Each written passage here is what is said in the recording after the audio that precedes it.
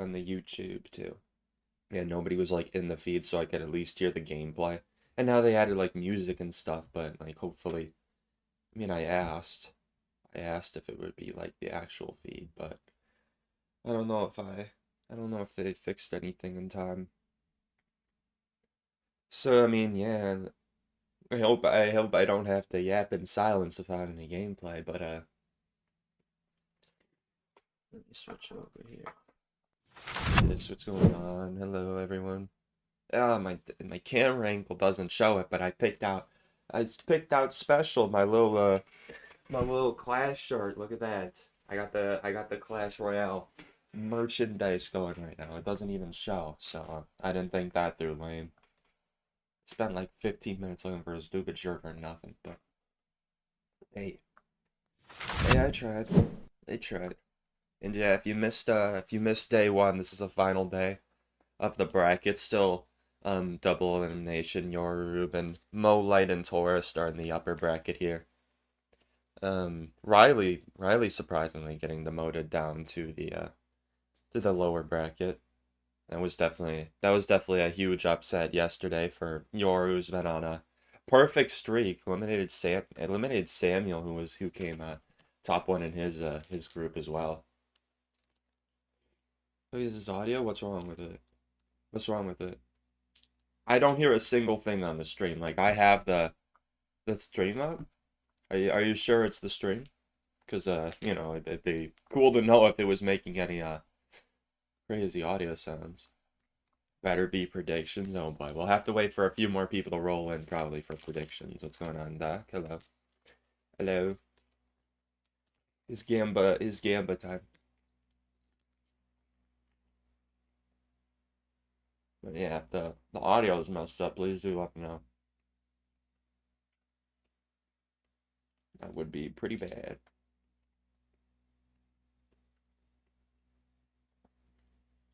And I couldn't even think. I couldn't. I guess I haven't realized anything on my end.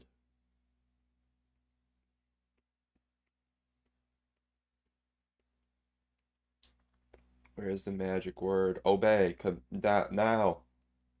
Nah, pretty please when it starts. When it starts, we could get some predictions. Yo, jeez, Undertaker, thanks so much for the 18 months of the Prime that no one will know about today, I guess. I mean, hey, there's people. There's people here, bro. Thank you so much for the 18 months, though.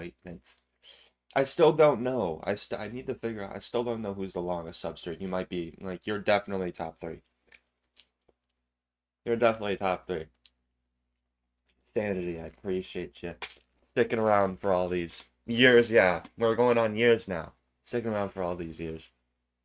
Good morning, Oxalate's immune system. How we doing? Hello.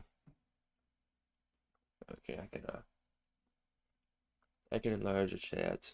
Oh, come on. I set auto mod to the maximum setting. Siri, if you can do that too, because apparently Twitch doesn't like me or something. I set auto mod to the maximum setting. For people like Doc. Okay, there we go. He's just working. Oh, mods, ban him. You let that word through, ban. What's going on, Saucer Ice Cream? Trade anything he finds in his neighbor yards for Barl. Oh my god, the neighborhood goats, it's gone. Okay, it works, Daisy. You don't need to fill up my screen with auto modded stuff. Fetch slap. What's going on, Craig? Hello. Going on, Zinky? How you doing? Hello. Block term. Oh, wait. Under. Okay, wait. I hopefully every time you delete it, it adds it as a block term. But if hopefully if I turn auto mod on, it won't like last. Because if all of those terms are blocked, then you can't even send like the average message in my stream can't even go through. I'm not gonna lie. Yeah, when you deny them, it adds it as a block term. Like at least on mine, like it says Undertaker added block term. One of the terms you blocked. Yes, we are on maximum strictness. You're not telling the caster to shut up, AC. You're not telling the caster to shut it.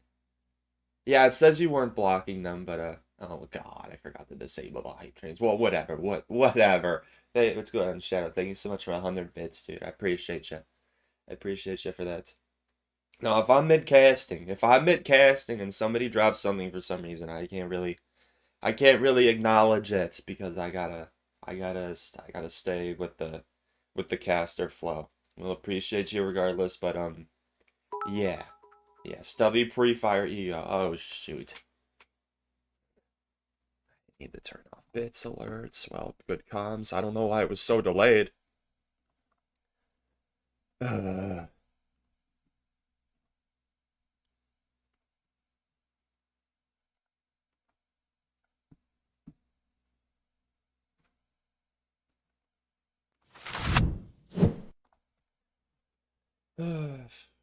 Turn it off and delete messages directly. Like, you don't want it to show at all. Like, you know, even if it's showing for a split second, it shows, you know. Oh, what do you mean I didn't turn that off? Oh, you're right. I definitely didn't turn that off. Okay, okay, okay. Mo Light and Riley playing? Yes, Mo Light and Riley are playing. I will show the bracket here in a second.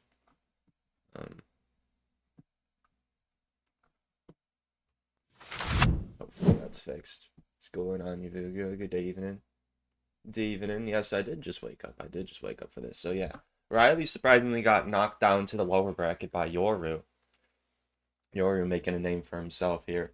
And then Yoru also beat Samuel Basoto too. He's on a run. I didn't really get to I was at work, so I didn't really get to see most of the day one finals, but from what I've seen, from what I've heard, that was kind of crazy. Yeah, Yoru just came out of nowhere.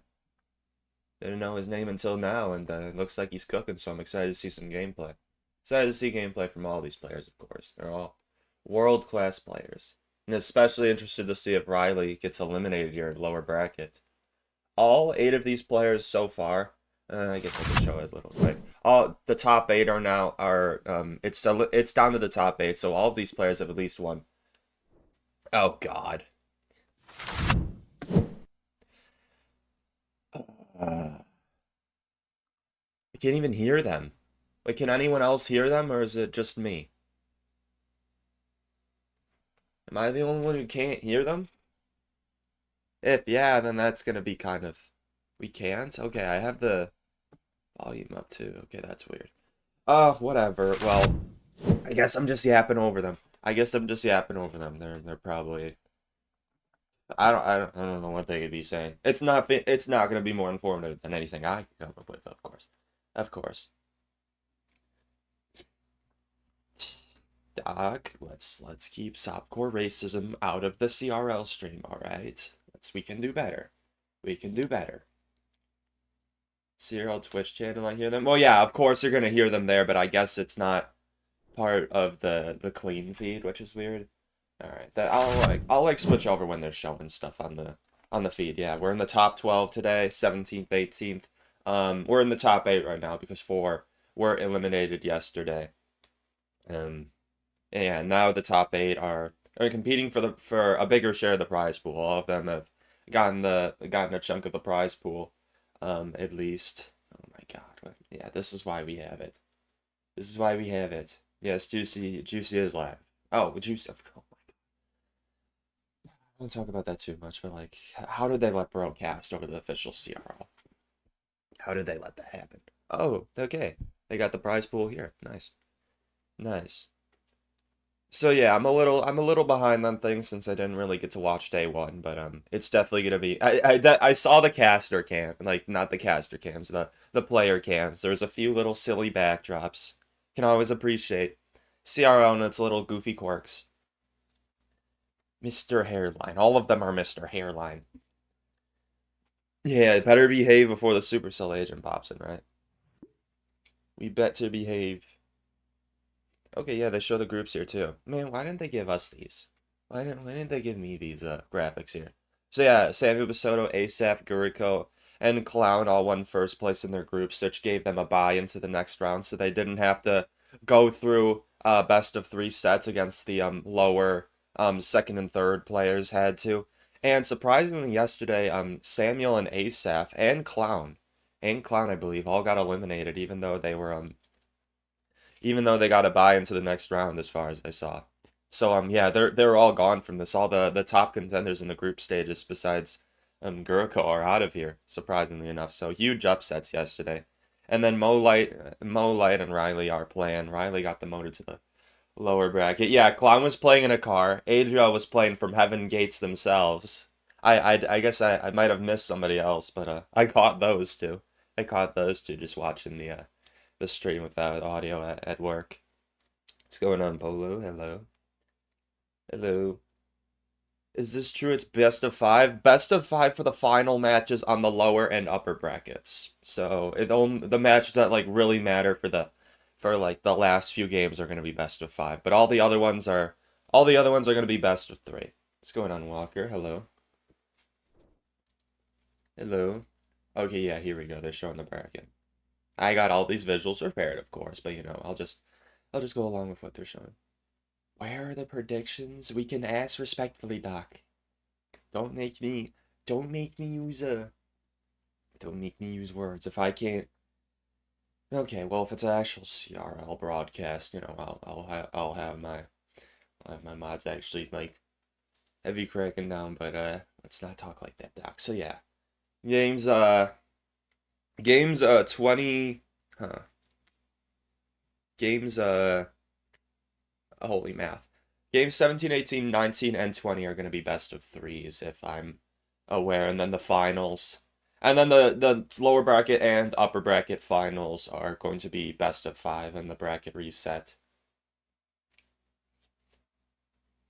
Yes, who plays in the next game, Doc? A little trivia for you. Lucas first sweep. It's going to be Riley and Adriel if they're going according to the match number. It's going to be Riley v. Adriel. So I guess have the prediction typed up. Hello. Hello, Apibo. I don't really know how to say that Russian characters, but hello. Hello, Sushi. How are you doing? Just so we know, we are on PG baby chat mode because, you know, official CRL broadcast. We keep it in professionalisms and stuff, you know, stuff like that. Oh my god, back over to me. They really put me on the spot here. I can't have them really yapping over it. Okay, wait, they show at least are they gonna show the next match? Are they gonna show the next match? Yeah, PG quotation mark. Like, yeah, we cannot use big naughty words for a little bit, right? We can avert from that a little bit. Hello, Reaction, Mr. Reaction, how are we doing? Or should I watch this over the mainstream because it's the best casting around? It's the best casting around, and we keep the Mo glaze to a minimum. We glaze all the players because they are all great players, even if some are more accomplished than others. So yes, the bias is gone. I'm not getting paid off by the top players to talk good about them. Okay, I straight up lied. We're going in Pedro and Sosa. Going in Pedro and Sosa for this first game here. See, Evo Bomber from Pedro first play. And just again to reiterate, the format of these, it's going to be best of three duels format, which means that once a card is played, it can't be played in a match going forward. So once we're seeing these cards, we're not going to be able to see the cards from these players again. We're seeing both sides of a Goblin Hut. Goblin Hut has just exploded into the meta. I'm actually kind of surprised that it's used in so many decks. It just has so much health. It's such a good defensive card, and I love the rework of it, honestly. And the pros have been using it to pros have been using the Goblin Hut to the whatever extent they can, basically. Getting a lot of value out of it. Okay, we see a Goblin Stein and guards from Pedro. I had to guess maybe this is going to be some sort of drill deck with just some interesting win conditions. And is this... what is Sosa's name? Is this going to be like RG from Sosa here? He's got some RG cards, maybe with just the Goblin Hut in there? Who knows? Oh, friendly battles are played in Tournament Standard. And Tournament Standard level is just level 11. Ladder matches are going to be up to level 15. Okay, yeah, Bomber's able to get a little bit of damage on that Goblin Hut. Snowball finishes it off. Goblin Hut, you can play Goblin Hut, like, a good placement for Goblin Hunt a lot of the times is like at the middle in the bridge, so you can get the opponent's troops in range, and then you can just spawn so many Spear Goblins. It's kind of insane, and we'll probably be seeing some of that this match. We do see the Evo Hunter come down from Sosa as well, so that's just kind of indicating more and more that this is going to be an RG deck from Sosa. And yeah, there we go. We do see the drill from Pedro. Rocking the Berserker as well. Berserker's been a more popular choice than at least I imagined in this, because it's a good mini tank. It's good for Cycle, and Cycle is just so powerful in these type of matchups where the players play pixel perfect defense, and Cycle can do so many crazy things, especially for players of this caliber here. Oh my God, yeah, what are we doing, bro? You trying to ruin this for me here? Okay, we see two Goblin Huts down on the right hand side from Pedro to try to get this monk down. We're gonna see an ability, probably. It's almost guaranteed the Evaluation. We do see the RG Evo RG come down from Sosa, left lane switching up. Obviously doesn't want to go into not one but two Goblin Huts. Doesn't really make that much sense. Goblinstein reset gets the RG onto that Goblin Hut and not attacking the tower. Almost flawless game from Pedro here so far, and Pedro with about a 700 damage lead here in a drill on the tower. Evo Snowball comes down when all three of those goblins pop out, and is largely picked up by the Fisherman and the Spirit last second. Another Goblin Hunt coming down. Both players just constantly keeping a Goblin Hunt on the board. Every time a troop comes down onto whoever's got the Goblin Hut side, you know, it's gonna just start spawning goblins, and it's gonna get a whole lot of value. We do see Rage as Sosa's last card here too, so not gonna be having any big spell to help break through these Goblin Huts. So Pedro is definitely in a good spot here, especially meaning his Evo Hunter, which is a very strong Evo, isn't really gonna get that much value at all against the Pedro's deck. Really no cards for it to even get value against. Evo Bomber does line up for a nice shot there from Pedro, just solidifying his damage advantage. That does not end up activating. The Fisherman was to just get rid of the Bomber so it wouldn't get any more value. Monk ability did not come down there, or at least the Monk died before it would come down. Goblin Hut is just able to soak all of these RG shots. All of these RG shots here. Sosa's going to have a really hard time breaking through. Another drill to front. Evo Snowball. Arrows come down for the drill. Sosa's got nothing to block the goblins ready. He couldn't place the monk because he had to reflect all the bomber, the Goblinstein, the spear goblins, and it looks like Pedro's about to take this. No big spells from Pedro, so you know anything could happen. But at this point, there was almost 3 Goblin Huts down at a time on the board for Pedro, and he's just stacking them. He's abusing them to the fullest extent. Evo RG does connect on the tower about almost half health. That is going to be a decent amount of damage. Can Sosa break through with this? It doesn't look like it. Rage comes down. Defensive Drill comes down just to keep the RG off the tower. And it doesn't really matter. Game goes the distance with Pedro with a commanding almost 2,000 damage lead in that. GG's to both players. Pedro definitely had the edge there with that pick, but didn't really see many mistakes. It's just so hard. The Goblin Hut has so much health after the rework. It almost seems like, I don't know exactly, but it almost seems like it's just double. So yeah, it's kind of crazy. What's going on, Sardarts and Aditya? Hello. Commanding. All right. What other term? I'll take term suggestions. Yes, big dollar Sosa, right? Big money Sosa competing. I'm meeting you today. I don't like this is weird. I get like their caster camps, so they don't show anything for me to go off of. But I guess that while the bracket's still accurate, I guess we're starting with game 18 here. So yeah, Pedro v Sosa. It's a best of 3 until the lower and grand finals. So we're gonna see Pedro with the initial set lead. Sosa's gonna need a reverse sweep to stay in this. Whoever loses this set is out for sure. And Riley and Adriel, I'd assume, are gonna be next. They're not really showing on the live feed here. God, we're talking WNBA. Could somebody throw me some lowball questions so I can look competent when I answer them? All right. Yeah, shout out Sosa hairline. One of the greatest hairline of all CR players. CR players have got some good hairlines going. Staring down the barrel of two of them right now on the official broadcast. CRL competitions are notorious for their players' hairlines, and you know, everybody around. Supercell actually a good guy? Plot twist? Maybe this is the plot twist we've been looking for. Perhaps. What does bracket reset if needed mean? What a good question. So if we look at the bracket here, basically, if you're coming from the lower finals, you're going to wonder, like, what's the advantage? So this is a double elimination bracket, which means you need to lose twice to be eliminated. So if you make it to the grand finals, you're not going to have lost once, but you're going to face off against the person who won from the lower bracket. And, okay, wait, we got the gameplay back here. You're going to face off against the person who came from the lower bracket, and they're going to have to win twice to beat you. If they beat you if they beat the person from the lower bracket once, they just win, because double elimination, that person from the lower bracket has lost 2 sets. So bracket reset is if the person from the lower bracket ends up taking it. So okay, we're seeing Pedro and Sosa running very similar decks.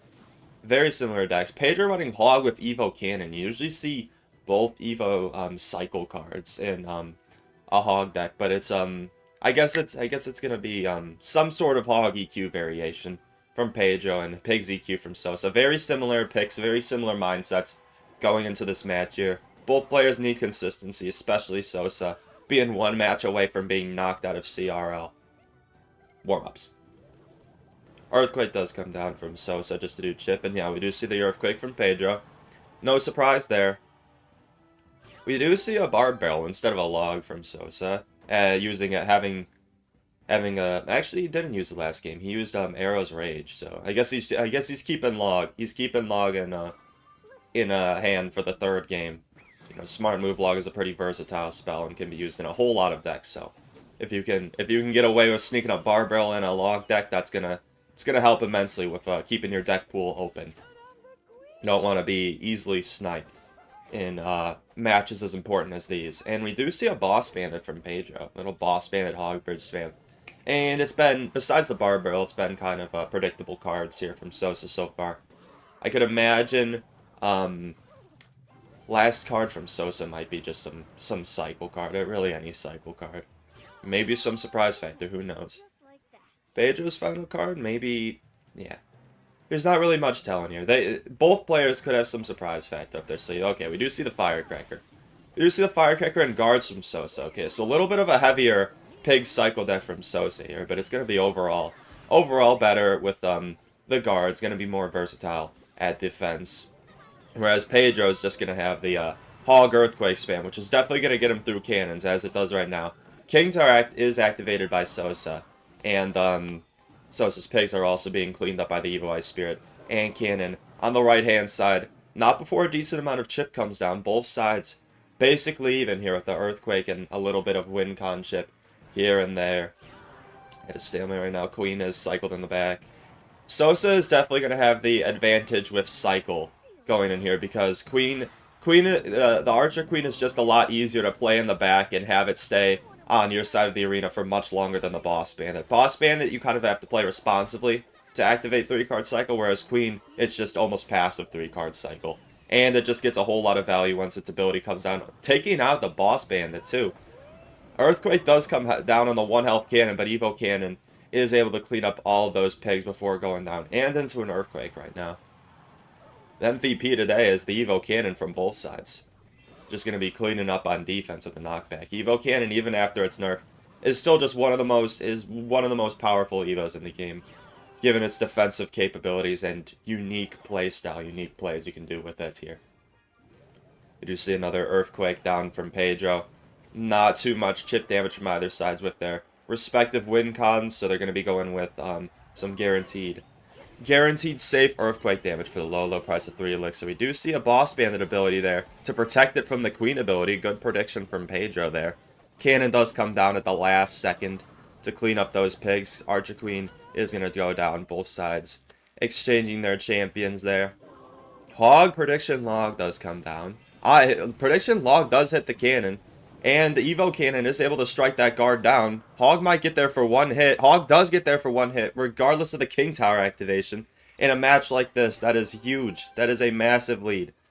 Pedro is up like almost 3 Earthquakes of damage here. And Sosa's going to need to fight hard and get some Pigs damage to reclaim the lead here. Earthquake comes down on defense. A defensive Earthquake there to kill the cannon and slow down those Pigs. And does end up being effective. Pedro, knowing he doesn't really have to Earthquake the towers, stretching the use of his cards here. We do see another Hog log coming down. All the Pigs from Sosa are defeated. It looks like Pedro's taken game 2 of this. Sosa not too happy about that, clearly. I wouldn't be either. I wouldn't be either. Still walking away with $500 of the prize pool, but Sosa is going to be our first player eliminated. First player eliminated from the finals day. GG's to both players. Oh, we get to see Pedro's little icon. How cute.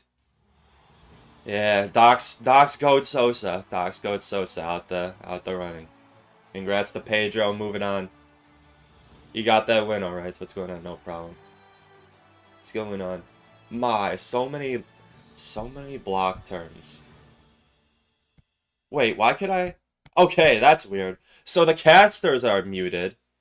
I just realized that the gameplay volume is going. So they show the casters. They show the casters, but the volume is still... I'm not complaining. I'll take the volume. I'll take the volume and the game volume and the sound effects. They actually got a little bit of sound production for this, which is super nice. Just super nice for sure. What are we talking about, bro? Anything but CRL. So, you know, I'll go back to the bracket. I'll go back to the bracket in case anybody's confused. Shout out to Siri for the low ball question. If you're coming from the lower bracket finals, you're gonna need to beat the upper bracket player twice. So the grand finals will be a best of 5 set, and if the player from the lower bracket wins that best of 5 set, they move on to another best of 5 set. So this could go very long. This event could go very long here. I'd definitely be excited to see that because these best of 5 sets, they're going to get very interesting, being that you can't repeat any cards, so we're going to be seeing 40 unique cards, potentially, from each player in a set, and that's going to definitely stretch people's deck making. And it's going to be, at that point, it's going to be boiled down to the best of the best players, the best of the best gameplay, so that's going to be super exciting for the lower bracket and the grand finals, so make sure to stick around for that. Free channel points. Yeah, we got some channel point predictions running. I can only assume Riley and Adriel are going to be next. I think that would be safe to assume here. I guess you could start up the prediction there. Yeah, if you want to get on some predictions, rare opportunity to earn some channel points. You don't usually have those going there. And the world is juicy at 1.5K viewers. Next question. Next question. Next question. What's going on, Space? Miss Group D. So I actually casted Group D. You can look at my Twitch VODs, or you can just search it up on YouTube. You can just search it up on YouTube, like CRL, Warmups Group D, and then you'll probably find the video of the official broadcast. I'm pretty sure Invader did that. You can watch Invader, or you can go into my Twitch VODs and look for me. It's whatever you want. But I'd have no opinions on that, Sandra. Sneeze break. And water break, too. Man, how unprofessional of me to have a bodily function. My bad. My bad, chat. Okay, yeah, we got the bracket. We got the bracket showing here anyway. So yeah, we see Pedro moved up, Sosa eliminated, and we're gonna be waiting for probably match 17 here. I guess they're not going in chronological order with the gameplay.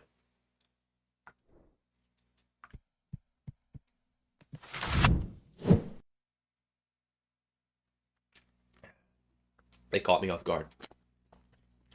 Caught me off guard. Yeah, no problem. 20K on Riley. Oh boy. Yeah, we gotta make sure to reciprocate, you know, if you don't really care too much about your channel points, just make sure they're on the other, like, you get a decent amount on the other side. It's always bad when there's only one person betting on one side, because then they decide the entire payout and could just vote like 10 points. But, you know, it's nice to see both sides of a payout. Good thing to do for sure. What I was saying, I had an idea on the official CRL broadcast. They have channel points and they have channel point betting, but there's like nothing you can do with the channel points. You can't even like redeem them for anything. Okay, I'll okay.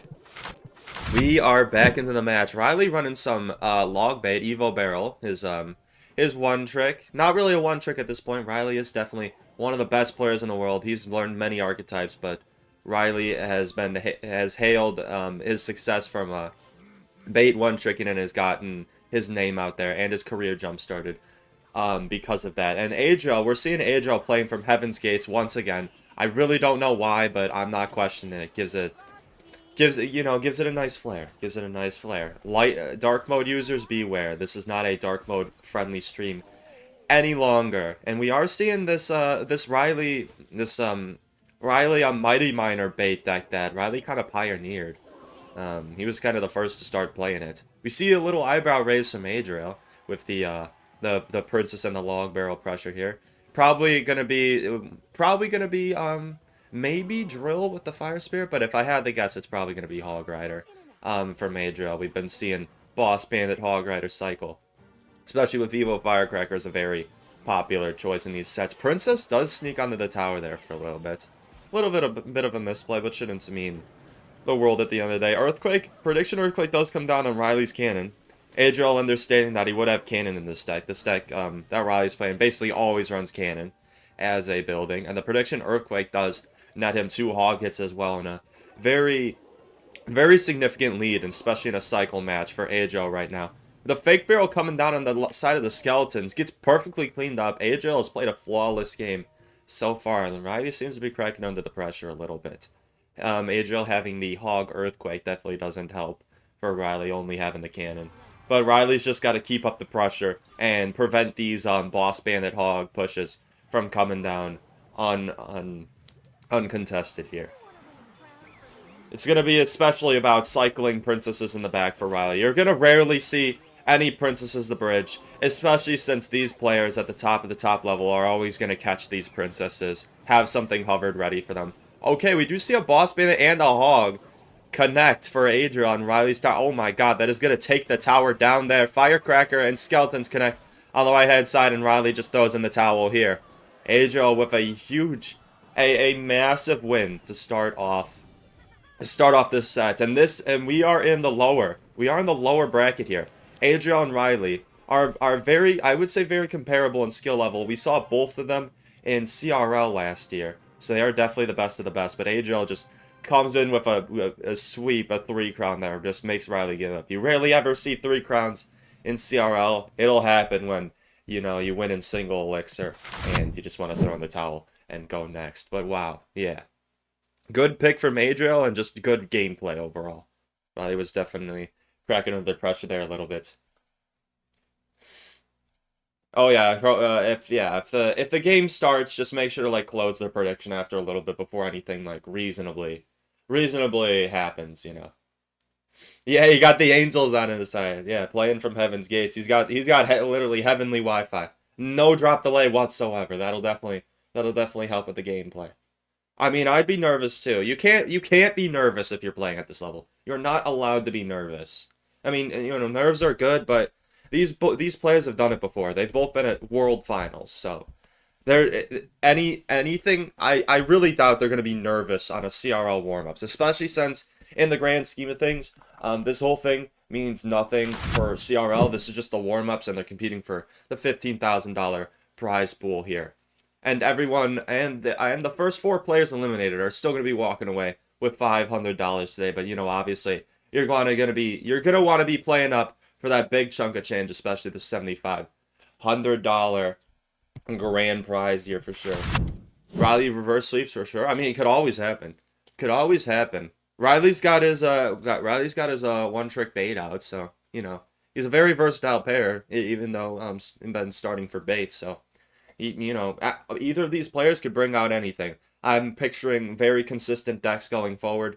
Both players are going to just want to lock it down. Adriel with the 1-0 lead against Riley just wants a safe win, and Riley is gonna need to win 2 safe games. So yeah.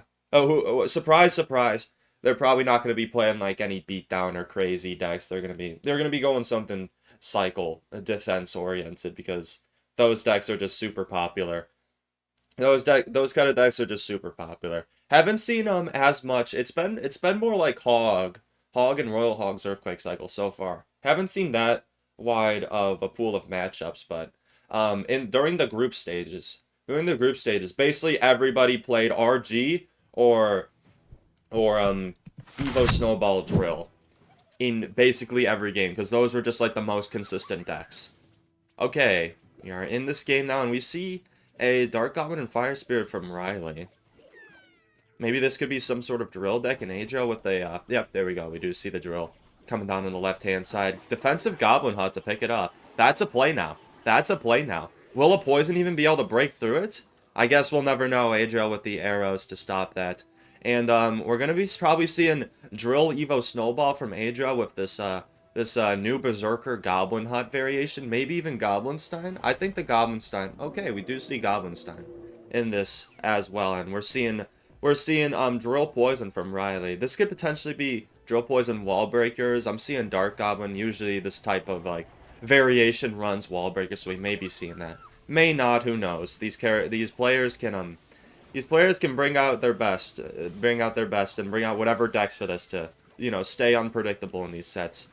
And we do see an Evo Valk. We do see an Evo Valk from Riley. We don't see the last Evo. He's not playing Evo Tesla or Dark Goblin. Makes me wonder what it could be. Maybe it's probably going to be Evo Snowball, actually. Riley's probably brought out the Evo Snowball for this, if I had to guess. Yeah, there we go. We see Evo Snowball needing a small spell in the deck. And now we see both players' decks revealed here. Not too much of a damage advantage on either side. It's just going to be biding their time, and whoever can get better connections with the Drill Snowball. Riley at a little bit of an advantage here, I'd say, because of the big spell advantage, having the Poison. Poison's going to get a lot of value against all these defensive troops here, as well as being able to get a lot more guaranteed tower damage than Adriel recently would. We do see a Goblin Hut at the bridge. Poison does come down just to get a little bit of value on that hut. What are we going to see on this drill? We do see a Valk, but it is blown back by the Snowball here. Evo Bomber at the bridge is going to be picked up by those guards. Not before a little bit of Goblin Chip gets on the tower. Adriel getting this much needed damage here. And Riley having the Tesla for defense as well is gonna largely negate anything Goblinstein can realistically do, besides just tank for the drill in a big push. Tesla does come down to predict the front drill, but does not land, so Evo Valk does need to come out from Riley. Switching up your drill placements is going to be especially useful when Evo Snowball is not in cycle, just to perhaps sneak the drill on the tower and just be less predictable overall. You don't want... As the second you become predictable in a match like this is the second, you know, you get prediction play done on you, and you can lose a whole lot of damage or even the game just because of that. So we're going to see players switching up their defenses over and over again. You see a Fire Spirit to pick up those Spirit Goblins over there. Dark Goblin to pick up all the crumbs from the drill defense from Adriel here. Another drill to side. With an Evo Snowball does come down. Goblin gets on the tower for a few. Arrows do come down from Adriel as well.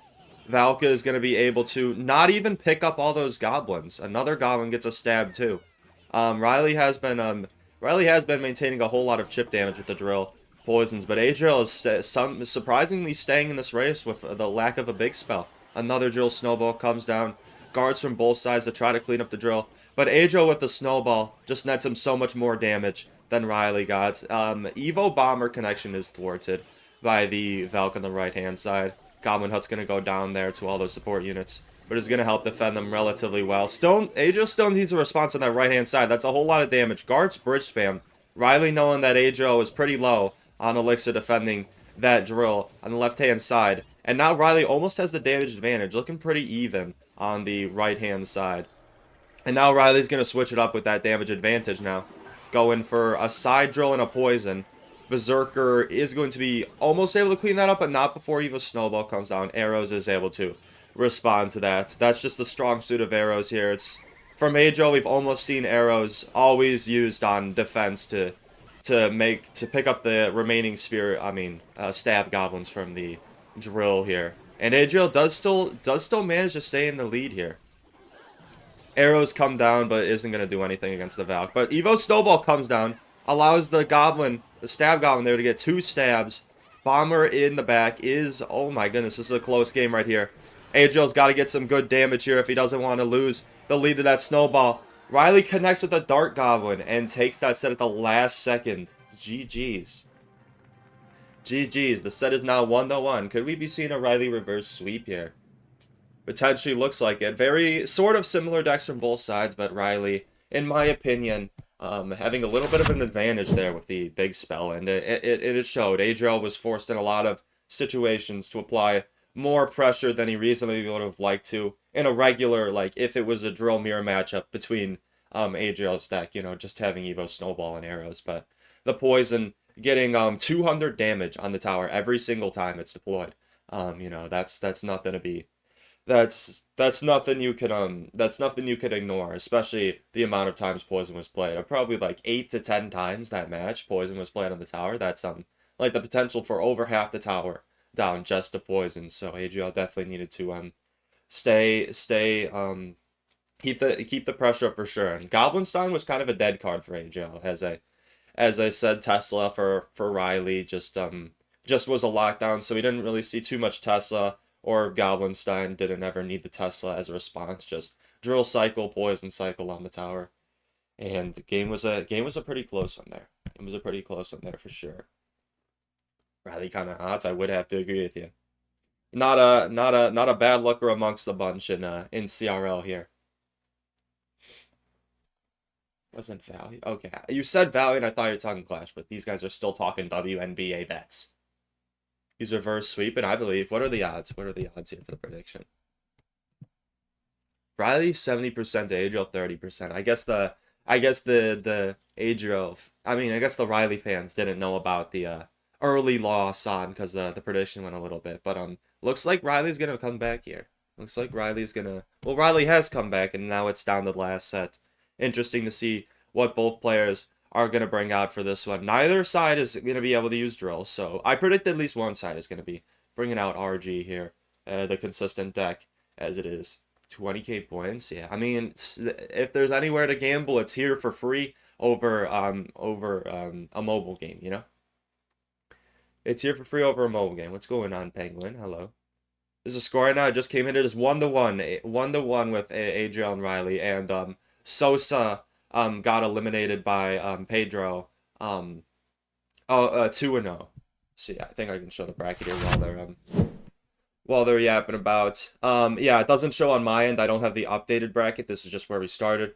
But Pedro beat Sosa to go to game 18 here in the bracket, 2-0. So Sosa's been eliminated, and we're gonna see who is eliminated here, Riley or Adriel. Both top tier world class players. We both saw them top 8 at CRL last year, and one of them's going to be eliminated in this.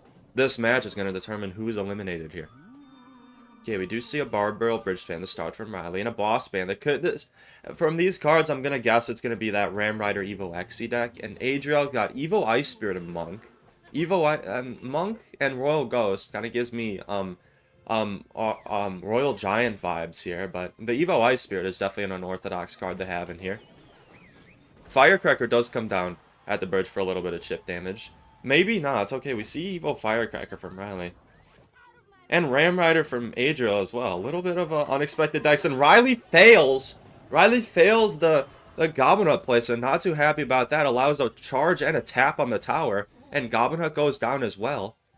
Maybe the pressure is getting to Riley. I don't know why on earth Riley would be feeling the pressure in CRL warm-ups when it doesn't even matter for finals. But it's looking like it. We do see Riley with the Hog Rider. Goblin Hut has just become such a popular...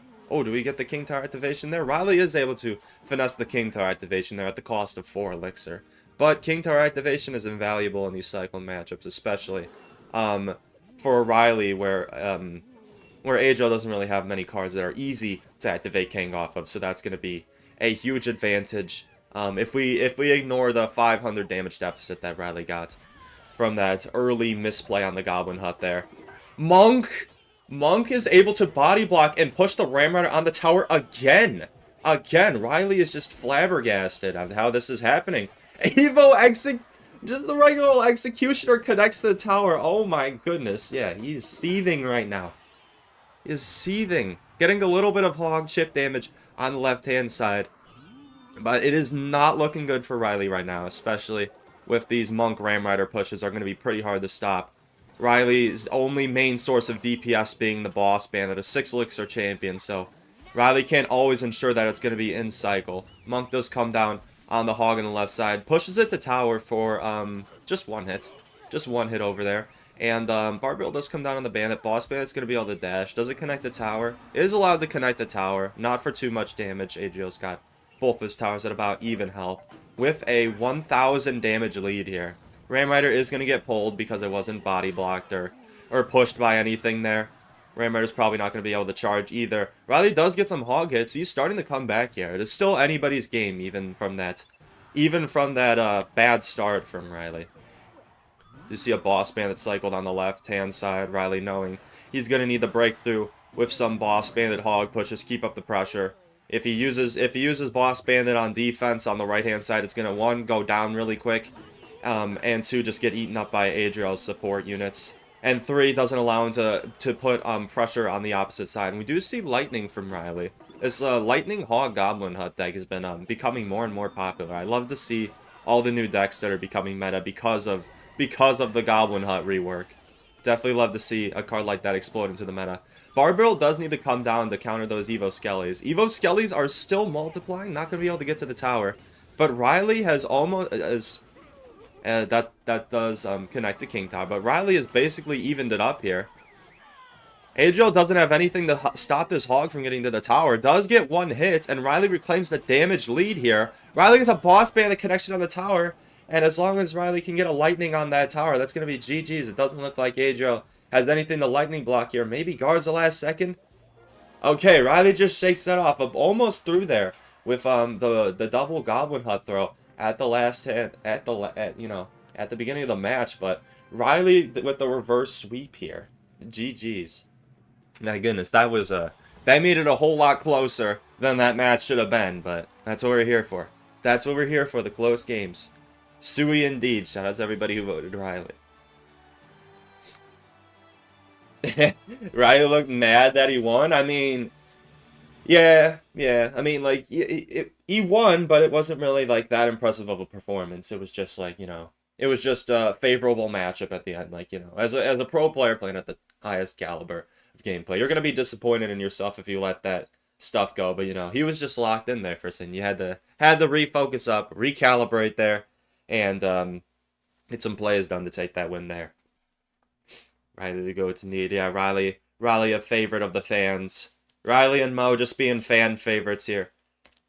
Reuben when? They're probably going to show the... Nope, they're not going to show the bracket. I guess we're going back to my unupdated bracket. Woo! So yeah, probably, at this point, they're not going in order. Like, they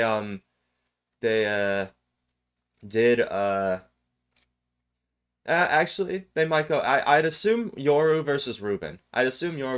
That's actually my mistake. I was looking at numbers 17 and 18, but it was actually matches 13 and 14. So they have been going in chronological order. I'm just a little bit of a silly goose. So yeah, we are going to see Yoru versus Reuben next. Yoru, not as known of a name as Reuben, but Yoru with an impressive run yesterday, as you can see. Eliminated Riley in the first set, and then eliminated Samuel, who had the bye into the next round from the first place victory in the group stage qualifiers, and eliminated them both to face Reuben there, which is a very, very impressive indeed. I appreciate that, Penguin. I appreciate you, man.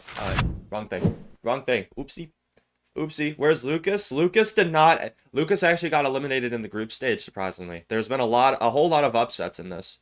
Upsets are less prone to happen in dual sets and whatnot, especially in the group stage, given that you get to, there's 6 players in the group stage, you get to play a best of 3 against all 5 of them, and, it's whoever has the most points, so it's a lot, I guess, it's never easy, but it's a lot easier to be consistent and just win by consistency in the group qualifiers.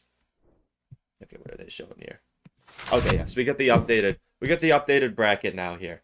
Probably going to be seeing Yoru and Reuben here next, and Riley and Pedro moving on to the lower bracket round 3. They're going to be facing the losers of Yoru versus Reuben and Molite versus Taurus. So, the last thing Pedro would want to see here is Molite getting sent down, but, that's not likely. That's not likely, like being, arguably the best player in the world. There's my Mo Glaze for the day. I got it out. I got it out, alright? I'm excited to see Yoru versus Reuben here. Personally, I haven't seen any Yoru gameplay, because I wasn't able to make the day one cast. I was doing my job. I was at the trabajo. So I'm interested to see how Yoru plays, what he's going to be playing with. Most of these players are just going to be like, very defensive, cycle oriented. It's kind of a rare treat. I did see somebody play Lava Loon last time. I wasn't paying too much attention. Like sometimes it's a treat. We'll see like some beatdown or some like weird deck like 3M or yeah, just something crazy, but most of the time these players are going to be playing very consistent decks. It's just if they and their analysts just want to take a chance to get like a good matchup, they think they know what the opponent is going to play and are willing to go something crazy like Lava Loon into that. No, there is no bans. There's no bans, it's just dual mode sets, so you can't repeat cards that you've played in the last time. To know, it's Evo Witch is banned though. Yeah, the players are not allowed to use Evo Witch, it being a new Evo. In these events, usually new cards and new Evos aren't allowed. And rework cards are allowed, rework Golden Knight, and we haven't seen any Golden Knight yet. But we've been seeing a lot of the rework Goblin Hut. It's basically it seems like it's become the favorite 4-elixir building so far, which is cool. Where are the games? They're yapping. There's been a lot more yap with the official casters going. They actually trust these guys. They actually trust these guys to put on a conversation that's interesting to the players, I guess. So we're gonna be waiting. We're gonna be waiting on them for a little bit.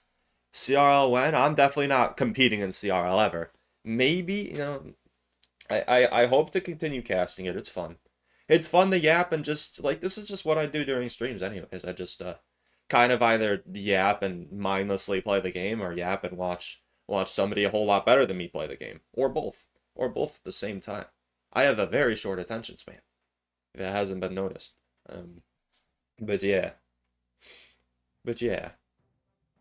Okay, yeah, we are seeing Yoru versus Reuben here. That is my mistake from earlier. We are going in chronological order based on the match number here. Oh, okay. Game audio just got a whole lot quiet all of a sudden. Whatever. It's fine. I swear it was a lot louder beforehand. We do see 2 cycle cards and Log and Earthquake from Reuben. It could probably either be Hog or Pegs at this point. Really no other deck it could be from Reuben unless it's some huge surprise factor here. And we do see Evo Knight and Evo... What? Either I'm dumb or he's playing a banned card. I think... Let's just assume I'm dumb. We see an Evo Witch from Yoru. Maybe it's allowed in this set. I know it wasn't allowed in the group finals, having nobody using it. I don't know. I swear they... Okay. I never looked specifically. I just assumed that they banned it after seeing Group A. Nobody ever played it, and I just kind of went with that. Evo Witch is really a really good card. And it looks like Yoru's going to be bringing out Evo Witch Splash Art here.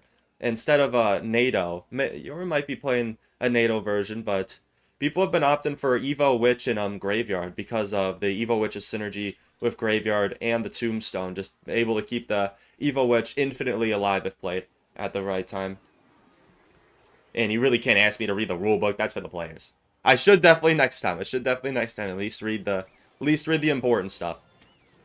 Yeah, we do see a Graveyard Evo Witch come down here. It's a lot easier to go Graveyard and single elixir. What is that boss bandit doing? Dashing to and fro. That was about like 6 dashes there. Evo Witch is able to connect on the tower for some good damage from Yoru with about the 400 damage lead. And yes, we do see Hog Earthquake, especially with that boss bandit coming down from Reuben. And we do see Yoru with the NATO variation. These players are definitely probably going to opt for a NATO, especially in a deck like this where it works so well. Just to have a true position manipulation that is just invaluable, especially at the highest level of gameplay, opting to use the Evo Witch instead of the traditional Baby Dragon in this. Hog does come down, but Tombstone is able to pull from the other side. Not prediction, but Log does come down to take out that Tombstone, and one Hog hit is netted from Reuben here. We do see another, just regular old Witch, but regular Witch Knight Graveyard push coming down here. Do see a little bit of Graveyard RNG hitting the tower. A little bit more there, and the poison too, which does not connect for anything. But Yoru with still a great damage lead. Splash Yard with NATO is about one of the worst matchups for Hog, so great pick from Yoru here. I'd be surprised if Reuben can make a comeback here, especially going into Evo Witch, Tombstone. There's going to be so much Swarm to be able to counter this Boss Bandit, and looks like Reuben's trying to use it in some unorthodox ways.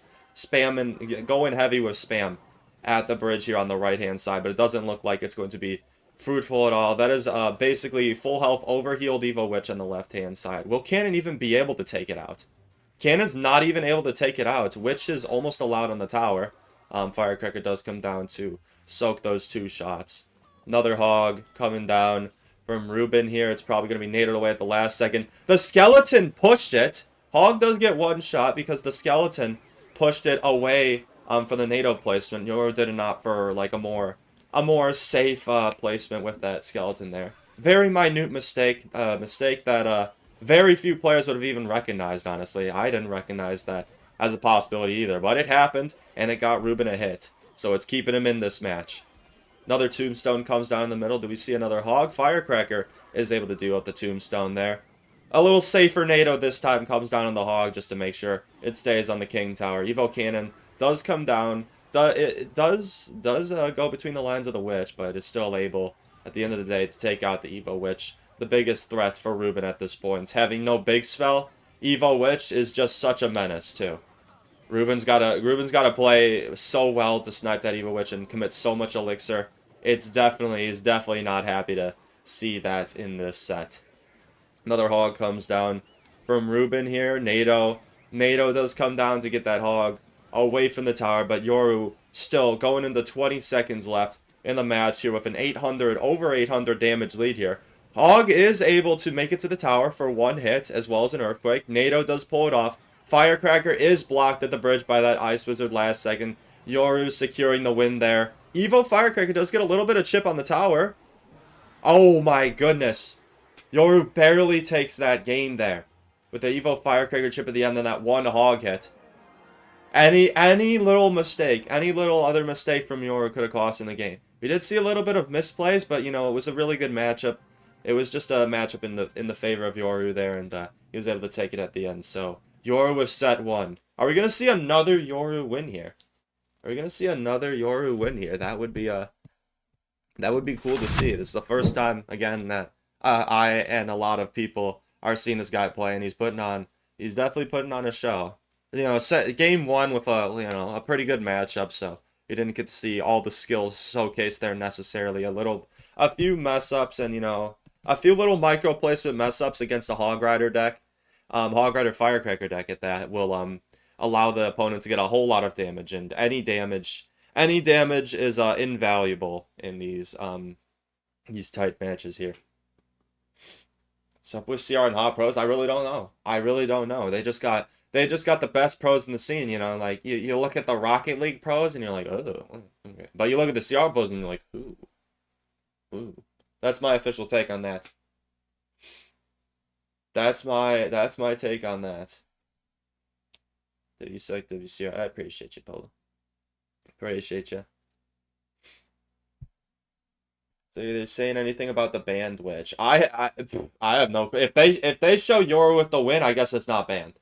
Maybe it's not banned in like the last day, but I didn't see a single person play the Evo Witch in the group stages. So that basically told me that like if nobody's using it, then it's gotta be banned because it's pretty darn good.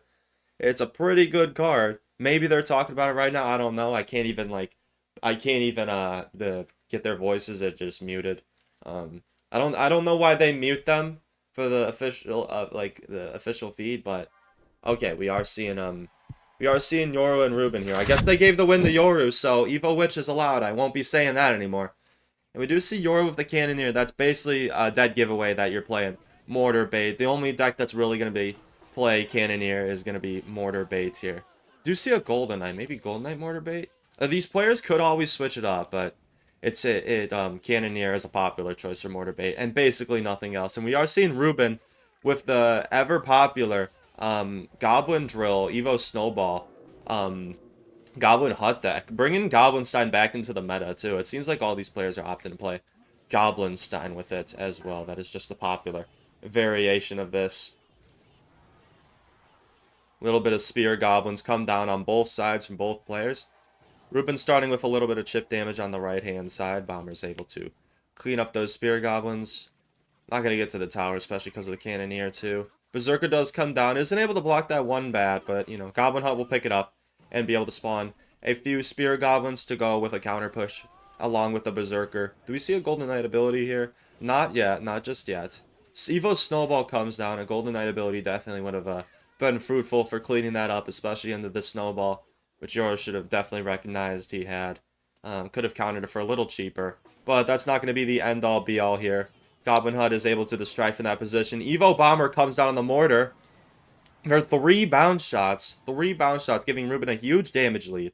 Not looking too good for Yoru in this set. And yes, as I said, it is going to be Evo Mortar bait from Yoru. Often use the Golden Knight instead of, like, Skeleton King, which is, I would say the more popular champion in these type of decks. Especially since Skeleton King isn't really used in that many other decks. Recently, Skeleton King RG has made a comeback. Skeleton King RG Evo Witch, which now that I know that Evo Witch apparently isn't banned, we could be seeing a bit of that. That is a very popular and effective deck as of recent. Log comes down on that drill, fully clean it up. Bad SAR snowballed away. Yoru showing his lightning as well. If Yoru somehow locks it down completely on defense, it could just be a win by lightning and minor chip here. Another drill comes out at the front. Reuben recognizing that Yoru doesn't have like too many good cheap catches for the drill. So if he just keeps going in the front with the Evo Snowball, we're gonna be seeing a lot of front drills here. Probably not too much switching up the position from Reuben just to get the guaranteed chip damage at this point. Evo Mortar is almost down. Caught by the Berserker at the last second, not letting any Evo Mortar shots on tower. And one single Evo Mortar shot on tower with the Goblin. The Goblin basically latches onto the tower. If a Evo Mortar hits the tower, the Goblin's hitting guaranteed unless it's instantly killed. So you definitely don't want to let any damage like that go. Huge Golden Knight value there, killing Evo Bomber. Evo Bomber, the Spirit Goblins, and the guards there. We do see another drill come down at the front with the regular old snowball. Does not let any Goblin chip on the tower. The Goblin Gang is able to pick that up there. Yoru's starting to climb back a little bit. Reuben not having any big spell. Might be in a little bit of trouble here if he can't manage to get enough damage here. The drill spawn damage and, you know, double small spells is slowly but surely chipping away, but Yoru still definitely has an opportunity to come back here. Lightning cycled on the Goblinstein. That is just 2 more lightnings away from this being a contest again, or a little bit of minor chip as well, or somehow the mortar connects on the tower. But likely not going to see too much mortar pressure going in the triple from Yoru here, it's so close to being lost. And Evo Snowball comes down, lets the drill on the tower, and that's going to be GG's. That mortar there was a little bit of a mistake. Also allowing the Evo Bomber a lineup opportunity there. And Reuben takes this game to 1-1. And there's always a lot of pressure. There's always a lot of pressure in these matches, but we are playing in the upper bracket here. Neither of these players have lost a set yet. So whoever loses is going to be sent down to the lower bracket. So this set isn't going to be everything for these players, but you definitely want to stay in the upper bracket as long as possible. It's hard to come back from the lower bracket here. Hello, Kali, and hello, Rafa as well. Hello. Oh, what is HF saying, bruh? Can we chill? Can we chill, please? Like, respectfully, like we can be a little. We can just chat without saying crazy stuff for a few seconds. I know we've got it in us. I know we've got it in us. Now time for Yap. It's always been time for Yap. I've been constantly talking this whole time. If anything, it's a little bit of a break from the Yap. If anything. Doc said he'll be streaming later. It's HF still. You can't just because somebody's a registered felon doesn't mean you can't expect them to not like not like rob a place if they're in a respectful venue or something. Oh yes, the reason do I go through the lore? Yes, the reason I look like boss, I'll give the PG version is you know, because he got facial reconstruction surgery to look like me and basically stole my fame and my channel. And, you know, I'm trying to recuperate day by day, brick by brick, what I once had, what the boss you know stole from me. And I mean, we're doing pretty good. We're on the move up, but you know, that's my tragic tale of woe there. Yeah, the regular old snowball. Drill snowball is 3-0. Yeah, drill snowball is just a well, I mean, we did see a drill snowball mirror matchup there, so not necessarily, but hey, every match there's been a snowball. Drill snowball has won. What do you know? What do you know? What do you know? Yeah, Skeleton King isn't too popular in long beta. You would think so because it's like the champion that like requires bait, but it's not too popular. It's not too popular of a pick because in bait decks, you're gonna want to like a cheaper tank, if anything. You're gonna want to opt for a cheaper tank. How are Doc and HF getting all their messages deleted? We can behave, guys. Come on. Come on. Come on. If he's your only champion, then I mean, I guess if you just want to play him. If you just want to play him. But you need to have like Goblin, maybe even Skeleton Army. You stick Skeleton Army in there. Skeleton Army goes really well with the Skeleton King. The King. This is the bare minimum, and he's still dropping potty words. My goodness. My goodness. Maybe I gotta raid somebody, PG, after this. Who knows? Okay. We are into the final game of this set here. Both players with card pools limited. 16 cards not allowed. We'll see what they whip out for the last and final game here. Both sides just opting to leak at the beginning. Reuben with the Evo bats cycled in the back. Or regular bats, you know, cycling to the Evo. Barbell comes down too. Guards are going to need to pick that up. And both players just biding their time right now. We do see a Goblin Gang from Reuben. Could this be potentially like Mega Knight bait or Mortar bait just with the Bar Barrel? It's gonna be some sort of bait deck. We do see a miner come down. Yoru just taking his sweet time. Leaked 5 elixir more than Reuben here. Just playing it very passively. Wonder what he's gonna be bringing out here. I can't really tell much from the guards in the Inferno Tower, but it's looking like a heavier deck here for sure. Boss Bandit too. Is it a problem? I don't really know what this could be.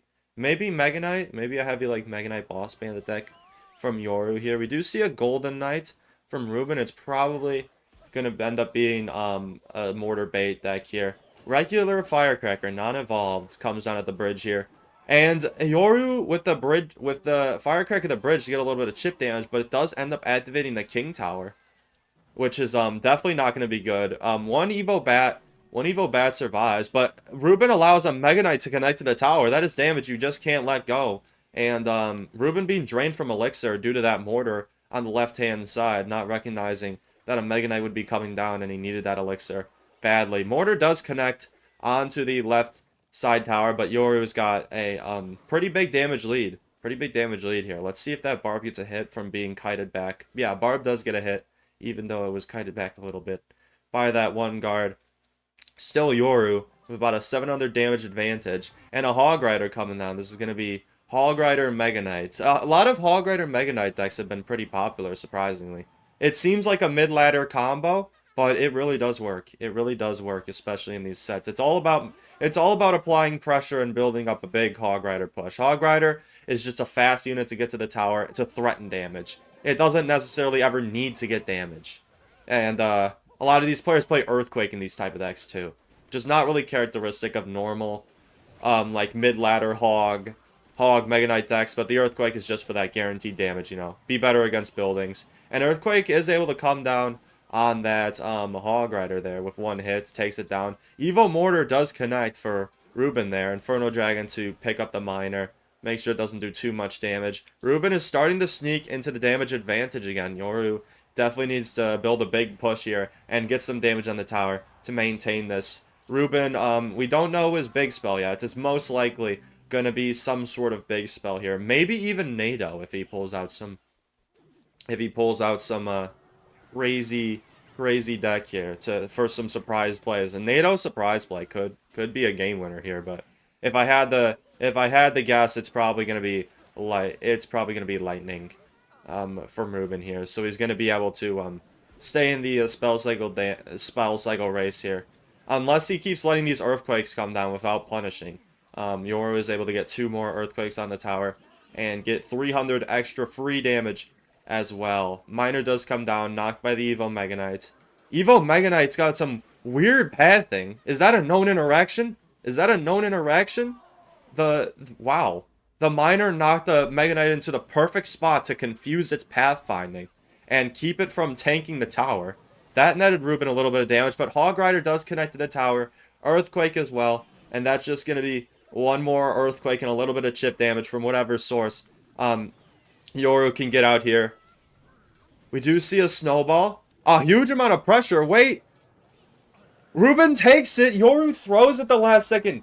Getting a little too confident with the chip damage, and Reuben is ecstatic here.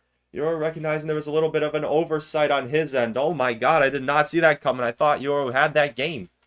There. We will see Yoru with his undefeated run. Not undefeated, but he has won every set.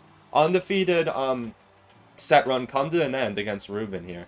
That was a barn burner match right there. Pressure was insane. GG's. We will still see Yoru competing in the lower bracket, so he's not out yet. This was not a elimination round here. This was an upper bracket game. Hopefully we are gonna see the they're probably gonna cut to the caster cam, but okay, yeah, we get to see their decks. So a lot of interesting deck picks here. Apparently Evo Witch allowed. Again, I didn't know that. That's my bad. Evo Witch splash out into a Hog Rider cycle deck is definitely, like, Hog Rider Earthquake makes it a little bit easier for the Hog player, but still having the NATO there. NATO not as used at all. It used to be in like previous CRLs that NATO would be used almost every set just for its card manipulation capabilities, but since the damage nerf, it's not seen too much use. But having NATO there into the Hog was definitely a good pick from Yoru. That game was a freebie, and almost lost that, but that game was basically a freebie. Reuben taking sets 2 and 3 with the reverse sweep there. This I like seeing this new Goblin Hut drill deck. This wasn't even a thing come Group C and D when the Goblin Hut rework dropped. Not too many people were hopping on the new Goblin Hut, and now it feels like it's played in almost every set. What happened? Yeah, I don't know there. It's just there was so much bait spam at the end of that match there that Yoru just thought he could go in for the spell cycle victory, but Earthquake and Snowball, I believe, doesn't even do that much damage. It's like 212. Earthquake and Snowball doesn't even do that much, so it was a little bit of an oversight, not a lot, a bit of an oversight on his end to try to go for spell cycle and not just lock it down on defense. And then Reuben did whip out the lightning last second there along with that chip to take the match at the final second there. He overthrew to play Riley again. Yeah, he wants his, yeah. Yeah, they wanted to meet again in the lower bracket. Isn't that cinematic?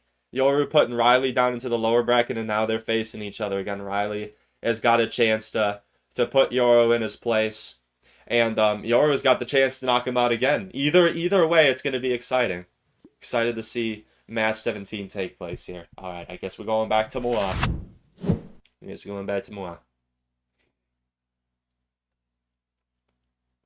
I'm watching. Oh man, the naughty word. But yes, I see you on the Twitch, Penguin. I see you on the Twitch. I appreciate you watching over there. Yeah, they did see Golden Knight Mortar by both players. I wouldn't expect to like see Golden Knight more in a bridge spam deck, but Golden Knight, especially if you don't have that many good swarm counters, is Golden Knight is just such a good card now. The whole rework they did, which was totally 100% a buff in like every single way. There's barely any ways that Golden Knight rework was a nerf. It like doesn't really make any interactions worse. Yeah, it's brought it into the meta in a huge way there. Can we be freaky now? Well, I mean, you can do whatever you want as long as it's not like, you can use emotes. You can use emotes, I guess. Like the chat's not displaying on at least the live stream, so yeah, go crazy. But like, don't be saying wild stuff in words. Yes, if you got the rolls worm, now's the time to break it out. Now's the time to break it out for sure. Nerf Monk and we would be there for RG Golden Knight. Yeah, maybe. Maybe. People are just putting Golden Knight in anything nowadays. But Monk is definitely the preferred card for RG. We've been seeing RG Monk and Monk Ram Rider as well. Those are basically the only two win conditions we've seen Monk with. Who is this guy caster? I have no clue, but we're here, Sugar. What's going on, man? Are we done now? No, we've still got so many more matches. We're only in the first hour here. So I don't have the updated bracket. I just got this on the side just in case. But what's happened so far is Reuben won game 15. We're about to be going in the Mo Light and Taurus, so I guess get a prediction for that. Mo Light versus Taurus. I wonder who's gonna have the odds in their favor. And in the lower bracket, we saw Riley move on, knocking out Adriel, and Pedro move on, knocking out Sosa. So far, we've seen 3 sets. We've seen 3 sets out of so many more games, and it's only been an hour. So we're going to be here for a while. We're going to be here for a while. And here we go. Mo Light versus Taurus. Right into the game. Right into the match right here. I don't know why they're showing their ladder rank trophies, but I guess good to know. Both sides opting to leak Elixir at this point. Mo Light starting out with a Tombstone. Could we see another Evo Witch usage? Maybe another Evo Witch graveyard deck? That's kind of what it's looking like. Taurus with the Evo Valk to start things off, and guards as well. Taurus is if I'm correct, Taurus is a known lava player, so maybe that's what we're seeing. Flying Machine, it might be lava here from Taurus. Going into Mo Light, if Mo Light isn't rocking the NATO, he's gonna have very little air counter. So this lava pick, if it is from Taurus, which it probably is, could be huge. Could be huge, and we are seeing the Evo Witch from Mo Light as well. If Mo Light's bringing out the Evo Witch, I'm gonna go on a limb here and assume that it's not banned in the sets. We do see a Lava the Bridge, yes, playing Taurus, playing lava. It looks like it's just gonna be a lava miner deck with that. Usually, if they have Flying Machine, like more air support cards, they're not gonna have a Loon to come with it. Valk is gonna be down to tank for these lava pups here. Let's see how Mo responds to this. With a Knight to tank all this damage, but that's a lot of DPS coming down. Is gonna need the Evo Witch to clean up, and that Evo Witch is gonna clean up very well. Mo Light's got to utilize this Evo Witch very well, unless Taurus has a lightning snuck in there, which he very well might have. Mo Light with the NATO Flying Machine to the opposite lane to allow the Witch to get a whole lot of damage, forces out an arrows from Taurus. Great NATO plays. They're recognizing that there was nothing really else to use the NATO on there, so he might as well use it then. Taurus with a little sip break. I'm gonna take one as well. Sure. Cheers.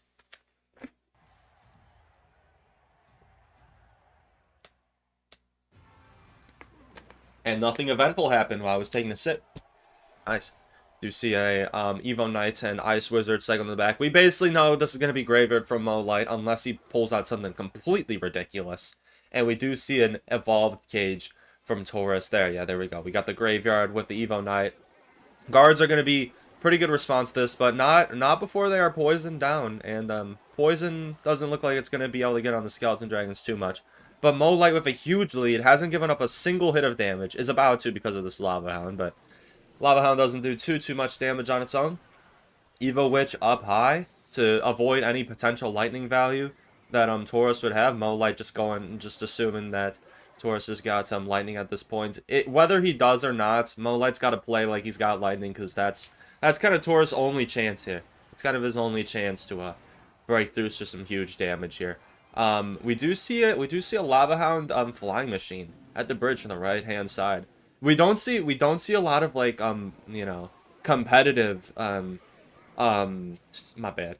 You don't see a lot of competitive lava play. So it's kind of interesting to see how these players play. And yes, we do see a lightning. Mo Light doing good to play like Taurus Dead Lightning, because he did. It's kind of expected. But a little bit of damage from Taurus on the left-hand side. Not too much at all. Basically, only lightning damage coming down there. Mo Light's got to do a good job.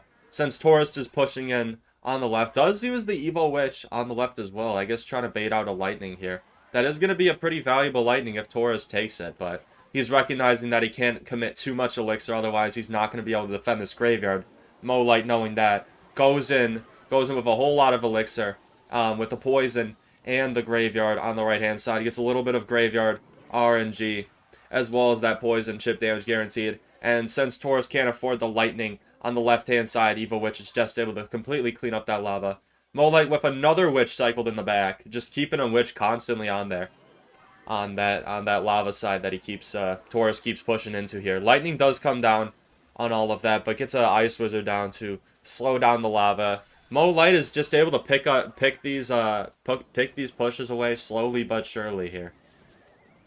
Barbill does come down to kite the Valk away. Taurus with a little bit of opposite lane bridge pressure. That might get to the tower. Skeleton Dragon does get to the tower, but it's probably not going to put Taurus into the damage lead. This lava chip and lava and lightning chip is adding up fast for Taurus. Taurus almost taking the damage lead here with this little bit of lava chip. It is going to take him into the damage lead. Flying Machine and guards need to come down on that graveyard. Guards do come down. They are getting hit by that poison. 961 for Mo. Arrows come down on Molite's tower. Lightning comes down as well, and Taurus takes game one. Game one off of Mo. Great pick from Taurus. Right, great pick from Taurus. They're going into the graveyard. Evo Witch, Evo Witch, Ice Wizard combo. Even though he did have NATO and a little bit of a control deck, it was just not a good matchup for Mo. Taurus had the guards as a graveyard counter. He had that as his disposal. Lightning 2 to get rid of the Evo Witch. Otherwise, it would have been a lot harder to deal with. Great pick from Taurus. They're going with the game 1 lava. A little bit of a risky play, but it ends up paying off against Mo. And Taurus up 1-0 against Mo. That's impressive. A little bit of an upset there. You don't expect to see that. So now Mo's got a reverse sweep to get it done here.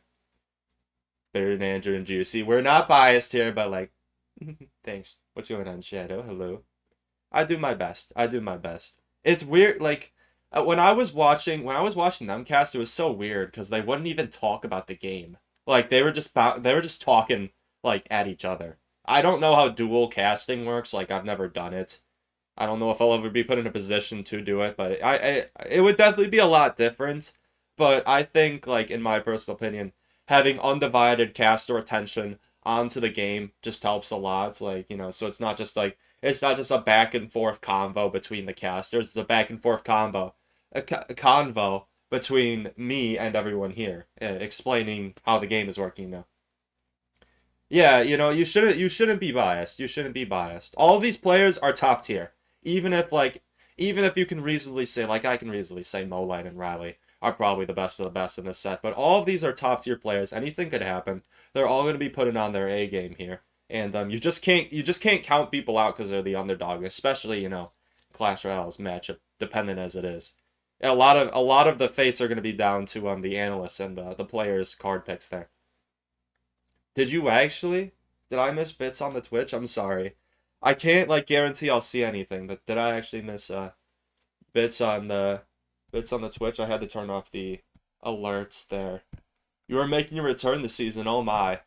Oh my. Will you be? You probably. I don't know if you'll be getting the Evo Witch or not, but I would think Evo Witch Giant Scale like Loon would be a. I did miss that. I'm sorry, Penguin. Thank you so much for the 1K bits. Is there a message attached to that? Can I even find it? Not hearing enough Molite Glaze, I'll try my best. Yo, Penguin, thanks so much for the 1K bits, dude. I appreciate ya. Sorry I didn't see that. Thank you very much. And what's going on? What's going on, Filbert? Filbert on the YouTube. Evo Wizen version, I won't spend money. Alright. Would you use Evo Witch, though? Would you use Evo Witch?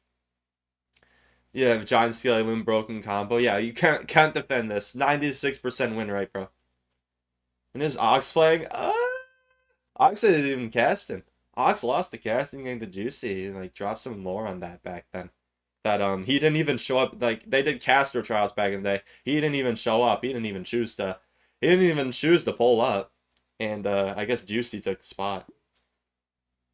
Recruits player is talking. Yes.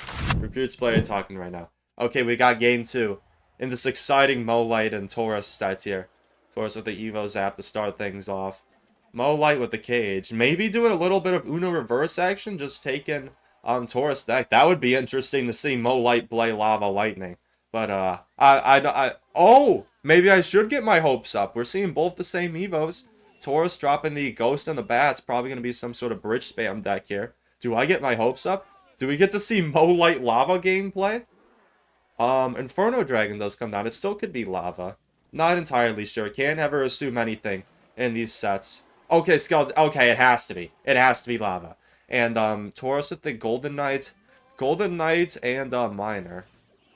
And Gang. This has to be like Mega Knight bait from Taurus here, because I'm seeing a ghost. You wouldn't use mortar bait with a ghost here. Okay, bats do come down barely in time to catch that Inferno Dragon. Cage is gonna be able to suck in that ghost there and get rid of it. And both sides just did a stamina right now. Neither side having too much damage. Taurus with a little bit of an elixir lead.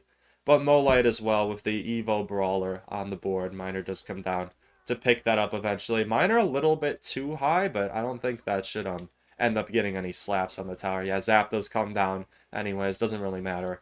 In the grand scheme of things, Evo Zap next in cycle for Taurus as well. It's going to help out against the guards at least. Do you see arrows as well? Okay, maybe. It's almost guaranteed that Molite's playing lava here, so that's gonna be interesting. He really hit Taurus with the Uno reverse card. That's funny. I love a player of personality. Okay, enough Moglays. Let's get back to the game. We do see Mega Knight from Taurus, so yes, it does. It's like a little bit of a Mega Knight bait spam deck with Golden Knight here that Taurus has got going on. It could either be a big spell last card or Inferno Dragon. Yeah, these decks don't always run. These Mega Knight bait decks don't usually run a big spell as well. Evo Zap comes down for a little bit of value, but Mega Knight is already down for the count, not really going to do anything. Molite recognizes opportunity that, that this is an opportunity to go lava in the back here. Probably going to plop a Valk on top of that. Does a Valk near the tower to try to get the miner off. Good play, recognizing that he could have avoided a little bit of chip damage there. A player like me would have just plopped the Valk on top of the gang. Arrows do come down on that Inferno Dragon. Lava with a little bit of health, getting some chip damage down. But Taurus with a pretty big chip damage lead. Molite doesn't get those guards down in time to catch the miner. So Taurus is maintaining about a 700 damage lead here. Molite is going to be able to build up some huge pushes, especially in triple, with lightning too. So this is a good pick from Mo as well going into this deck. The Uno reverse is definitely going to be paying off here, and if Taurus can find a way to win this one, you color me impressed. Cage is able to suck in the Mega Knight for a little bit of damage. Miner does free the Mega Knight from its prison. Mega Knight is kited back by that one guard, not allowed to get any extra chip damage, but huge damage from Taurus on the left hand side as well, keeping up the pressure very well. Molite getting a Inferno Dragon pre-placed for any push on the left-hand side. Both players just kind of playing pretty passively at this point, biding their time until triple elixir. Molite actually does go with the lava to tank for all these support units, having them stacked up. It's definitely going to put on a whole lot of pressure. Lightning does come down, taking out the Inferno Drag and hitting the Golden Knight as well. Another Inferno Drag does come down, but Inferno Dragon isn't locking onto the right stuff right there. Gang is able to chip all of those, that lava push down though. And Taurus still with a 700 damage lead on both sides. He can take whatever tower he wants right now. The hard part is just going to be taking one of them. Evo Valk does come down to pull in that Mega Knight and kill the Inferno Drag. Eventually, we do see another Lava the Bridge here. Lava the Bridge is going to be very common, playing in with the support troops, especially in triple elixir, when both players just have the elixir to go aggressive. So a lot of Mega Knights, Lava the Bridge, and Lava is going to be all about getting the chip damage, but Mega Knight needs to get some big connections. Taurus opting to try to stay in the chip damage race here. Cage is able to suck in that miner in the back, but Cage is going to be all but useless sitting in the back there. Mega Knight is coming down. Guards are able to tank that. Evo Zap almost comes down to get the Mega Knight onto the tower. Taurus is going to need another miner to stay in this. Miner does connect to the tower. I have no clue how much health Mo has on his tower, but with that disapproving nod, that tells me that Taurus is up 300 damage. Taurus with a little shh. And that is going to be a 2-0 sweep from Taurus against Molite. Molite tried to hit him with the Uno reverse card, but still Taurus wins this. Holy upset. Hey, I'll take that. I love a player with some personality. My 10 points. No. What were the odds on that? Did a prediction even happen? What is with the beef? They're just being a little silly. I don't know if there's actual Clash Royale player beef going on. I really hope not. What's going on? Relax. Yeah, we'll never know the third deck. But both sides playing Lava Lightning. It's pretty consistent deck. More consistent than Lava Loon. Lava Loon is pretty matchup based. If you're gonna play a consistent Lava air based deck, it's gonna be Lava Lightning, like we saw from both players there. Taurus being more of a one trick on that. But Mo Light tried to give him a taste of his own medicine, and it ended up going back to him. Ended up going back to him there. Stronger than ever, trust me. Yeah, Mo is getting sent. This isn't the end all be all for these players. Mo is getting sent down to the losers bracket, and I think he's facing Pedro. I think he's facing Pedro. This is gonna be if it is whoever he faces in the losers bracket, this is their worst nightmare. Mo got sent down to the losers bracket, and he's gonna be tearing his way through players that are also in the losers bracket. So yeah, worst case scenario for those guys in the losers bracket. Yeah, he's not gone. This was it's double elimination again, and these players in the top bracket have not lost a single set yet, so they're staying in the upper bracket. They're staying in the upper bracket. Yeah, Automod is on strict today because, you know, we're trying to keep it relatively PG, you know, for the stream. All, like, you know, you'd expect you know, professionalism in casting, whatnot. You're lucky I don't have it in emote only mode. That's what a lot of esport like channels do. I've seen. Okay, yeah, we get to see the bracket here. We're gonna be yeah, let's wait for the lower bracket to pop up. RG is pretty toxic, but it's a pretty consistent high-level deck. Yeah, Pedro's worst nightmare coming true here. We're going to be seeing Yoru and Riley next, so if we want to get a prediction ready for that. Riley and Mohammed Light getting sent down. Well, Riley coming from the losers bracket, actually. But Riley and Mo Light, both in the losers bracket. If we... are we going to see... Riley, either Riley or Mo is going to be eliminated in the lower bracket here, which is definitely comes as a surprise, or maybe both. Who knows? At least one of them is going home with not too much of the prize pool and no chance to even be in the lower bracket or grand finals as well. Yeah, they need to lock in for sure. And yeah, if you're in the losers bracket, your worst nightmares are coming true. You got arguably the number 1 and 2 comp players, competitive CRL players, in the losers bracket against people who have lost sets previously. Which is 9,000 points. What is this, inflation? Yeah, because everybody made me do it. I ought to be like Doc and just have like the smallest thing, like put on glasses like for 50k. I ought to do that. Bruh. Okay, yeah, I got approved. Automod is pretty high, but like, you know, I just understand. I don't have like chat delay or anything. Automod was on like completely strict on the official CRL broadcast with like a minute slow mode, so I literally couldn't get a message in if I talked about the losers bracket. It played with his feet up. I did see that. Shoot, I should have screenshot it. Okay, that might have been a little weird. But yeah, I forgot who that was. Was that like Guriko, I think? Guriko just playing with his dogs out on the cam. Nah, that was kind of funny. Yeah, Mo, yeah, I mean, yeah, it's boring when it's predictable, but you never know. Mo just got upset 2-0 there, so this is definitely a lot more exciting. I wonder what they're coming up to say about these guys, but back to me. You're rooting for Reuben, you got your points on Reuben. Reuben is definitely a very talented player.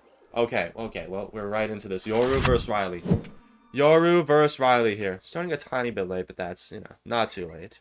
We're starting to see both players' decks. We're probably going to be seeing Evo Snowball Drill Goblin Hut from Yoru. Yep, Berserker and Bomber just kind of give it away.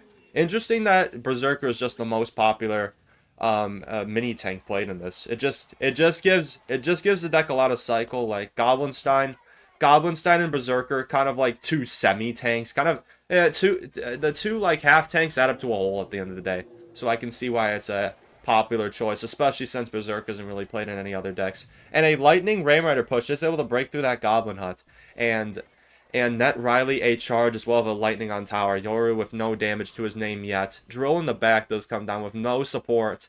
No support for it, so the drill in the back isn't really that fruitful. Guards do catch it. The guards do end up catching all of those drill goblins. And Riley with a about 800 damage lead here.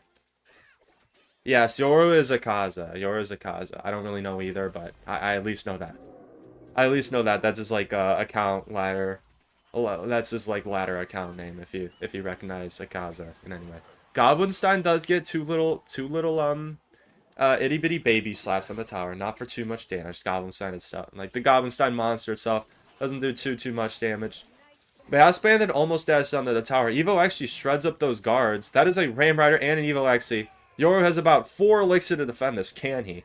No, he cannot. That is going to be the tower down, basically. Okay, Berserker does come down, being a cheap tank as it is, but that's almost tower down. That's just one lightning and any other source of damage to take that tower down. Riley looks like he's got this game on lock here. Especially seems like he's got a pretty favorable matchup as well. This Ram Rider deck. This Ram Rider deck is super effective. He's got good drill counters. Drill Snowball does come down for a little bit of drill damage, but Barbell is able to negate all of that. XC still needs to respond to on the left-hand side. Berserker will do the job. But a Boss Bandit on the right-hand side tower. Boss Bandit just never dies. It's got a massive health pool. You can't really let that go. Riley's going to end up taking the left and right-hand towers here. Desperation drill push from Yoru here. Snowball comes down on the Ram Rider. That's not even going to be able to defend it. It just knocks the Ram Rider back so it can charge in the tower again. And Riley takes not 1, but 2 towers here. 2 towers here against Yoru. GG's. Riley with the little looks maxing over there. You can see on the cam on the right.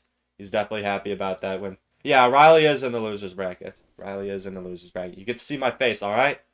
Alright, I had to switch over because it's main cast, you guys. Yeah, what's going on, boss? Lamina working overtime. Is it a silly question to ask who this Lamina is? It's probably a football player, let's just say that. We're not trying to rile anybody up. But it looks like so far, it looks like Riley's on his way to move on to the next match, potentially against Mo, potentially against Pedro. What would the odds be of Mo and Riley getting eliminated in this loser bracket round? That would be kind of crazy. They need to think he's getting paid. Who's gonna tell him? Yeah, Goblin Hut. The Goblin Hut first play. It was relatively the first play. It allowed it to drain the Goblin Hut health to the point where it was in lightning range and the Ram Rider lightning just connected, and it was all downhill from there. Basically. For draw while I was streaming. Oh dear, I'm not even gonna ask who. Anyone hating on me and Mo for being the best? Wait, who are you? Is this Riley or is Riley fan account or something? Oh yeah, all the TN gang here. When I don't stream at DGen hours, I guess we can pull up on a weekend. Alright, we got Yoru and Riley in the second game of the set tier. Both sides using their Evo Snowball, so let's see what they bring out.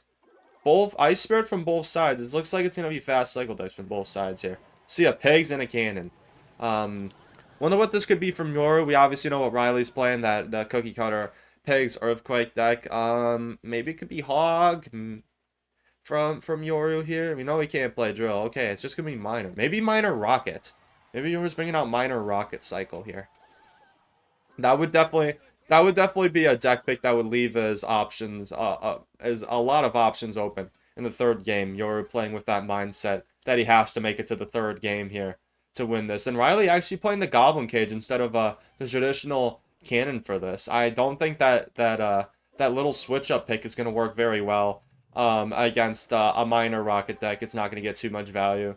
So Yoru's got at least that going for him. Little Prince. We don't see Little Prince too much, but just being able to activate 3-card cycle for 3 elixir doesn't really matter how strong the Little Prince itself is. That 3 elixir for 3-card cycle is just going to be invaluable in double and triple. You just place it in the back, get 3-card cycle, and then you start slinging rockets left and right. That's how this goes. And Yoru's just got to wait until that time and keep the defense on lock for now. Miner the back does come down. It is picked up by the skeletons, but doesn't stop it from getting on the tower. We do see a rocket come down on that Pigs. Our suspicions are confirmed.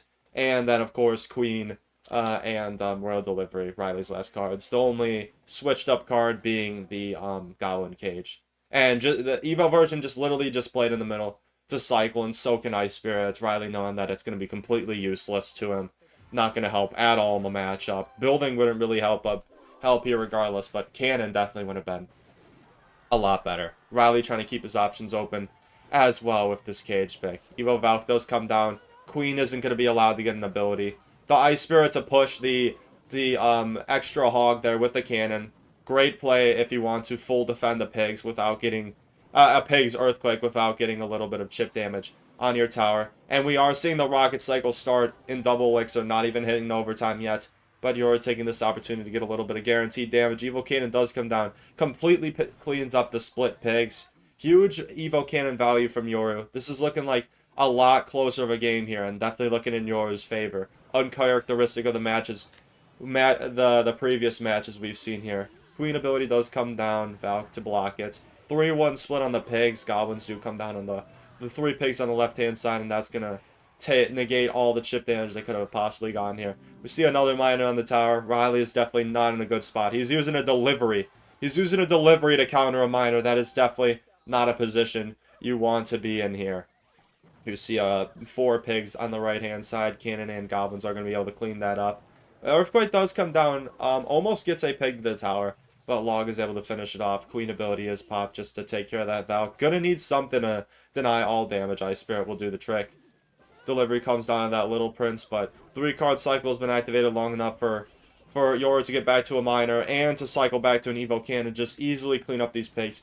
I really don't see a world in which Riley is able to come back here unless Yoru lets some huge pigs damage through. Because there is no way that Riley is going to be able to catch up in the spell cycle damage race. So Riley really has to opt for a whole lot of pressure and a whole lot of pigs. Riley getting a queen down in the back, knowing Rocket is out of cycle, so he's not going to be able to kill it and deactivate his 3-card cycle. Pigs do come down, cycle cards on the miner. Probably going to be seeing another set of pigs almost immediately here, perhaps on the left-hand side, but Yoru's just got both. Okay, we do see on the right-hand side, even into an Evo Valk. Evo Valk does die, but the Valk and the Little Prince, both with their splash damage, just have both lanes on lock, where it's just such a bad decision of pigs either way, but it's a decision Riley is literally forced to make at this point. More miner chip coming down.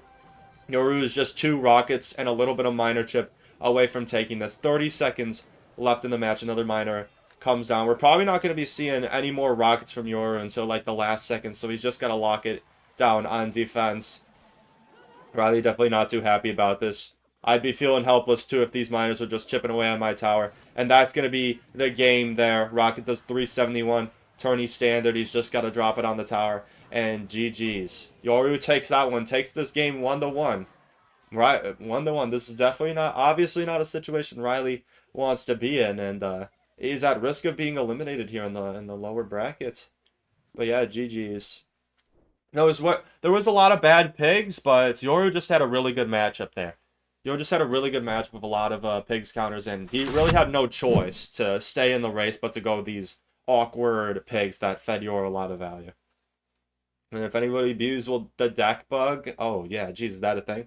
Well, I guess if you mention it here, apparently, I don't know how, I don't know 100% truth, but apparently there's a bug where if you close out of the app, it will show the deck you have previously selected instead of it used to be if you played a game with a deck, it would show the Trophy Road deck that you had equipped.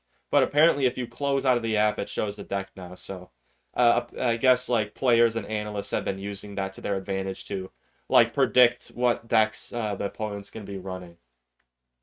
That's basically that's at least what I heard. Ash knows about that. He's got a little bit of an in on the competitive scene there. And Evo Snowball was slept on for way too long. It came out and everybody said it sucked. Everybody said it sucked and only used it for expo trolls, just to get tanks off the map and get an expo connection. But now it did get a little bit of a buff. I will say that the extra tile buff rolls troops back so much further, makes it so much more effective. But it was definitely a slept on card, and now everybody's starting to hop on the Evo Snowball train and realizing how effective it actually is. There. No, it'll be Rocket Evo. Oh, they better not give it an extra splash. That'd be kind of boring, though. They don't make boring Evos. They've gone away from just the stats buffs. Like they give every Evo special abilities. They're not giving them like stats buffs. Like even Evo Xe, like they didn't give him enough health to survive a rocket or something. They gave him a special ability to knock back units from close range. They gave what are the most recent Evos? Evo Hunter, they gave it a net. Like they're gonna know good. They're gonna go for exciting stuff. They're going for exciting new Evos. We're not gonna see any more just straight up like stats buffs, stat buff Evos. They're gonna be given new abilities. So I wouldn't imagine anything like that. I wouldn't imagine anything like that at all. My deck of Evo Snowball didn't like it. Did I one day? I mean, it doesn't mean I have to like the deck that it's in, but Evo Snowball is a pretty good card. Yeah, Evo Snowball is terrible in Moon. It's almost counterproductive because Evo Snowball in like the regular Snowball is used to knock troops away, but if you use an Evo Snowball, it's gonna push it in the same direction. More times than not, it's gonna push it towards the Loon eventually. So in Loon decks, like in Fan's Loon Cycle deck, it just uses Evo Musk and Evo Skellies because Evo Snowball is counterproductive almost. Unless you use it on defense. But yeah, you're not gonna want to use Evo Snowball, honestly. Nobody's won yet. It's 1-1 right now. It is 1-1 series. Yeah, don't get excited. Don't get too excited. Okay, we are in the final set. I mean, final match of the set. Final match of the set here. Riley or Yoru is getting eliminated with on all the marbles are here. We see a minor Spear Goblin spam. A little bit of a tilted play from Riley. Imagine that. Imagine that, a tilted CRL play. You do see Mother Witch, Zap, and E-Spirit from Yoru going heavy on the swarm counters, and I guess Riley playing minor bats is a good pick there. We do see a Mega Knight from Yoru as well. No really telling the win condition at this point. Could be just a minor, could be a Ram Rider, could be a Hog, could be something else maybe. But Riley playing Goblin Hut and Evo Valk with this too. A few unorthodox cards, at least in previous metas, to be playing with a minor, probably Poison deck, but again, Goblin Hut is just such a good card after its change. Maybe Ram Rider. Ram Rider wouldn't surprise me. Ram Rider, Hog Rider, Minor, all wouldn't surprise me. A lot of people have been playing Mega Knight Hog, surprisingly. It is as I said earlier, it's regarded as a mid-ladder menace combination, but the top of the top players are using it, so it's gotta be doing something. Valk does come down to catch that Mother Witch, make sure it doesn't spawn any more piggies. We got a little minor bats push coming down here. Boss Bandit is able to catch the minor, and Barbarrel catches the Valk. Not before it gets a splash string on the tower, and bats connect for a huge damage. That is going to give Riley here about a 700 damage advantage. Goblin Hut does come down, but Boss Bandit and Ram Rider on the Goblin Hut is going to take it down. Do we see a Ram Rider charge for Yoru? We do, so Yoru and a tap, so both sides basically tied here.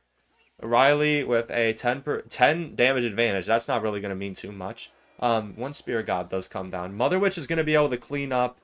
Okay, just barely with the pig push is able to clean up both of those wall breakers there. Does come down in time. Mother Witch doesn't do too much damage, so that's a timing you got to hit fast. And yes, we do see Ram Rider here from your Ram Rider Boss Man. That's probably, maybe could be a big spell S card. Doesn't even need to be because Yoru's got 2 small spells already, but if I had to guess, we're probably going to be seeing a Lightning from Yoru here. Riley's last 2 cards, I mean, it's probably going to be Log Poison. We're seeing both these Evos so far. Ram Rider does get a connection there since it's being tanked for the pig. And another tap that is huge damage being exchanged, and Riley getting a whole lot of damage from these minor chip plays. This is an exciting game here, ladies and gentlemen. Wall breakers opposite lane from Riley just to get some damage. Doesn't bring the left-hand tower of Yoru's down as much as his right-hand side, but is still getting there. 2 elixir to get all that damage for free, or force out a commitment is still a good play there. A few cursed pigs do come down on that Goblin Hut to chip it away, but Goblin Hut, new rework Goblin Hut just has so much health, and it's just spawning so many Spear Goblins. We got a Spear Goblin gang coming down the right-hand side, 6 of them coming down. Zap comes down on the wall breakers. Badly timed though, isn't able to soak both of those. And Riley opposite to hit him opposite lane, so Yoru can't get as much of a counter push. E-Spirit does come down. Boss Bandit is able to soak all of those bats there. But Riley has evened up his tower damage here. He still is in the damage deficit technically, but he's got damage on both sides, and with a fast cycle spam deck like minor wall breakers, that's going to be invaluable. But Boss Bandit And Evo Zap is able to allow a huge connection for Yoru on the right-hand side. Yoru happy about that one. And Riley with the little look smashing at the end is unfortunately eliminated. Eliminated from CRL warm-up finals. Jeez, didn't expect that coming. But Yoru's making a name for himself in this. Yoru's putting on some good games. And Yoru's had a lot of good picks today, too. A lot of just good picks, good matchups going into these guys. Yoru and Riley, I think it's safe to assume that, yeah, at this point. Yeah, funny thing. We'll see the bracket here in a second. We'll see the bracket here in a second. What's going on, capital V? Yeah, Riley right now. Except a little frowny face before that. Yeah, he wasn't the happiest to be knocked out of the bracket, of course, but you know, you gotta stay look smacking. You gotta stay look smacking. Okay, Yoru apparently played the same exact deck twice, so Yoru was actually disqualified from the set. Riley moves on to the next set. That is misinformation. I guess it was just a little bit of slip up on the teams thing. Yeah, they switch over to the cams really quickly here. Really quickly here. Hopefully we get the bracket soon. Hopefully we get the bracket soon here. Yeah. Yeah, wait. Oh, wait. I wasn't even... Shoot, I wasn't even showing. I wasn't even showing the gameplay, but, okay, they fixed it. They fixed it. They fixed it. Yeah, it was showing Yoru played the first deck twice. That's what it was showing. They fixed a little mistake there. I have no clue what Ash is talking about. I have no clue who Bro is talking about. I'm not gonna lie. Riley had poison and arrows in that last game there. Wow. Okay, that doesn't. Poison and arrows do not do anything against Yoru's deck. So Yoru had some really good picks. Yoru had some really good deck picks. The first match, Riley was able to run away with that, but the second and third picks were great. Were great responses to Riley's second and third picks, and that's how Yoru takes it there. So Yoru takes it there. Nice cast, and I appreciate that, Shadow. It's the gift of gab. It's the gift of gab. Hope it gets recognized one day or another. But yes. His brother cannot cast? Make up your mind. Make up your mind. What do you mean? What's going on, Log? Hello. Yeah, I mean, Riley, you could argue Riley sold, but it was just bad matchups in game 2 and 3. It was bad matchups for Riley for sure. Okay, do we see the bracket here? Okay, yes, we do get to see the bracket. So a little bit of a, well, not even redemption art. Yoru knocked out Riley in round 1. Upset to everyone. So Riley got sent down to the loser's bracket, crawled his way through the loser's bracket, only to face Yoru again, and Yoru knocks him out again. Yeah, Riley's going to be thinking about Yoru at night, like nightmares. I'm talking nightmares, just in case. Just in case we were wondering. And we're going to be seeing Molite and Pedro next, if we can get a prediction. Yeah, somebody ban Nightbot. Come on. Come on, man. Come on, man. Nightbot, what are we doing? What are we doing? Yeah, get your predictions in on Molite and Pedro. We saw Molite knocked out by Taurus 2-0, so I mean, it's not just like Molite's on an undefeated run right here. He's not on exactly a tear, being knocked down the lower brackets. You know, anything could happen. Pedro's definitely a world-class player as well.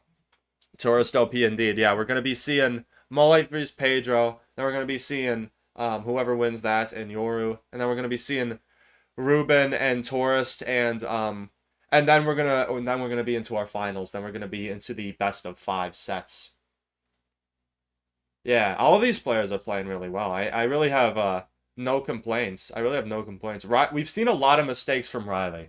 We've seen a good amount of game-losing mistakes from Riley. Not like little micro mistakes. He messed up the Goblin up placement twice in that one game against Yoru there, and you know that's letting a Ram Rider on the tower twice because you mess up your Goblin hut is gonna lose you the game. I promise. I promise you that. All right, so CR is not rigged, or I think it is rigged. Well, it's not gonna be rigged in like competitive ladder. I still think ladder is rigged. I still think ladder is rigged. You can't convince me otherwise. But okay, we're seeing Mo and Pedro here. We're seeing Mo and Pedro here, both sides. Leaking a little bit, Molite throws down the Evo Snowball. Both sides hitting the Evo Snowball early. Just want a consistent win to start things off. Bomber and Goblins. This kind of looks like it's going to be a Drill Mirror matchup. And we do see Drill. From Mo here. A little bit on the side there. Guards are able to catch that. Poison does come down.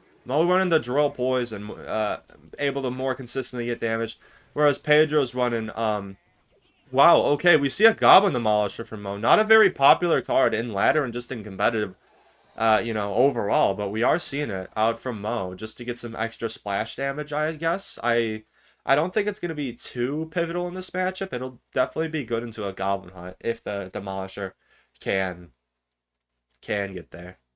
Hey, Taurus got some pretty good matchups last time. Taurus gave himself some pretty good matchups. With the Lava first play and then Mo Light thought he could Uno reverse him. That was funny. That was funny to see. But, I definitely, Mo Light with Tesla, too. I definitely have to say Mo Light got the advantage here with the, Poison and Tesla as well. Goblin Hut just pre-play, sleeping on Pedro's side. Both buildings just dormant right now. Not really doing anything. Tesla does pop up to deal with the Bomber.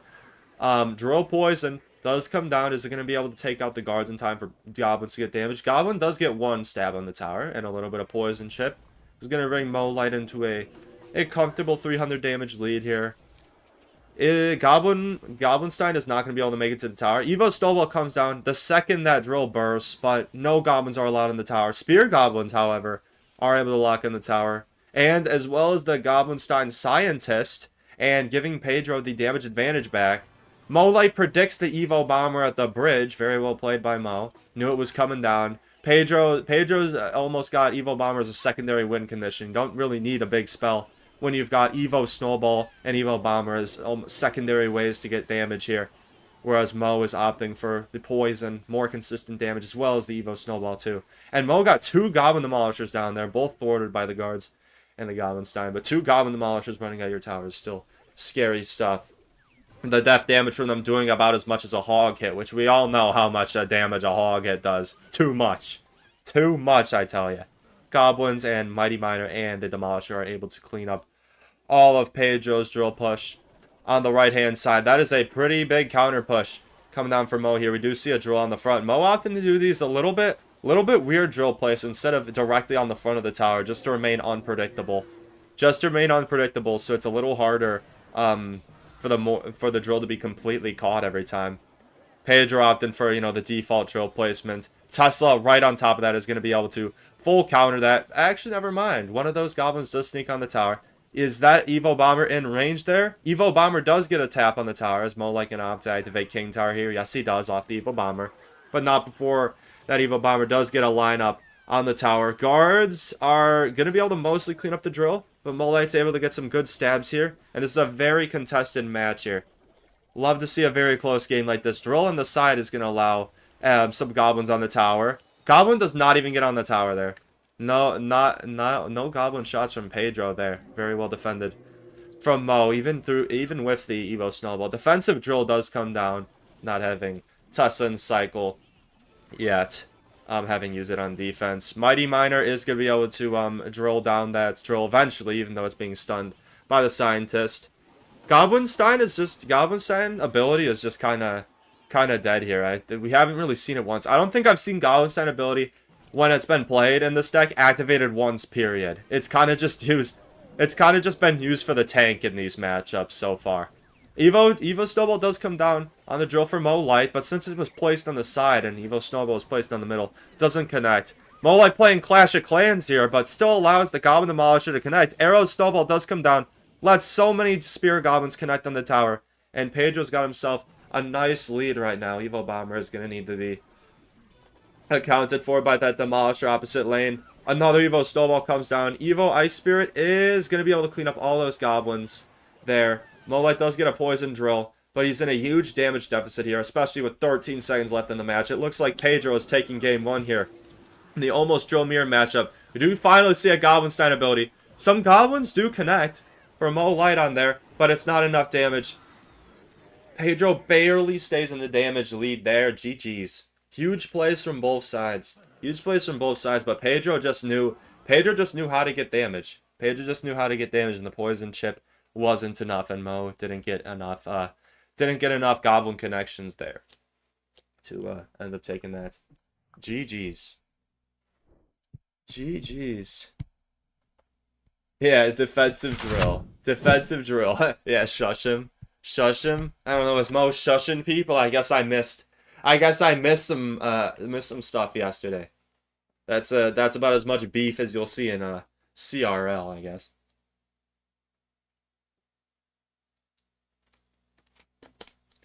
Goblin got a hit. Okay, fine. Goblin got a hit. Goblin got a hit that one time. Sorry, I didn't see that. My bad. My bad.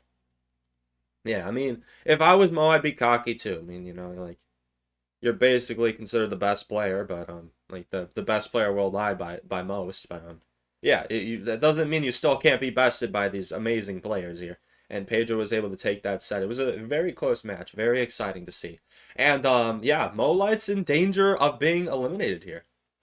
Mo Light's in danger of being eliminated here. Are we gonna see Riley and Mo eliminated in the losers bracket in the same in the same like at the same level of the bracket? That'd be kind of insane. I don't think the esports books are gonna be going like banana. They're gonna be going crazy. Like nobody expected this. Round, yeah, you're right. Round, that's what it's called. Okay. We got game 2 of Mo versus Pedro here. Pedro with the game advantage. Let's see what both sides bring out. Mo with the spear goblins in the back. Pedro Vlog to respond. Not too much action from either side. Mo bringing out minor poison cycle, it seems. It's actually not, that's my bad. It's not going to be minor poison. Mo already having used poison. And Pedro here, we see Evil Hunter. We 100% know it's going to be RG Monk. Maybe RG SK, but probably RG Monk here from Pedro. And RG is allowed to get a single shot on that right hand side of Mo's. Spear Goblins are not allowed. Okay, never mind. That Spear Goblin didn't cross the bridge and does get one spear. Does get one spear. Who knows? Maybe that one spear could win him the match. Maybe it comes down to like 10 HP or some crazy short margin. You never know. Miner does get one slap before being yanked away by the Fisherman. And we do see the Monk. We do see the Monk in the back. Just played to get the 3-card cycle going, perhaps preparing for a RG push on the right-hand side. Hunter and regular old Skellies, my bad, do come down to soak this boss bandit. E-Spirit to soak the charge as well. Hunter is going to be able to take that down. Very well defended boss bandits. And yeah, we've got minor cycle for Mo Light here. But having no poison, is this going to be Rocket? He's good. Mo Light's got to have a big spell here. Maybe Fireball? Maybe Fireball? If Mo Light doesn't have a big spell, I'll be shocked. I'd be shocked here. Mo Light with only Miner as a consistent source of damage. He might still win this because he's done unthinkable things in the past, as all of these pros have. But yeah, I'm very much expecting a big spell as last card. From both sides. Okay, yes, we do see the Fireball. Fireball not as popular of a card, but you know, good substitution for poison in any poison deck if it comes down to it. Miner does latch into the tower for a little bit. Fisherman yanks it away. Both sides now with too much of a damage lead. Mo Light with a little bit of a damage lead here with the Fireball. It is possible that Pedro could be running the Rage version of this deck as well. Some people have been running Log and Rage in these RG decks just to, like, hoping for an RG connection. Okay, we do see Fireball from Pedro as well. Both sides opting to go for the Fireball this time. RG is able to get one shot as well as the Fireball damage, and Pedro is again in a comfortable lead here. Hunter does not end up splashing the tower in any way or shooting those bats. Mo Light readjusting. He's locking in. He is officially locking in here. Oh, he's getting his cat off. His cat throwing the match. Refs, come on, refs, call that. Unfair set advantage. What are we doing, refs? Okay, Mo Light's gonna have to play through his cat climbing on top of him. It'd be impressive if he can pull off the win after that. Pedro paid off the cat, confirmed. I'm starting the theory right now. I think that theory's got merit. For sure. Especially since Mo Light is in a 500 damage deficit here. But going into triple elixir, only 30 seconds away, we're going to be seeing a lot of minor fireballs coming down here. Pedro is playing very well with the Fisherman's, just always having them on the board, knowing that Fisherman is going to get the most value. Just pulling away these miners to negate ship damage. Monk is going to walk back for the miner this time. Hunter does come down too. Potentially going to be seeing a left lane RG push from Pedro here, having built up so much support. It'd kind of be silly not to at this point. Actually does go for a little split lane push. Does go for a little split lane push. Log comes down to predict the E-Spirit and knock the RG back, but not in time. RG is going to be able to get one big shot on the right-hand tower for Pedro. And Pedro's still got 2 Hunters on the left-hand side. Is that going to take that tower down? Hunter, Hunter, with its evolved ability, nets the Boss Bandit. Even Mo didn't account for that. I didn't account for that. Even Mo didn't account for that. But the way Evo Hunter works, it'll basically net every time it gets its net back, it'll net the closest unit, not the units it's locked onto. So Boss Bandit wasn't helpful at all. And now Pedro can go down whatever lane he wants. And he's starting the fireball cycle down the left-hand side. Fisherman does come down to pick up the miner now before he gets 2 slaps on the tower, though. E-Spirit will clean up the bats. And it's anyone's game at this point. The fireball cycle is coming down hot. We're probably going to be seeing another RG from Pedro. He can't really stay in the spell cycle race, I'm pretty sure. Miner is picked up. Log does come down, gets a shovel slap on the tower. Fireballs do come down. That is my bad. Never mind. Never mind. Pedro is able to stay in that with the fireball cycle. And Mo Light gets 2-0'd, 2 sets back-to-back to get knocked out of the warm-ups. Yeah, shush that. Shush that. No, wait. I think we need a redo. He's definitely in contact. Mo is definitely in contact with the rest. I think we need to take that to a best of 5 because of the cat. Because of the cat. Well, actually, it's probably in the rule books. If your pet crawls on you during the set, what are you gonna do about it? What are you gonna do about it? That's your job. They don't account for players' bad Wi-Fi. They're not gonna account for players' pets attacking them mid-match either, I guess. Oh, Mo Light is not happy at his cat, I'm sure. Bro is not getting fed tonight. But yeah, Mo Light knocked out back-to-back 0-2 sets here. And Pedro and Mo out of this. Pedro and Mo out of this. Cancel the pred? What's the pred for? What's the pred for? Yeah, I mean, it's up to... Hello, Kiko, as well. I see you voted, like, all your points. It's up to you, I guess. I don't know if you want to honor that. Because, 10 points kind of sucks. Like, I don't usually let a 10-point prediction through. But at the same time, not many expected Pedro to win. Hard-earned bits. Okay, you spent 10 points, bro. We need to get a little more people on the predictions. Because, it's not fair when only one person votes on one side. So I guess it's up to Kiko. I don't know. If we don't get a response from Kiko, just pay it out normally. Just pay it out normally.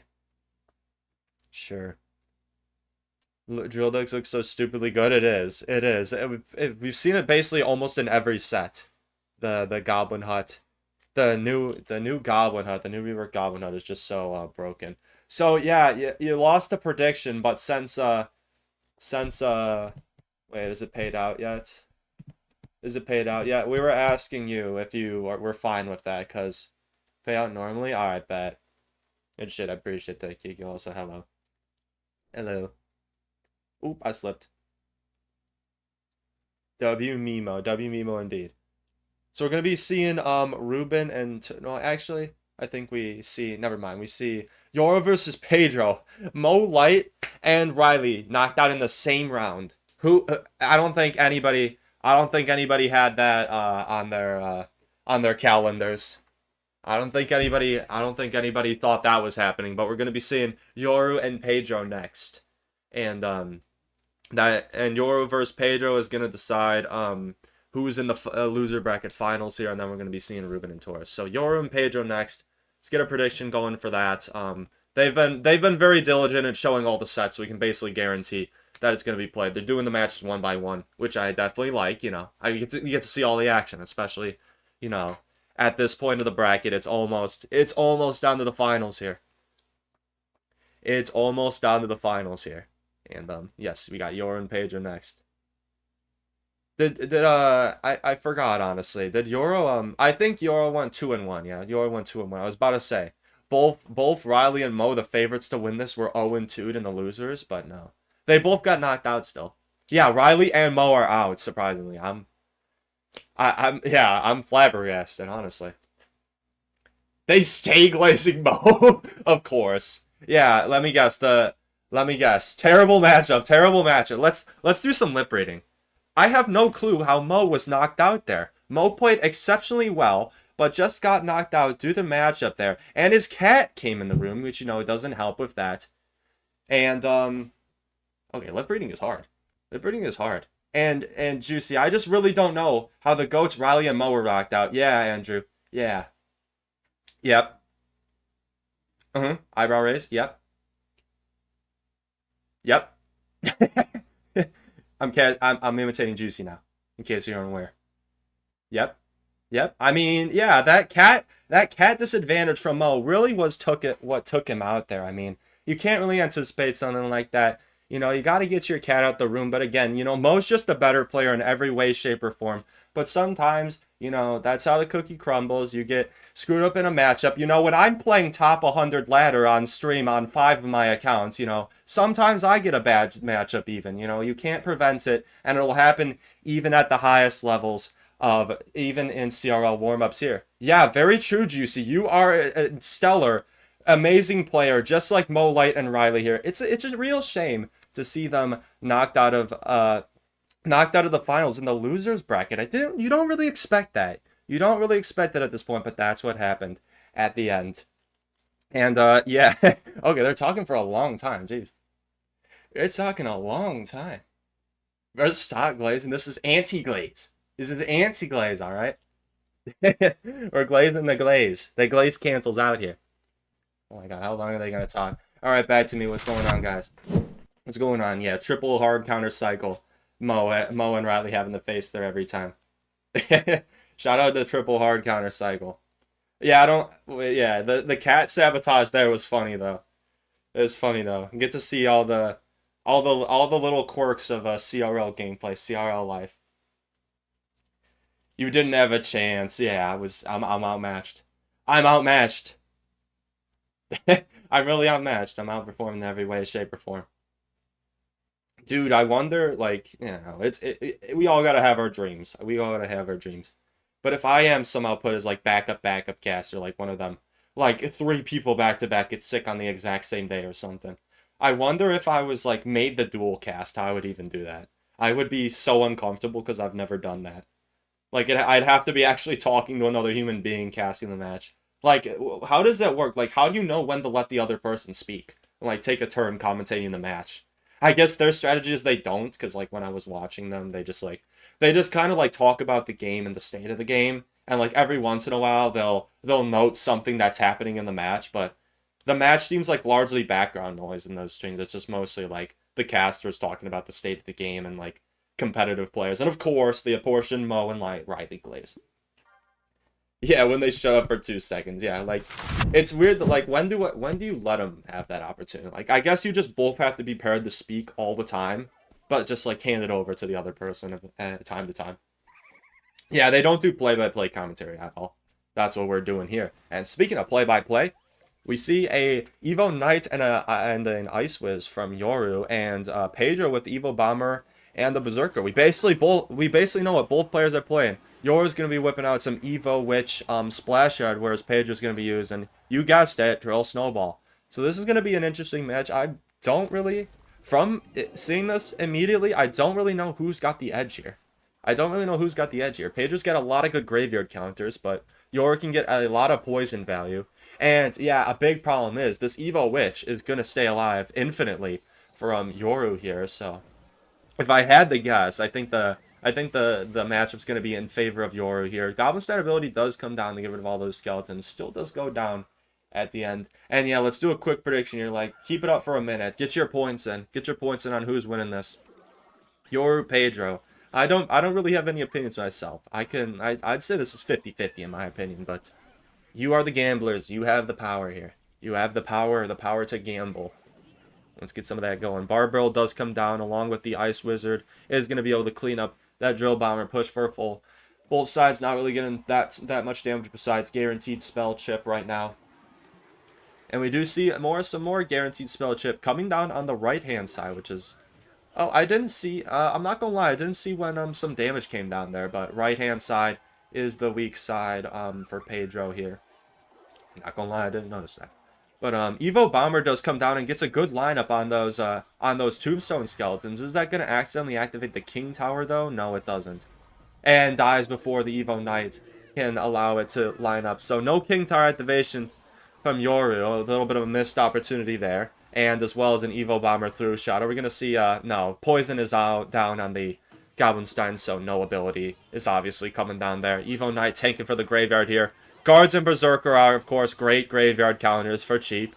So, this Graveyard, the Graveyard itself isn't going to be getting that much damage. Once the Graveyard Poisons can start coming down, it's going to be devastating, especially if Pedro has to spend a lot of Elixir to kill these Evo Witches, which we're seeing. We were seeing some of that right now. You had to spend a lot there. Evo Snowball does come down, allowing both those Spirit Goblins to connect to the tower for a little bit of damage. Pedro's staying in the race here. It's going to be kind of hard for Yoru to fully deny these Drill Snowball pushes. So if Pedro can keep cycling his Snowball, keep that 3-card cycle going, keep the Drill pressure, Yoru's going to have much less opportunities to actually go in with a Graveyard here. We do see a Goblin Hut pre-placed in the back. We'll see if Yoru chooses to Graveyard into this. I doubt so. Maybe a Graveyard Poison, if anything. But if you place a Graveyard on a Goblin Hut, it's just going to spawn infinite Goblins. Okay, we're about to see this. We're about to see this in action right now.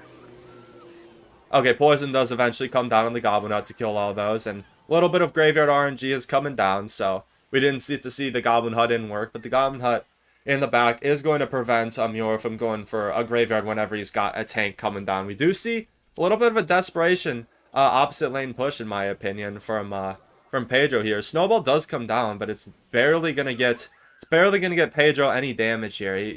Pedro knows he's got to pull off something crazy here, and he's trying to go opposite lane the pressure to not give too much of a counter push for Graveyard, especially going in the triple. But Witch is splashing on the tower, Poison on the tower, Graveyard RNG on the tower, which gets another shot because Berserker doesn't have that much DPS. And it looks like Yoru's going to be taking this one unless something absolutely crazy happens. We saw Yoru throw that one game by like 55 HP. A split-second difference because he got a little too cocky and thought he had the spell win. Are we going to see another one of that now? He's still got 90 HP. Probably not at this point. He's up 2,000 damage on both of his towers. Poison comes down. And Yoru waiting just to make sure he's got that match down. Takes game 1 against Pedro here. GG's. Oh, the lineup of dreams there. The lineup of dreams there. I didn't see the Scientist miss, but I guess if as long as the Goblinstein isn't on the move, that's not gonna be too scary of a play. You saying Yoru will take it all? I mean, I wouldn't be surprised. I wouldn't be surprised. He took that first game. Has he been the only one to play? Yeah, Molite played Witch Splash Yard into Taurus Lava deck first set, and he lost because of that. So Lava Lightning definitely counters that Graveyard deck, I feel. But besides that, Yoru's been the only one playing that deck. So and he's won. He's won both times with it, so he's showing how effective it is. And I can't even get ranked with that. I can't even stay in ranked with that deck. Maybe there's something wrong with me. Maybe there's something wrong with me. Yeah, Berserker is broken. Yo, Bartaz, I appreciate the sub on the YouTube. Man, good thing I turned off the alerts there. The sub alert on the YouTube is pretty loud normally. I usually have it on for just the regular streams. And speaking of regular streams, I might be live. I might be live later tonight. I don't know. It's always a question because I'll be going to work. I'll be doing all this casting, yapping, you know, all this. So it's stressful. It definitely takes energy out of you. Oh yeah, and I got like 4 hours of sleep if anybody can't tell. But I mean, yapping will keep you awake. Yapping will keep you awake. And yeah, I might be back. I might be back in a little bit for another stream. Turn off of notification. Wait, notification for what? Okay, we are back into this. Pedro and Yoru again. Yoru with the game advantage in this set. See what both sides are bringing out. We see a regular bomber from Yoru and regular drill, but we're seeing drill, so it's probably going to be Evo Snowball. We see recruits from Pedro. Haven't seen recruits today. Recruits definitely not being a very popular pick in this. We're going to see what type of recruits it is here soon. Maybe like, if I had to guess, recruits bush bait. As bush... Oh, never mind. We're seeing recruits pigs. Sugar Frenzy's toes are just curling right now. Oh, dear. Yoru does have the Fireball and Log, so good pick into that. Fireball, Log, Bomber. It looks like Pedro's in a little bit of a trouble here, and Yoru's very likely got another building as well, so... Yeah, it looks like I would give this game advantage to Yoru so far, even though we haven't seen 8 of the cards. 8 of the cards in this game right now. Golden Knight. Snowball does come down to get a little bit of drill chip damage for Yoru there with a nice 700 deck lead. Don't even say it. Ain't nobody playing the pedal deck. EGW, when he was playing, didn't even play anything crazy. So nobody in their right mind is playing pedal deck. Has pedal deck ever been played in comp? Okay, Mighty Miner. But we do see Mighty Miner as Yoru's tank here. So we see a champion here. And probably last card is going to be... Probably Yoru's last card is going to be like Evo Cannon. It's Evo Cannon or Evo Tesla. If I had to guess, Evo Cannon here. And Evo Cannon would just seal the deal here against Pigs. It would be just GG's, game, set, and over. Okay, Evo Tesla. Evo Tesla is still pretty good, but, you know, it's a little bit more expensive of an option. Evo Cage placed on top of that drill is going to be able to deal with it in full, even with the snowball. A little bit of Pig's chip from Pedro, but nothing too crazy. Yoru still with a big damage advantage here. We do see the Zappies in the back. Just looks like classic, RG. Recruits Pigs. My bad. This deck sometimes plays triple spell, so it might be Arrow's Fireball last card. I'd be surprised if Pedro wasn't running a big spell. Usually you want guaranteed damage, especially in a match like this. Okay, so we do see a Flying Machine. It could either be Arrows or Fireball from Pedro. I really couldn't envision anything else being played.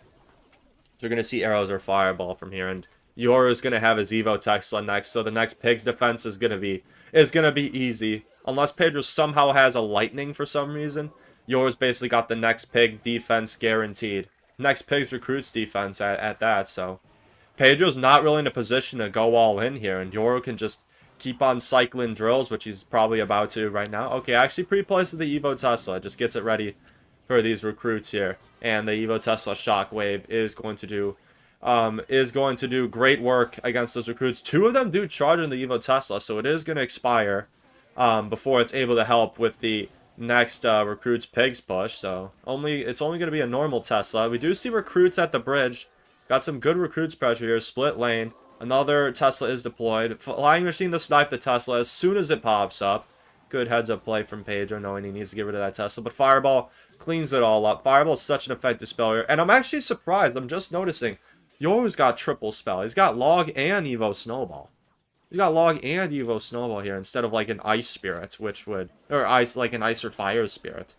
So if he was going into bait, if Pedro played bait, it'd be Wraps, but... I think it's still Wraps regardless. Pedro has basically had no damage to his name so far, and Yoru's just consistently getting damage after damage with this drill chip here, and able to defend with Fireball. Look at that Evo Snowball, Evo Tesla, just groups that whole split lane push was kited with the Tesla and all rolled up and just killed with 6 elixir.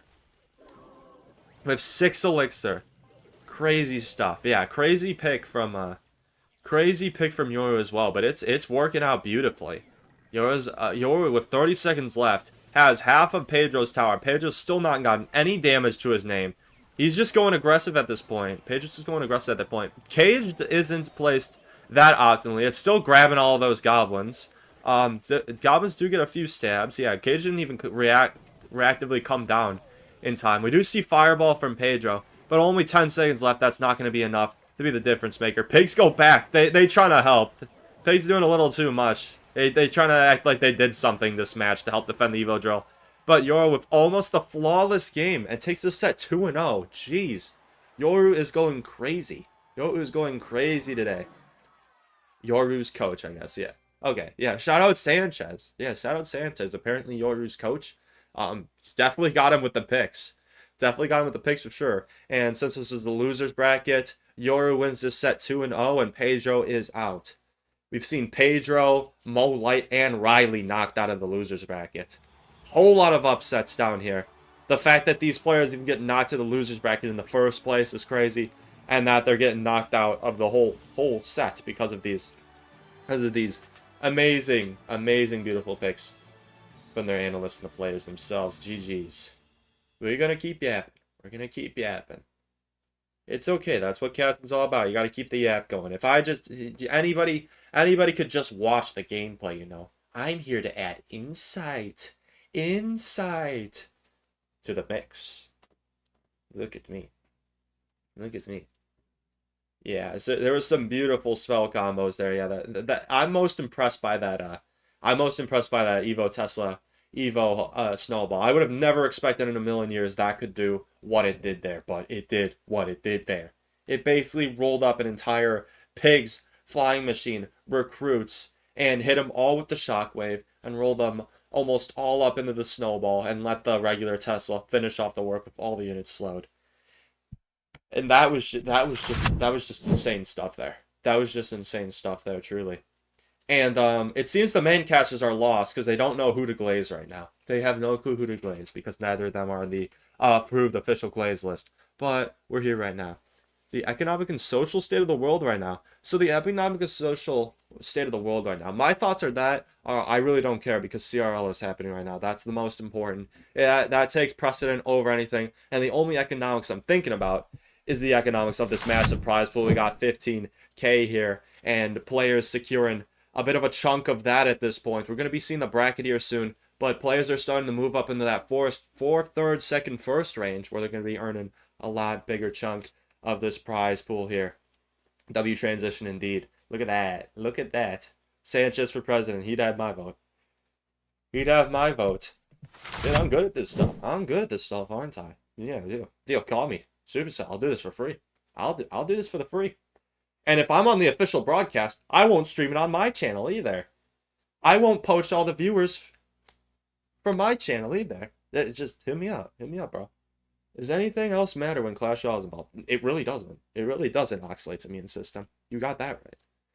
You got that right. Yeah, Rip, Riley, and Mo. No, I don't think anybody expect maybe one of them to get upset, but not both of them to be knocked into the losers bracket and then lose in the losers bracket. Like, that's crazy stuff there. Seeing the decks here from Yoru versus Pedro. Just look at both of these. Look at both of these in the matchups they got. Yoru's analysts, Yoru's deck picks just won him there. That's what I've been seeing. Yoru's been playing very impressively. I won't deny that. But Yoru's had matchup. Yoru's had a good matchup like almost all the games, honestly. Almost all the games. Yeah, shout out Sanchez. Shout out Sanchez for real. Mo and Riley are out. They're gonna show the bracket here soon. The bracket I have, like, I've got the base bracket. Yo, who stole Yoru's decks? Who stole Yoru's decks? Who stole Pedro's decks? Switch the screen, cast. Who's in charge of this? Whatever. Guess we'll never know. If you blinked, you missed it. We'll never know what decks they played. But yes, Mo and Riley knocked out. Yeah, it's went to take a break and Mo and Riley got knocked out. Yeah, okay, we got the bracket here.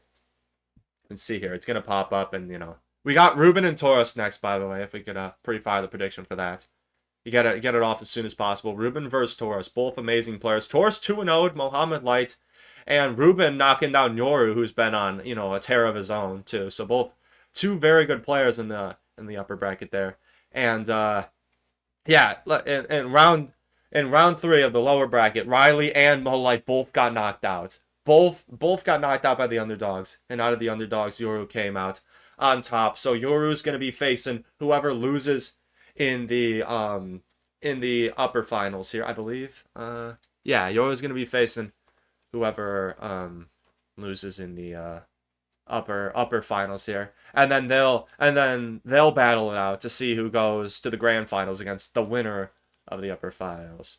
What's going on, Ben? How you doing, man? How you doing? A new 2017 champ. Well, it's gonna be the 2025 warm-up champ. So, not as cool. Not as cool of a title, but it's still a title. It's still a title. Let me see. Yeah. Pedro got. How does this work? I actually don't know entirely who gets. Yeah. So it's down to Reuben, Taurus, Pedro, and Yoru. I guess Pedro is fourth, so he gets the $1,000 for fourth place. And now it's a contest between Yoru, Reuben, and Taurus here for the top 3. I did not expect this top 3. Out of the 24 players that got into this, I would have just given you a safe pick and said, like, maybe Lucas X Gamer, Riley, and Mo make it. But there has been so many upsets in this, it's fun to see. Makes it very interesting. Makes it very interesting indeed.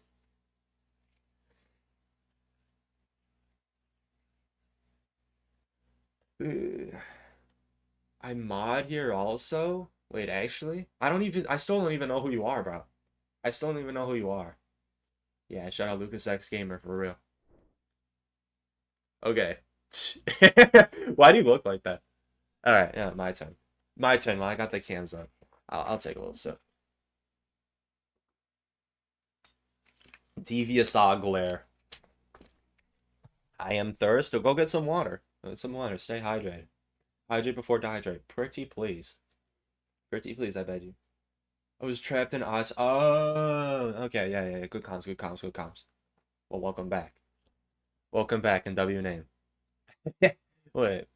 Yeah. W name. Okay, we're back. We're back. No more lip reading. No more lip reading. Oh my god. Yeah, free Mug Mouse, bro. He ain't do nothing. Alright, back to the conversation at hand. Yeah, we're gonna be seeing, I already forgot, I'm not gonna lie. Who's the prediction for Siri? We're doing those, right? We're doing those, right? What's going on, Empire? Yeah, the raid on there can't be, okay, yeah, we got Reuben and Taurus. Taurus looking overjoyed. Saw a nice little grin from him, before getting into this. The world will never see that, I guess. Oh my goodness. Looks like we're seeing a mirror matchup here. This deck, it used to be, like, I forgot what the original, like, Evo Snowball deck everyone was using. Okay, we have a little bit of a lag. Oh. Okay. Technical difficulties, of course. It wouldn't be CRL broadcast without him. But, yeah, we're seeing a mirror matchup here. So it's literally best player wins. Best player wins. No excuses about any matchups here. We're going to be seeing the newest, most popular drill deck going head-to-head with two amazing players who have made it into the semifinals here. Prediction is going. Yes, prediction is going. Vote up. We got a 50-50 here to start the set. We're actually in best of 5 territory. I wasn't even aware. We're in best of 5 territory, so get your predictions in right now. We're in it for the long haul. And this deck includes a lot of unusual cards that don't like fit into other cards like Berserker, Goblinstein. That's about it, I'm not gonna lie. But, you know, it gets rid of those cards, so it's definitely gonna be good for a best of 5 dual set. Yeah, we're in best of 5 territory now. All the sets from now on are gonna be best of 5s. So it's really, not too much luck. Luck isn't gonna be too much of a factor going into this. Philly should we join nice Discord and put a photo up? I mean, like I got out, that'd be funny. Okay, we are seeing a Goblinstein. Cycling in the back, going into that almost full health. It'll be half health about when it crosses the river. Goblin Hut here. Bomber drill at the bridge. Yeah, Berserker does have to come down to tank that, otherwise that would have splashed in the tower. But largely even on both sides. Nobody with too big of an advantage going into this so far. Goblinstein ability does come down, is able to take some of those spears out. Keep the Scientist alive to prolong the 3-card cycle. Arrows do come down, and Reuben with a tiny smidge of a damage lead. Both these players are going to need to play perfectly here to maintain a damage lead. Evo Snowball does come down. It's going to be largely about how much damage they get with these Evo Snowball drill pushes, because that's when the real damage is gonna hit. The Goblinstein pushes the Evo Bomber to an angle where the Goblin Hut activates King Tower. So Taurus with a damage advantage and King Tower and King Tower advantage as well. So it's looking good for Taurus right now with a drill snowball on the tower. That Goblin is locked on. Taurus looks like he's in a huge lead here. Arrows doesn't really do anything, but I guess it's just a cycle here. I stole the viewers. That's alright. We cast them regardless. Not about the viewers. About sending a message. It's about sending a message. We see Goblinsteins going at each other. On the right side lane here, drill cycled left. Berserker pre-place. Isn't going to be able to get there in time. Bomber needs to calm down. Arrows do come down. Goblin latches onto the tower for Reuben here. Reuben looking like he's got the true red, true blue advantage for Goblins locking on the tower. If you don't know, that's a little bit of a too much of a complicated topic to explain, especially mid-match here. But draw on the side from Taurus here is able to sneak by that pre-placed Berserker and Bomber for a whole lot of damage. Taurus is in a commanding lead right now, especially in a mirror matchup. Double check. Yeah, exact mirror matchup here. Arrows do come down on the guards. Evo Snowball comes down right when the drill bursts. These players are impeccable with their timing. They know when the opponent's support units are going to kill that drill, so they know exactly when it bursts, and that's when you drop the Evo Snowball when there's most goblins on the tower. And Evo Snowball does come down for Reuben, but it looks like it's over. GG's. Taurus takes that with a huge lead, asserting who's better, at least with that deck in the mirror matchup. GG's. Juicy J would explain it for 2 straight minutes and not have paid attention to the match, alright? Alright. Taurus looks kind of young. You gotta be like minimum 16. You gotta be minimum 16 the community, so a lot of these players are gonna be young. You know, if you're pro at this, you're gonna be probably like, 18, 19, 20, a little over that, but a few of these players are relatively young going into this. You might be. But young and talented there. He just put on a show for us. GG's. Cool prediction. Did not a soul vote in the prediction? Jeez. Well, rip. That's alright. If nobody, should hopefully people at least vote in the final. Like the final game. But, yeah. That's alright. I have to wait till non-CR students say what I want about Taurus. What did Taurus do to bro? But yeah, okay. Good W self-control, I guess. Yeah, hopefully they don't lay up too long. Oh, geez, my work starts in 30 minutes. I told them I'd be like max 2 hours late. So, I don't know how long these BO5 sets are going to go, but BO5s can take long. Definitely, there's definitely a lot of, gray area there. Hopefully I get there in time, but, I'll be casting the whole thing. Pro since 2022. Yeah, I don't know a bit of stuff about these players, If I find myself in an official role, I'll definitely do my research, I promise. But I've done a little bit of research on these players. Taurus with the little energy drink sip, hitting the Red Bull before he gets into this one. And Taurus with the okay, it goes for another sip. Geez, and both sides just choosing a legal elixir at this point. Taurus with Cannoneer basically almost guarantees it's going to be mortar bait at this point. Basically guarantees it, so I mean, we'll see. Both sides are just opting a leak here. 40 seconds into the match, and nobody's played a single card. I don't think I've seen a game stalled this long in CRL. They allow you to be late. I mean, like, I just, like, package stuff. I basically just package stuff, so, like, I don't need to be on time, really, so, I can be pretty flexible, and my boss is chill, too. I just, like, work on weekends, making all the product for, the actual salespeople, so. Okay, we finally got the Tombstone. Okay, I guess it's not going to be mortar bait from Taurus. Maybe he's opting to play Graveyard here. Graveyard, if I had to guess. Stacks with a whole lot of swarm counters are going to play Cannoneer for extra DPS where they lack it. And it looks like Taurus just going in here with Graveyard Evo Witch with the Cannoneer to help with DPS, because this Taurus deck doesn't really contain that much DPS. It's all about chip damage, splash damage, and control. So Cannoneer is actually a pretty good pick with this. I'm surprised I haven't seen people play Cannoneer with this deck so far. And we're seeing Barbell and Cannon and Ice Wizard from Reuben. This kind of looks like a Graveyard deck. Oh my god, it's going to be another mirror matchup. Almost, except the Cannon, Reuben having the Cannon. It looks like it's almost going to be another mirror matchup. And Reuben having the Graveyard into Cannoneer. It's not looking like it's in Taurus' favor. But then again, Taurus does have Tombstone to synergize with the Evo Witch better. So, it's not too big of a matchup advantage. We're seeing another mirror matchup. Both analysts and players thinking relatively the same. Witch does splash. Witch does connect to a Taurus Evo Witch for a good amount of splash damage here. Are we going to see a Graveyard? Yes, we do, with all this beefy push we got coming down here. Does Evo Witch survive with all those skeleton dying? Evo Witch is basically unkillable once those Graveyard skeletons start dying. Never mind, it died. It died eventually. Evo Knight coming down. Graveyard tanking for the Evo Knight. That's kind of how you want it against Cannoneer. Evo Witch isn't going to go down. Reuben packing the NATO here. Taurus, the last card, is going to be poison, so Taurus does not have NATO to his advantage. I'd give the favor to Reuben here for sure, and it's definitely shown. Evo Witch, Reuben's got an Evo Witch, a Graveyard, and a full health Knight on Taurus left hand tower, and yeah, it's almost laughable. You see Taurus just laughing it off, taking another sip, and letting that game go.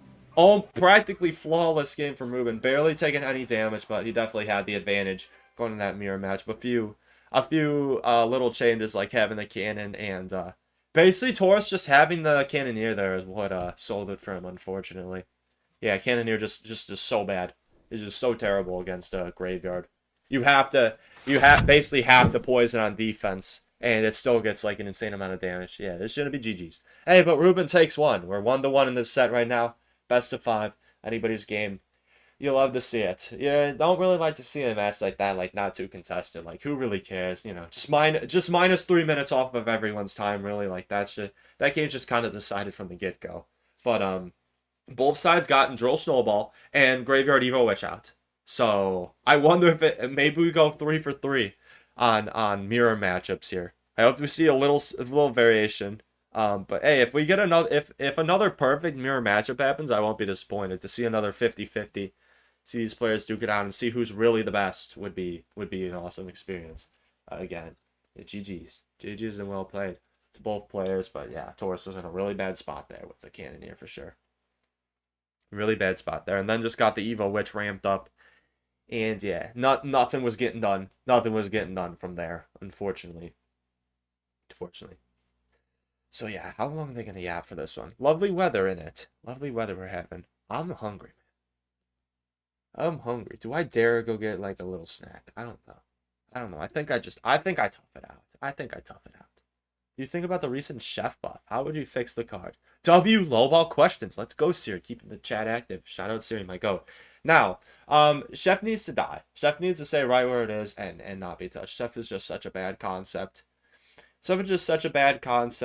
I really hope it, I'll get my take on that a little later if you want to continue conversation. But we are in game 3 of the set here. Reuben throwing the zap down. Taurus with some bats. E-Spirit and zap from Reuben. It's looking like it's going to be Mega Knight. Yeah, it's going to be probably Mega Knight, Ram Rider with Boss Bandit, Burst Spam. Okay, so we're finally seeing a non-mirror matchup. Maybe, actually, it might be Mega Knight from Taurus as well. It's Mega Knight from Taurus as well. It's almost a mirror matchup again. Alright, both players thinking very similarly and similar mindsets with these deck picks so far. Zap comes down from both sides. And Inferno Dragons are going to basically cancel each other out. And we got another almost mirror matchup. Taurus is, if anything, going to have Wall Breakers as another win condition since he has the Minor. Probably just going to be Minor, Mega Knight Bait, if I had to guess. And Reuben's going to be playing Mega Knight, Ram Rider most likely, if I had to guess. Yeah, Princess Tower, as we can see from like competitive level gameplay right now, Princess Tower is just the most consistent by far. Do see a Mother Witch. Mother Witch is going to get an insane amount of value for Reuben. Especially since Taurus isn't going to likely have a big spell here. So Mother Witch is just going to go crazy with value. Reuben definitely looks like he has the edge here, as well as having Zap and E-Spirit. Got so many Swarm counters. Bandit barely soaks the Inferno Dragon. Gang does come down to avoid that Evo Zap, allowing the Inferno Dragon on tower. Because if that locked on, it basically would have been GG's there. Reuben would have taken it for sure. But we see a Bandit last card from Taurus, so it's just like Mega Knight Bridge Spam, Minor Bait. A little bit of an interesting deck combination from Taurus, but Reuben's definitely got the matchup advantage here. I'd assume maybe for some reason it'd be P.E.K.K.A. But Reuben's either got Mega Knight or P.E.K.K.A. Most likely Mega Knight as last card. He's just opting to leak at this point, waiting for a Taurus move. Not even going to respond to those bats. Alright. And now we do see the Mega Knight. Another Mega Knight mirror matchup. Both players basically on the same page with decks, just a little bit different variations of Mega Knight decks. We'll see who comes out on top here. Like, about half of the cards are the same. Only 3. Yeah, only 3 of the cards are actually the same, but still, very similar decks in the end here. Evo Mega Knight coming down from Taurus, basically at full HP, but Inferno Dragon is going to be able to take it out. The Zap comes down, and the gang is protecting it. It looks like Mega Knight is going to be able to stay at decent health, but it's going to go down to Reuben's other support units. Still, no luck on breaking through for Taurus. Little Mother Witch Cursed Piggies are pushed towards the tower as well as the Ghost. Boss Man, the ability is popped to get another dash down. Dashes onto the tower. Doesn't have enough elixir for Mega Knight in time. Boss Man is somehow, some way, still on the tower of Taurus. And Reuben's got his Evo Mega Knight knocking Taurus Mega Knight back. Ram Rider connects. And another just blowout match for Reuben. Having a good matchup there. Another mirror matchup where Taurus just had a few card differences that like made the matchup completely in the opponent's favor. So yeah, interesting set so far. Taurus with the first win. Reuben looking like he's going for the reverse sweep. Okay, and we get to see the decks played here too. And as far as I see, no mistakes. No mistakes on the deck lineups. Let's go. We'd love to see it. The mustache dish on God. What's going on? What's going on, Rico? How you doing? Hello. Gonna be a menace in Twitch. Well, you don't gotta go too crazy, you know. We're still keeping it relatively PG, but hey, go ahead, be menace in Twitch. Love to see it. Twitch is definitely the preferred platform. I'm not gonna lie, especially for a CRL broadcast like this, because you can only see like the cropped out gameplay. You get to see all. You get to see all what's happening on the Twitch. So if you're chilling on the YouTube, and I don't know, the format seems weird to you, you want the full experience, come over to Twitch. You don't even need an account. Just come on over to see the full stream. If you full screen it, it'd still look good on mobile. I promise. I promise.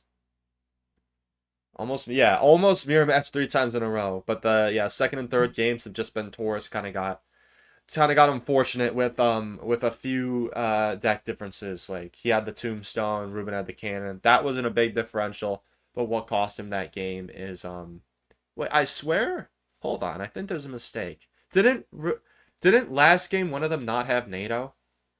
I swear last game one of them didn't have NATO. Didn't Taurus not have NATO? Or am I insane? I might be insane, but I don't know. I don't know. I'm gonna stop trying to nitpick on the production team, alright? What's going on, Nick? How you doing? Hello. Hello. Glaze is crazy. I don't even get to witness the glaze, unfortunately. Alright. No caster cams. We just get right back into the action.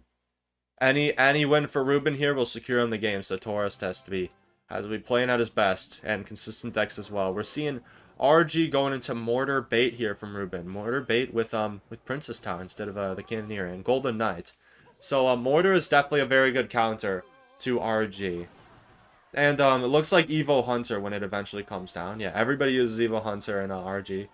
But when it comes down, Evo Hunter is not going to be able to get like any value against any of Reuben's cards here. So I'd definitely give this in favor to Reuben as of now. We haven't seen the rest of the support cards yet, but looks like Reuben's got like 3 good matchups in a row here. He had a mirror match, literal mirror match at the start, perfect 50-50 mirror matchup, and then 3 good matches for Reuben. It's just Taurus is getting a little unfortunate with these right now, but hey, it's still anybody's game. These are top tier players, and if any one player messes up, they'll take full advantage of that and capitalize on it. Reuben, though, with about a 900 damage lead, almost 900 damage lead to start things off. Evo RG is coming down. Mortar just takes its sweet time shooting, so it doesn't reflect. But Monk helps the RG bypass onto the tower for Taurus. Huge amount of damage. Log knockback is not going to be able to get that off the tower. And oh my god, that gets Taurus in an 1,000 damage lead. As I said, that mortar going far allowed Taurus the opportunity to bypass with the Monk ability, because you know a Monk is an immovable object once it's unstoppable force versus a movable object there, and a movable object was able to win there and push that RG towards the tower. So huge play from Taurus here. E-Spirit is going to be able to largely clean up that gang. On the left-hand side, Evo Bats do come down. Fireball is needed for those Evo Bats. Evo Bats will get a decent amount of value for Reuben here too.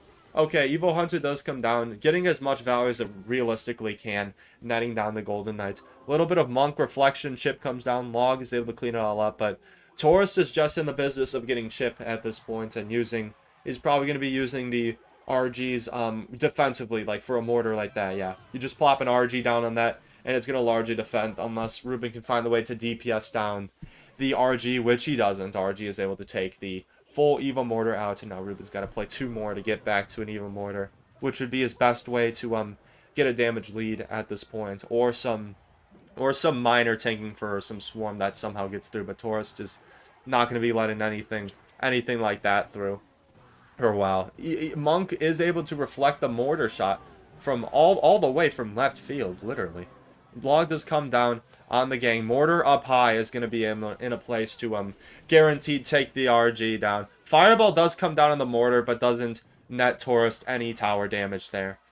if I had to predict these guys' movements, it's kind of hard to predict what the pros will do. Not being a pro myself, but I think Taurus is just gonna opt to lock it down and start fireball cycling and just save the RG specifically for defense against any mortars, because Taurus knows at this point that Reuben's only going to be able to take the damage lead back with a good mortar connection, and RG defensively just full counters offensive mortar basically every time. But Taurus did a little bit of a elixir deficit. RG does come down immediately once he hits 6 elixir, and that's going to be able to get that evil mortar off the board, even though Reuben is almost able to kill it on his side of the unit. But huge log value does come down, and that's a half health RG coming down with the hunter. RG does sneak off a shot there, and that is just 2 more fireballs and a log for Taurus there. And yeah, a little bit of monk reflection damage too will do it. Fisherman, doesn't matter that monk got on the tower. Monk is reflecting, skeleton gets on the tower, and GG. Taurus takes that, surprisingly. Taurus is able to take that game, and Set is going 2-2. Set is 2-2 now. This last game is for all the marbles here. Well, not all the marbles. These guys are playing in the winners bracket. The loser, it's still double elimination, no matter how far we make it into the sets, into the brackets. If you haven't lost yet, if you lose once, you still get another shot. That's how double elimination brackets work. They always make sure you have to lose at least 2 sets to be eliminated. So neither of these players are completely out yet, but they're competing for a very valuable spot in the grand finals right now. The grand finals with the advantage over the losers bracket. Oh my goodness, all the 2 nice game pulling up for this one. You love to see it. You love to see it. These guys, why are we talking about this? It's a PG chat. Oh. Ooh. Was something wrong with the overlay? Archer, Queen, Hogs, EQ. Yeah, I mean, yeah, from both sides. On both sides. I mean, Cannon is out for Reuben. Didn't even use the Evo Cannon there. That you don't, like, your deck pools are restricted. It might be something like that, but now that I'm looking at it, both sides have some pretty pivotal cards in, like, a pig cycle deck out. I'm going to be interested to see what they play in the 5th set, because 32 cards. We've gone to the game 5. 32 cards, powerful cards that are played in super competitive decks aren't going to be allowed here. So I could definitely see some unorthodox picks coming out for the 5th game. And since there's been a little bit different decks, I doubt Reuben and Taurus are going to be bringing out the same exact deck or something similar here. As we see the streamer. Yeah, you get to see the streamer. But, I mean, hey, I'm not trying to cover up the full cast. But, yeah, you get to see the streamer 24/7 and all the weird shenanigans I do when I think I'm off cam. When you think I'm off cam on the Twitch, but I'm actually not. I'm actually not. Yeah, until the set is over, they can't repeat any of these cards here. And I don't know how long it's going to take to get into the 5th game here, but yeah, huge. I couldn't even imagine here, like, what decks either side could play.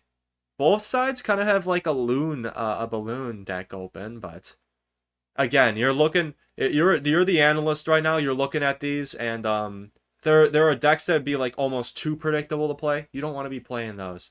Okay, we are into game 5 here. We are in the game 5 here. The scoreboard on the right isn't updated, but it is 2-2 right now. Both sides playing Rage. It's got to be a different deck, right? No shot they whipped out the same exact deck for this last match. They're just leaking right now. Both sides leaking. Not too happy with their cycles. Enough to cycle anything at this point. And we just see Goblins at the bridge from Taurus. Firecracker from Reuben. What is this going to be? Are both sides playing Hog? Are both sides playing, like, some unorthodox Hog? I think both sides are playing unorthodox Hog Firecracker. Taurus with the early advantage, getting that King Tier activated. And wow, it's another mirror matchup. Wow. These guys are just on the same wavelength. Do they have the same analyst or something? Void? Oh my god. That almost worked. That almost worked. Taurus somehow knew that he had Fisherman and Void Rage predicted, but it didn't come down in time. Oh my god, what a... I'm just impressed he even went for that play, and it almost worked. But it is going to allow... Okay, Reuben recognizing here that, I mean, Taurus recognizing that Reuben was playing RG there somehow. I didn't even recognize that, but Taurus with a pretty weird. Yeah, fifth game is gonna bring you to a weird deck like this. We got Hog, Firecracker, Void, which is interesting. Both sides taking some big damage early on. Reuben with a not as popular variation, but still good variation of RG Monk here. Jeez. Jeez, what a set. I can't even guess. I can't even guess what Taurus' last card would be. Probably a tank if I had to guess, because this deck lacks a tank right now. You can't really tell. Okay, Void does come down on the tower, able to kill the Firecracker and get a little bit of chip damage on the tower as well. Void isn't too good of a spell for chip damage, especially since it can be blocked. Okay, we do see Boss Man. Yep, there's the tank. There's the tank, and Reuben's last card is, if I had to guess, likely going to be some sort of big spell. Not, I'd be surprised if it was a support unit. Firecracker is going to get its shot reflected by the Monk there for a little bit of chip damage. RG does have a decent amount of health, but Tesla is still chipping away at it. Firecracker comes down, and yes, we do see a big spell Lightning from Reuben here. Both sides about even. Now, this is a fun match here. This is a fun match here. I'm excited to see who comes out on top. Evo Tesla is going to live for a little bit. Reuben opts to start up an RG push in the back. Hog Goblins do come down from Reuben here. Prediction Rage doesn't hit anything. Doesn't end up hit anything from Taurus, but does get him some good Hog damage with the Hog Goblins push overall. But this is a huge push coming down from Reuben. One Shockwave does come down on the push, but that's not going to be enough. It's not going to be enough whatsoever. Monk ability does come down to soak a ton of damage here.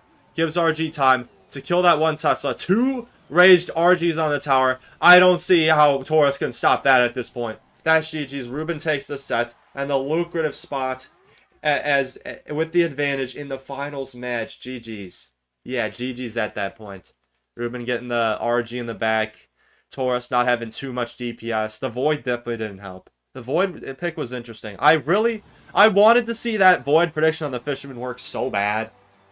That would have been so cool if it pulled it off. Void and Rage too. I guess that was a... How can I expect these players to know? But Taurus did the Void and Rage, thinking that like 2 Void shots and a Rage would kill the Fisherman. But that wasn't enough. I guess with the new Rage damage nerf, that's not enough. So GG's. Let's go down 40. 240. Yeah, Taurus didn't end up playing Lava. I guess, like, thinking it would be too predictable. And Reuben had responses for a potential Lava deck, for sure, in there. Yeah. Every spell out but Rage. So, yeah, both sides bringing the Rage, but still didn't expect to see a Void. I expected them to be playing, like, decks that didn't necessarily need a big spell, you know? But, yeah, I'm definitely surprised to see the Void ripped out. Void is a fun card. I like it. It's like a powerful spell, but you can actually counter it. Like, you're not completely helpless when the opponent drops a Void. You can do something about it, you know. You can block for it to get it less damage. What's going on in the stream? We're casting CRL right now. We are casting CRL right now. Yeah, if he was in yeah, it's hard to be the Monk for sure. So yeah, Reuben definitely had Lava Lightning in mind when he was playing. When he was playing this deck. Lightning doesn't get too much value. Monk will get a lot of value. Zap, Evo Firecracker are good. I think Zap would be better for who? Both sides use Zap. Yeah, both sides already use Zap. Just seeing. Evo Zap is like a pretty good card for a well-rounded deck. But yeah, both sides use Evo Snowball. Both sides use Evo Zap, so no Evo spells. All the good big spells were out basically. So it was just left to that.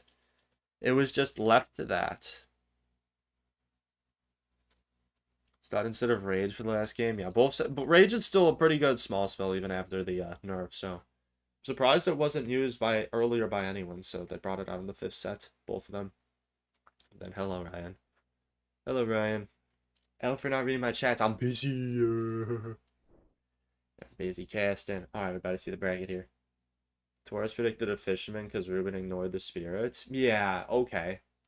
Okay, I guess I didn't notice that. That'd be an indicator. Why? My guess is because he recognized that he hadn't played RG yet. And that he's gonna whip it out instead of the Hog. But yeah, maybe. Who's next? Next we got Taurus and Yoru. Fighting their way on the lower bracket finals. This is about to be a best of 5. So get your points in. This is gonna be a long game here. Taurus versus Yoru. Yeah, make sure you get your channel points in. Rare opportunity to do so. And yeah, they're about to happen. So what's gonna happen here is I've got my own bracket. I'll just show it. It's not updated, but lower bracket finals is I already forgot. I'm not gonna lie. No, it's Taurus and Yoru. Taurus and Yoru are gonna be fighting out in lower bracket finals, best of 5. Whoever wins that moves up to the grand finals. And the loser, like the loser who wins from the winners bracket. So let's just say Yoru wins. And goes to the finals. He has to beat Reuben twice. He has to beat Reuben in 2 sets to win, whereas Reuben only has to beat Yoru once because it's double elimination. Reuben hasn't lost a single set yet, so he has to be eliminated twice. So it's definitely in Reuben's favor now. With that lucrative win staying into the grand finals here. And then bracket reset. Bracket reset is if whoever wins the losers bracket happens, then they move on to another. That's what the bracket reset means, in case anyone was wondering. And they got the prize pool up again. So yeah, first, second, and third. We're seeing first, second, and third. Whoever wins this losers bracket game is doubling their money. So this is a big game right now. Second and third, whoever's second and third are being decided by this losers bracket game. And then Reuben and whoever wins the losers bracket will be competing for $7,500, which is huge. Huge for these players. Hello, randomizer. We're not playing drug game. We're not playing the drug game right now. We are casting. We're doing important casting. So far in the prediction, I see 1K points on somebody and 0K points on somebody else. I know stream's a little dead, but surely we can get somebody putting some points on Taurus. Can't we? Taurus is definitely a very good player. I wouldn't be surprised if he beat Yoru here, even though Yoru has been on quite the streak. Yes, rare opportunity to earn some channel points. Got exciting rewards for those, so I got rewards for everybody. Rewards anybody would appreciate, so make sure to get those in there. Make the odds a little bit better. Yeah, we got 2 and 2. So yeah, you can, if you already vote, you can also change the amount that you bet to like better suit your odds and who you think's gonna win. You can like bet more. But as long as there's 2 people on each side of the prediction, that means that like no one person can decide the odds, which is nice. Is there someone who plays this that wins a lot? Well, Mo, Light, and Riley are kind of the go-tos, like, you know, just the widely considered goats of this. Mo, Light, and Riley are just, like, super consistent players all around. So some of the best always are, like, consistently finishing top 1 on ladder. But they were both knocked out in the lower bracket round 3. So they were both knocked out by underdogs a while ago. So it definitely wasn't expected. So it's kind of anyone's game. Reuben has won every single set so far. Yoru's been... only got knocked down to the losers bracket, but Yoru's been on a tear, as well as Taurus just got knocked down the losers bracket just now. Yeah, Yoru's been going crazy. Yoru has had a lot of his wins attributed to good matchups, honestly, but you know, the deck picks are a big part of this as well. And we're seeing Yoru and Taurus. It's your bets in. You can let the prediction run. Since it's the best of 5 until the timer runs up. So yeah, get your last bets in if you haven't put anything in. Get that in. Taurus playing Evo Witch and Evo Snowball. That basically implies to me that this is gonna be Giant Graveyard. I think this is the first time we're seeing this deck in competitive here. Skeleton Army 2. Okay, Taurus is just full on abusing the Evo Witch and its capabilities. Where Yoru, we're seeing the ever popular Drill Evo Snowball Goblin Hut deck that everyone has just been playing. I don't think a single player can say they haven't played this deck at this point. I do see a Giant set up in the bag from Taurus, and my suspicions are basically confirmed. It has to be Giant Graveyard at this point. It's going to be like Bowler, Arrows, yeah, there we go. Bowler, Arrows, Graveyard, and then maybe like Mega Minion or something for another air trope. And from Yoru, we all know what he's playing. He's got Drill. And I actually forgot what the last card is for Yoru, but he's got Drill as his win condition. Oh yeah, Arrows and Drill. So we know both sides cards. Bowler does get a lineup on that Berserker. Good for only 1 through shot. Evo Bomber does come down. Evo Witch is just getting infinitely healed right now. Big damage coming down on both sides, and Witch is just staying alive for infinitely. Guards only heal up the Evo Witch, do eventually get her down, but that is huge damage from Taurus. Everybody's been going this like very consistent Evo Snowball Goblin Hut deck. And Taurus, with that in mind, just goes with the Giant Graveyard counter pick. So great pick from Taurus here. We're about to see a Giant Grave at the Bridge. We do. It just goes Giant Graveyard at the Bridge at this point. Giant Graveyard at the Bridge, believe it or not, is a good play with Giant Graveyard sometimes. That's about going to take down the tower. Yoru can't really do a thing about that. Taurus takes the tower and barely has any damage on his tower. All he needs to do is lock it down on defense, or if that doesn't work, just push offensively.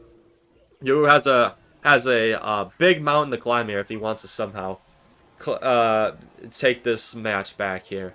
Arrows do come down in the Skeleton Army. That's some good Goblins damage, and Berserker on tower. Berserker on tower does a surprising amount of damage. You don't really want to let a Berserker on your tower. That's about 800 damage from the Berserker alone. That does get Yoru a little bit closer here. Evo Snowball Drill comes down. Defensive Evo Snowball doesn't come down at the right time to stop all the Goblins damage. 400 health. Can Yoru somehow get 400? Oh my goodness, the Evo Bomber. Evo Bomber is caught by the Skeleton Army. But Yoru needs a Drill Snowball push connection here, and he needs it bad. Taurus recognizing he's just going to let that tower go and go for a Giant Graveyard. This match is going to go into overtime. I didn't expect it to be as close as it is, but Yoru took that back, and Taurus still has a massive lead. Taurus still has a massive lead, don't get me wrong. Even on King Tower now, if that Evo Witch connecting to King Tower. 2k health, less than 2k and 1k on the Princess Tower.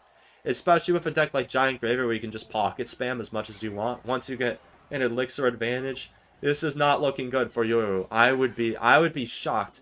There would be jaw dropping if Yoru could come back at this point. But I'm here for it. I'm always here for a comeback.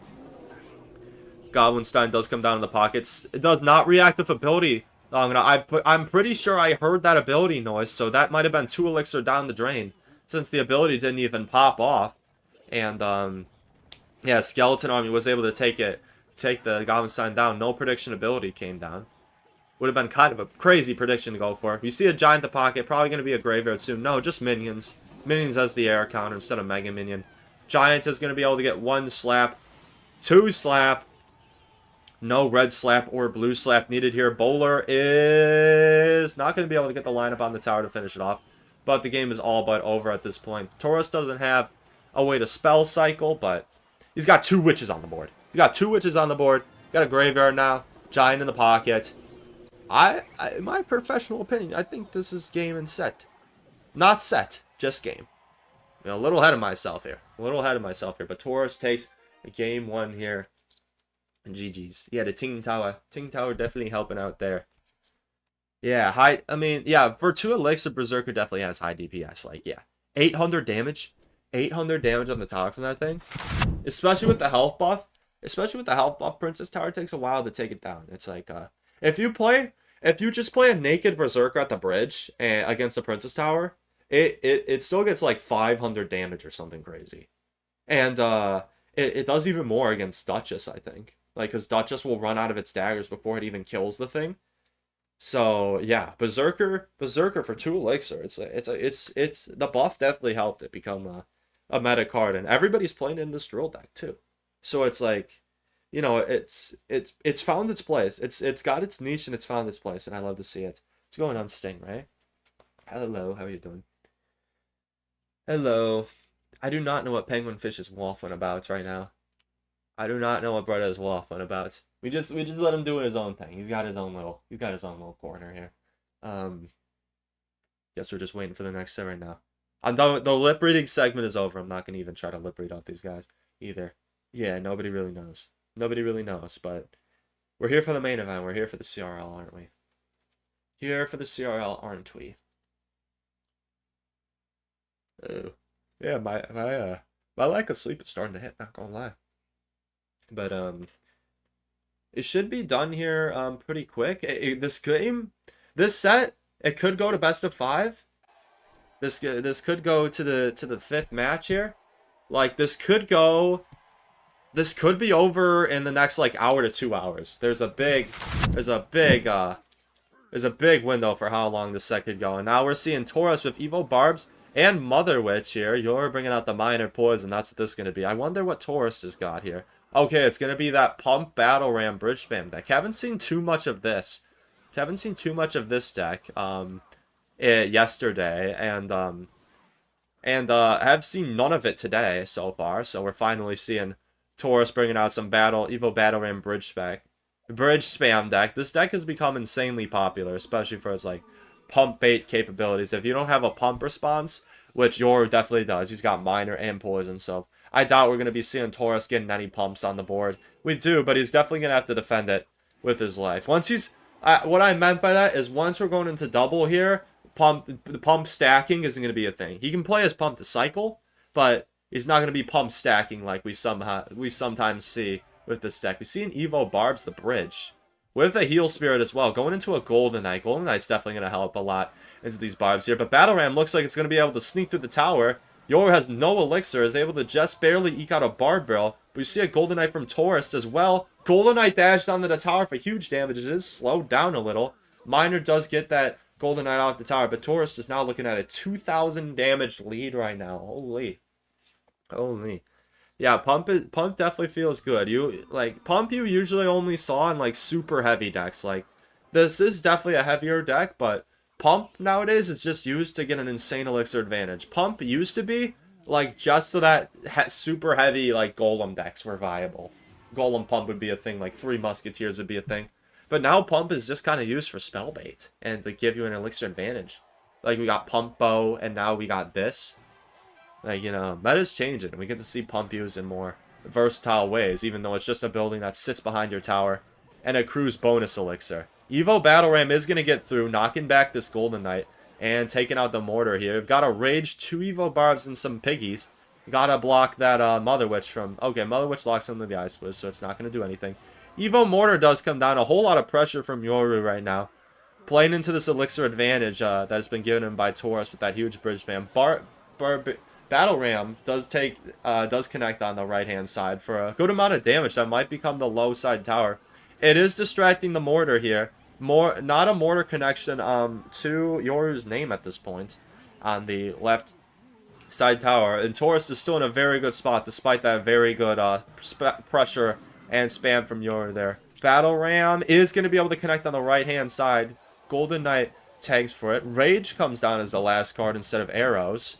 Because, Taurus used arrows last card, so Rage for the only spell. So, this still could go Yoru's way here. Yoru got some huge chip damage with all that Swarm there. Especially since Taurus only has Rage as a spell. That's not going to be very good for Swarm control at all. Evo Battle Ram does get a little bit of a shot, but knocks itself back. Evo Battle Ram can sometimes be counterproductive. Like, it knocks the barbs back instead of letting them get straight onto the tower. And again, this is anyone's game. I think the advantage is definitely going towards Yoru here, going into triple elixir. It's going to be super fast minor poison cycle. Taurus needs to break through to get a win, and that doesn't look like it's happening at this point. Yoru's got the defense on lockdown, defensive poison, cleans up all those guards, and once it hits triple, oh boy, you're going to see these minor poisons raining down on the tower. After, of course, successfully defending. We do see a Barbs and Battle Ram bridge spam on both sides, Taurus just trying to keep the pressure up, get some sort of miracle. Wow, Golden Knight was doing acrobatics, hopped over the river twice there. Golden Knight doing acrobatics for Taurus as well. Raged up Golden Knight, does get to the tower. Battle Ram almost at full health there. Miner coming down, chipping. Oh my goodness, Taurus taking that with a last second Evil Battle Ram hit. That was close. If that Battle Ram didn't connect, it was just a minor poison. That would have been over. Taurus takes game 2. We're going to need to see a reverse sweep from Yoru at this point to take the win there. We're going to need to see a reverse sweep. Sushi, we're in PG mode. We're not permitting those right now. We're in PG mode. As much as we can. It's weird, you know, here because normal streams anything but PG. But we're trying to keep it professional. Yeah, as far as what I've seen, Taurus is really good with bridge spam and lava, and he's been like the one to whip out lava. If you didn't see before, Taurus played lava game 1 against Molite, had a pretty good matchup into him, won. Then Molite copied his deck almost and like added Inferno Dragon, I think, and then Molite lost with it against Taurus, which is kind of funny. Taste of your own medicine type thing. Oh no, not the boss accusations. I can't deal with this right now. You can't remind me. No, it wasn't directed at somebody. I mean, yeah, just like, and good taste. It's whatever. It's whatever. It wouldn't be allowed in the CR broadcast, but I don't really. I'm not like. I don't care too much until I've got like an official spot. I'm just doing this. I'm just doing this on the side for fun. You know. We don't need to hear the boss accusation again. Everybody here already knows. I've gone through the story very many times. Let's go down to Emiliano. Don't repeat that. Don't report that. Yes, W shirt. Yeah. I guess I'll show it off. It doesn't show because of the camera angle, but we got that Clash Royale merch here. Yeah, school important, Clash importanter. You know. Fire shirt right now. It's a little dirty. I had to dig through my drawer for like 15 minutes to find this thing. Dig through my closet, but I found it. I don't think I've worn it once. I think I got it as a Christmas present or something. I don't think I've worn it once until now. So great use case. Great use case. W shirt. For the past 3 CRL streams. Yeah, like, come on. Yeah, people just don't understand. You just don't understand. Duck and HF just rub it in my face. Duck and HF just rub it in my face. Maybe I scam him from the raid. You know, that ought to teach him. That ought to teach him. Okay, we're in the game 3 here. It's do or die for Yoru. If he loses another game, he is out. He is officially out because he's sitting in the losers bracket right now. He will be going home with third place. It's, you know, $1,500.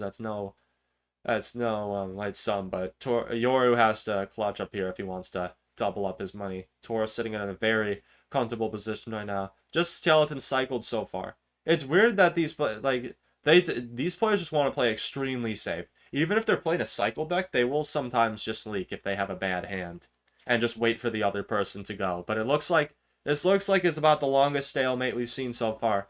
I usually see the players like, you know, start at the match at some point, but it is their right to, I guess, stall out the match until double. So I guess that's what we're waiting for. When doing the talk. No, I did not do that. Okay, we do see an Evo Hunter. From Taurus. Mega Knight first play comes on, so we got Evo Mega Knight from Yoru.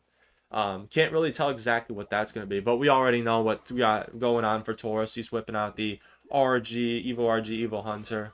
We'll see what variation of it is. But Boss Bandit kind of tells me it's going to be like a Hog or a Ram Rider deck. Or it could be Miner too. Literally, Boss Bandit Mega Knight doesn't tell me anything. All the Mega Knight decks run Boss Bandit and Mega Knight nowadays. In at least these sets so far. Got a Monk come down as a Hunter. We'll probably see an ability there. Perfectly timed ability. Even the Zap still lets it get through. We do see a Hog Rider.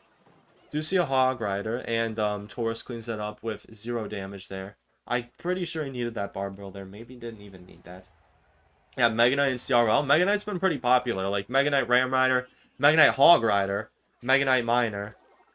Like the Evo Mega Knight just finds its way to the tower so many times, so it's a pretty popular deck. Okay, we do see Firecracker. If I had to guess, Yoru's last cards are gonna be Earthquake and something else. I don't know. I'm a bad guesser because a deck like this can really have any support unit Yoru wants here. That Monk does not cross the river, unfortunately, so that Monk ability is going to be kind of useless. But Evo Hunter is able to net down that Evo Mega Knight. It's going to be able to net down the Inferno Dragon too. Evo Hunter just getting an insane amount of value on Yoru. Okay, we do see Inferno Dragon and then Earthquake. It was right about the Earthquake, at least. Inferno Dragon for some DPS, but Taurus does have the E-Spirit. Potentially either Taurus could have Fireball or Lightning. Probably Fireball or Lightning in this. Can't have Rage, but he's got the option for Fireball or Lightning. It's going to be one of those 2 cards. And both of them are going to be able to reset an Inferno Dragon, so Taurus looks like he's in a really good spot. Mega Knight does connect. on the right-hand side. Boss Bandit is dealt with for sure, but Yoru has a 500 damage lead going here. He needs to clutch this game up, otherwise we're going to the finals. Hunter on the right-hand side gets a little bit of damage. 2, we see... Okay, well, the RG gets felled on the left. But we do see a full health Evo RG going crazy on the right-hand side. Fisherman does end up pulling the Boss Bandit. And Taurus gets a huge... Wait, does that get another? No, it doesn't get another. But if Taurus has Lightning here, it's just a Lightning and then it's about to be wraps. But Boss Bandit does connect on the right-hand side. Fisherman is probably going to pull the Firecracker. Does get zapped. Hog doesn't get a second hit there. It's not looking good for Yoru at this point. Not looking good at all. Needs to somehow find an opportunity to go in here. Punter pre-placed for any push that could possibly happen. Monk at the bridge. That's going to need to be bridge blocked so it doesn't get chip on the tower. Okay, it still does end up reflecting on the RG. And Taurus takes the lower bracket finals 3-0. My god, GG's. Yoru's been on a crazy run, but Taurus felled it, yeah. GG's. Definitely had some good matchups going his way. Some really good picks, but yeah, what a sweep.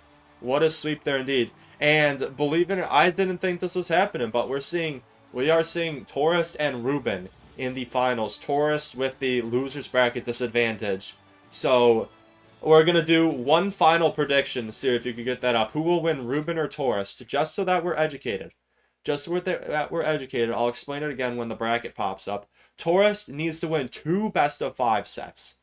Taurus needs to win 2 best-of-5 sets to win. Reuben only needs to win 1 best-of-5 set because he is in the winner's bracket.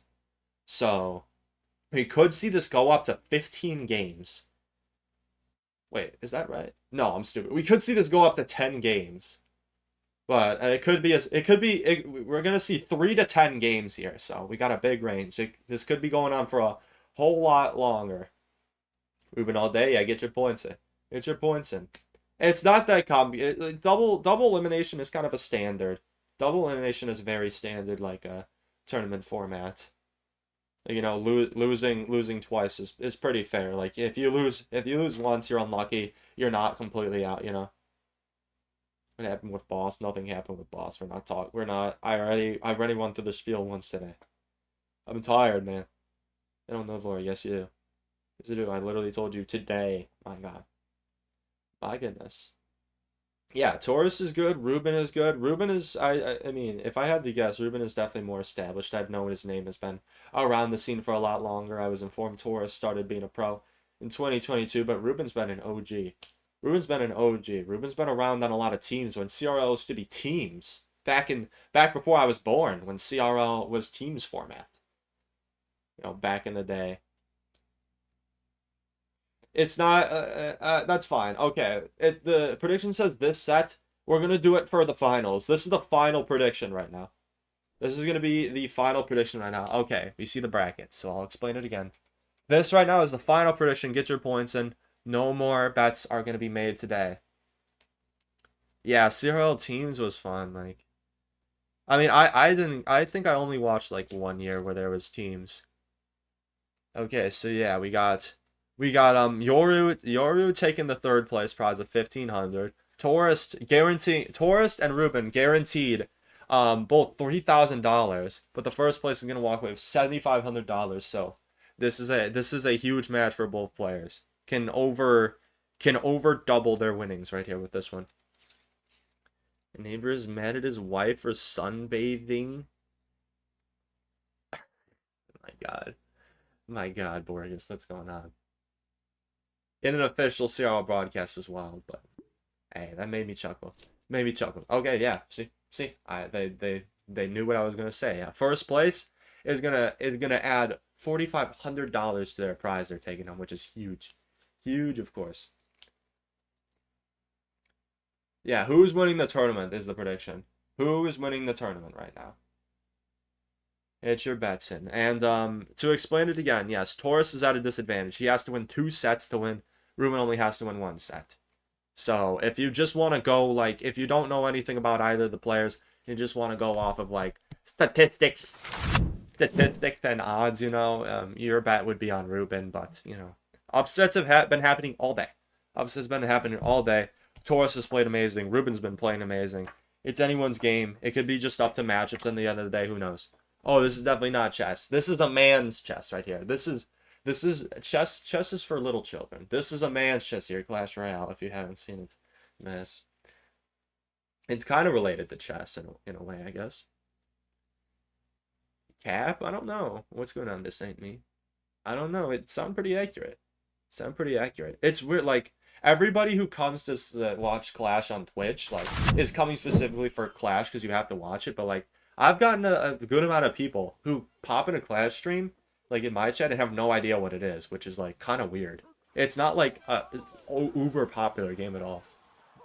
But it is still, like, one of the most popular mobile games ever. And we are casting the best of the best gameplay, so you're probably not going to understand it too much. But it's some impressive stuff. It's fun stuff, whether you know what's going on or not. We are seeing Bowler, Golden Knight, and Inferno Dragon from Taurus. Is this going to be some sort of Graveyard Freeze deck? And we're seeing Reuben. With these cards, I've kind of come to learn that Golden Knight and bait cards, yeah, it's going to be Mortar. It's going to be Mortar here. Evo Witch? Okay, it looks like it's going to be some sort of Graveyard Freeze deck from Taurus. Graveyard Freeze is definitely a little bit of an unpredictable pick for this game one. But yeah, Taurus has been not afraid to go Evo Witch here. I almost thought Evo Witch was banned because nobody else was taking it. But Taurus does get King Tower activated there with Reuben's Miner in the back, so that's gonna he's in a comfortable spot right now. Even though he took a little bit of damage, he's got the King Tower advantage at least, and Ice Spirit 2. Evo Ice Spirit 2. Is this Graveyard? It might just be an interesting Graveyard deck. Maybe Graveyard Freeze last card and he's just using Evo Ice Spirit to not use a Barb Barrel or something. Just keep Barb Barrel in his options because, as I was saying before, it's a best of 5. 40 unique cards need to be used from other players. That's over a third of the cards need to be used by these players. So they're going to have to innovate with their deck choices for sure. And we're seeing some of that innovation right now. Does Golden Knight ability come down? Lightning. Lightning is Reuben's last card. Mortar, Lightning has become a lot more, like, it used to be non-existent, and now it's very popular, especially due to Evo Witch meta. Evo Witch meta single-handedly made Mortar Lightning a thing. We do see a Graveyard here. Maybe a Poison, but I think if you're Taurus, you'd want to get Freeze out on a deck that can utilize Freeze well. And, like, you're not going to save Freeze for another set, realistically. So this is, like, 99% chance it's going to be Graveyard Freeze from Taurus here. There's some huge damage here. Evo Mortar needs to be frozen, but Taurus just has nothing for all this spam. He's complaining a little bit. He's definitely not happy about that. But Taurus is just caught without any Golden Knight or Bowler, any Swarm counters there. So Reuben just bulldozes him with all this Swarm. And Reuben's going to take game 1 of this set. GG's. GG's. Yeah. Taurus does look a little young. We got a lot of young talent in this tournament. Reuben definitely an older, more experienced player. Reuben gets this first game. That doesn't decide at all. Taurus still has wiggle room. Taurus could still lose another and win the whole thing. Taurus could still lose another game and win the whole thing. So it's a best of 5. It's not. He's not up against the wall yet. It's a obviously bad position to be in, but hey, Taurus got out Graveyard Freeze. Like, that's not. Reuben used minor Mortar Bait. Reuben ended up using minor Mortar Bait. But Taurus got out Graveyard Freeze, and, like, you know, Graveyard Freeze isn't as good of a deck. That's just kind of a deck that's, like, vying on a good matchup. Like, it's not too consistent of a deck. It's just like if you get a good matchup, it's good. If bad, it's bad. Like, those type of decks you kind of want to get out in, like, the early stages where it doesn't matter as much. Whereas Reuben used a pretty consistent good deck, the minor Mortar Bait there. Yeah, consistent decks should be saved for last. Both of these players are going to save a very consistent deck for last. If the set goes to the last game, never ever are we going to see somebody just go for, like, an RNG win, like something stupid like P.E.K.K.A Goblin Giant and just Topi play brainlessly and get matchup, or like E-Golem. I don't think E-Golem's ever been played in CRL ever. If you can find the clip of it being played, I'd love to see it. But, like, people don't play decks like that. We just don't play like that. Yawn. When did you drop $20? Wait, did the bits cost you $20? Are you saying? I appreciate that before, but if the bits cost you $20, you shouldn't buy them on mobile.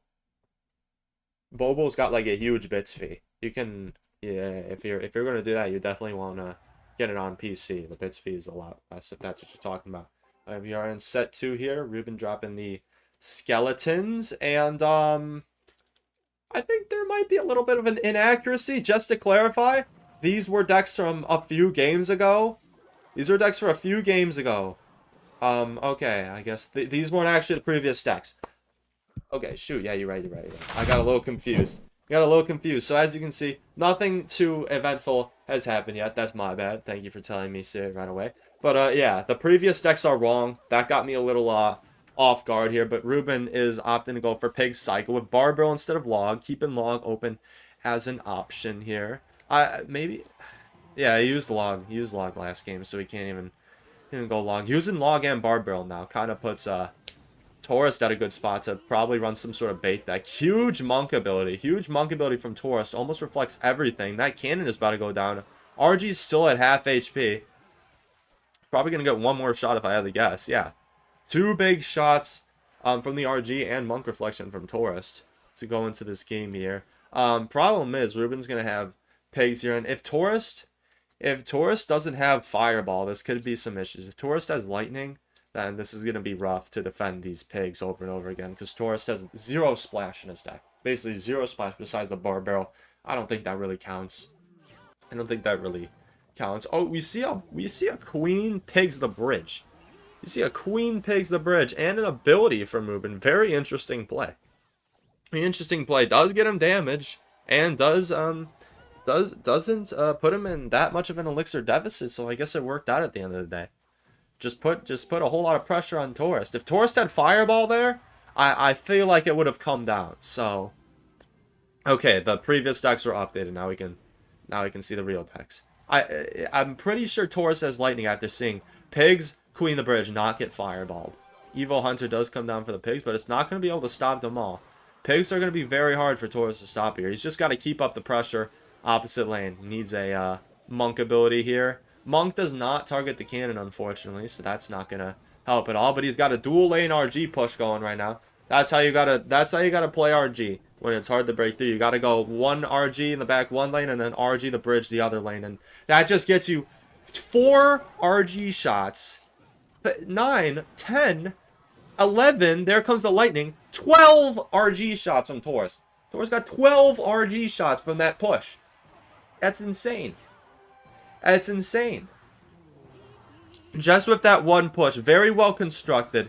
Not letting those pigs get through at all. Taurus is still going to be able to defend here. It's going to be an expensive defense. But 12 RG shots on one push. Yeah, I mean, you're playing for $3,500. You'll take any chance you can get. Maybe DCs or something. But, jeez. GG's and cheese. 12 RG shots in one push from Taurus. It did really go insane. That's how you got to do it. Especially into a cannon. Cannon's a weaker build and you get 2 RGs on a cannon at once. It's just gone. It's just gone. These guys are as blank-faced as ever. I'm going ballistic. These guys just don't know what to do if Mo Light isn't in the match, huh? They are like...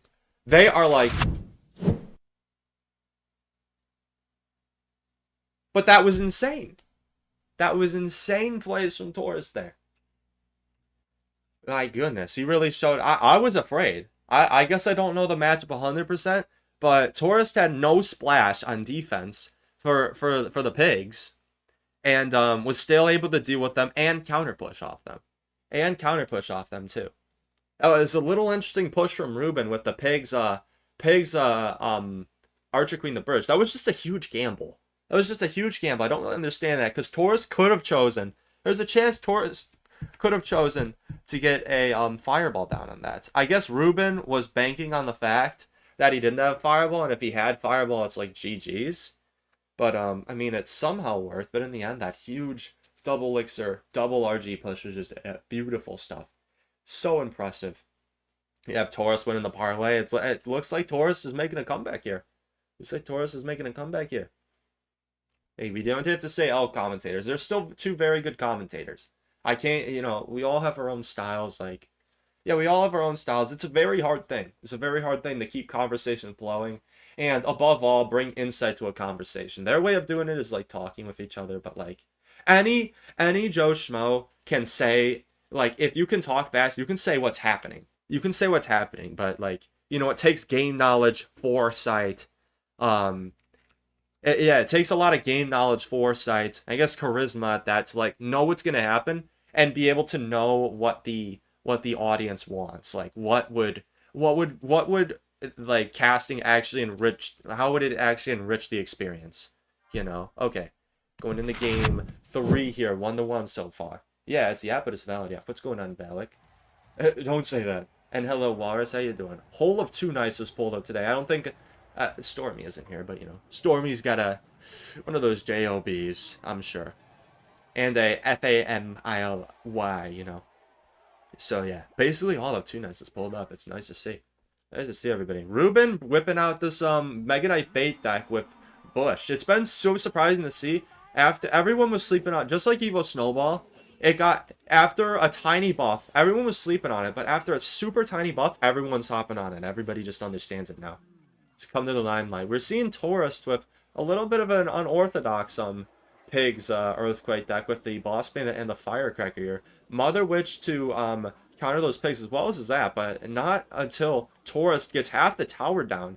Taurus is eating Reuben alive right now. Definitely, the first game definitely went Reuben's way, but Taurus, it looks like he's in Reuben's head right now. He's playing very well so far.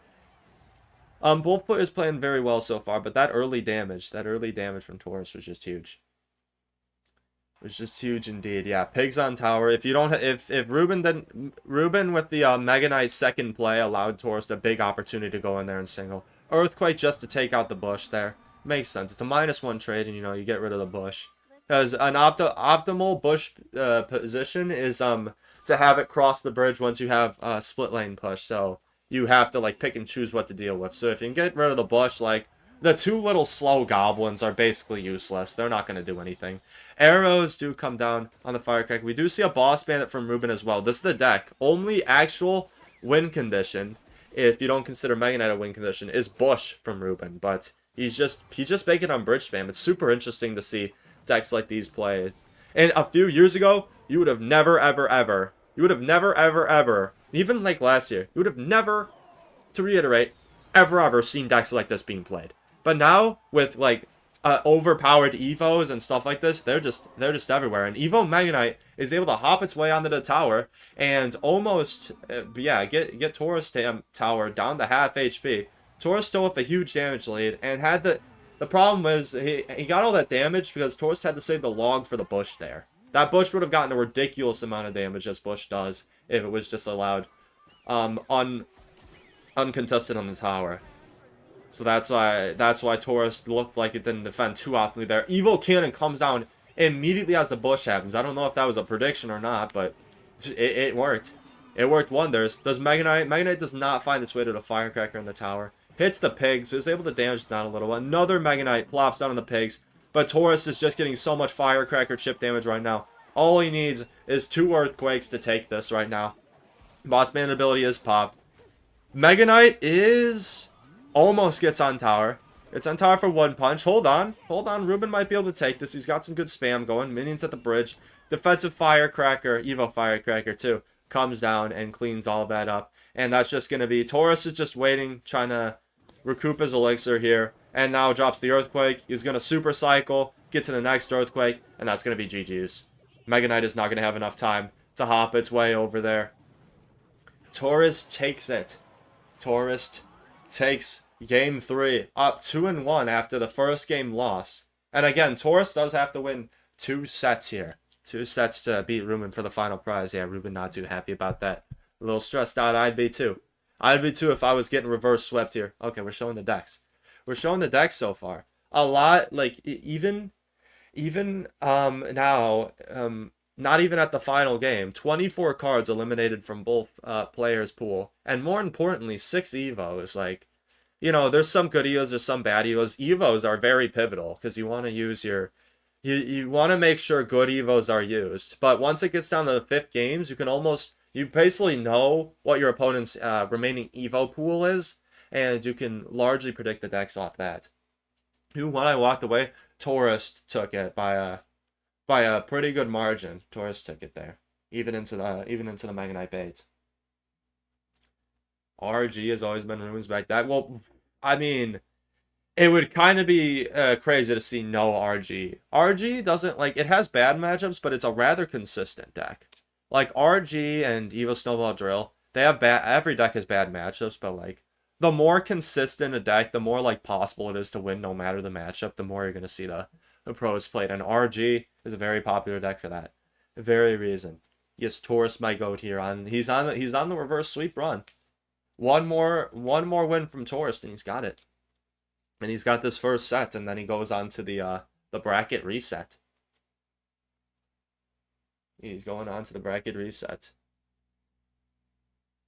I don't know what you said. We don't have to ban Penguin if Penguin is banned if we get on ban. But if it's like crazy stuff, then I don't know. Sure, you can get on ban, but whatever you said, don't. I trust the judgment of my mods. I trust the judgment of my mods. RG Snowball, see. He does still have RG and Evo Snowball. Probably, like, we're gonna see either... He's got Evo Drill Snowball open. He's got RG open, so... Reuben has a lot of good choices here. Okay, if I had to guess, Reuben's going for some Drill Evo Snowball here. And Taurus here is running some bait.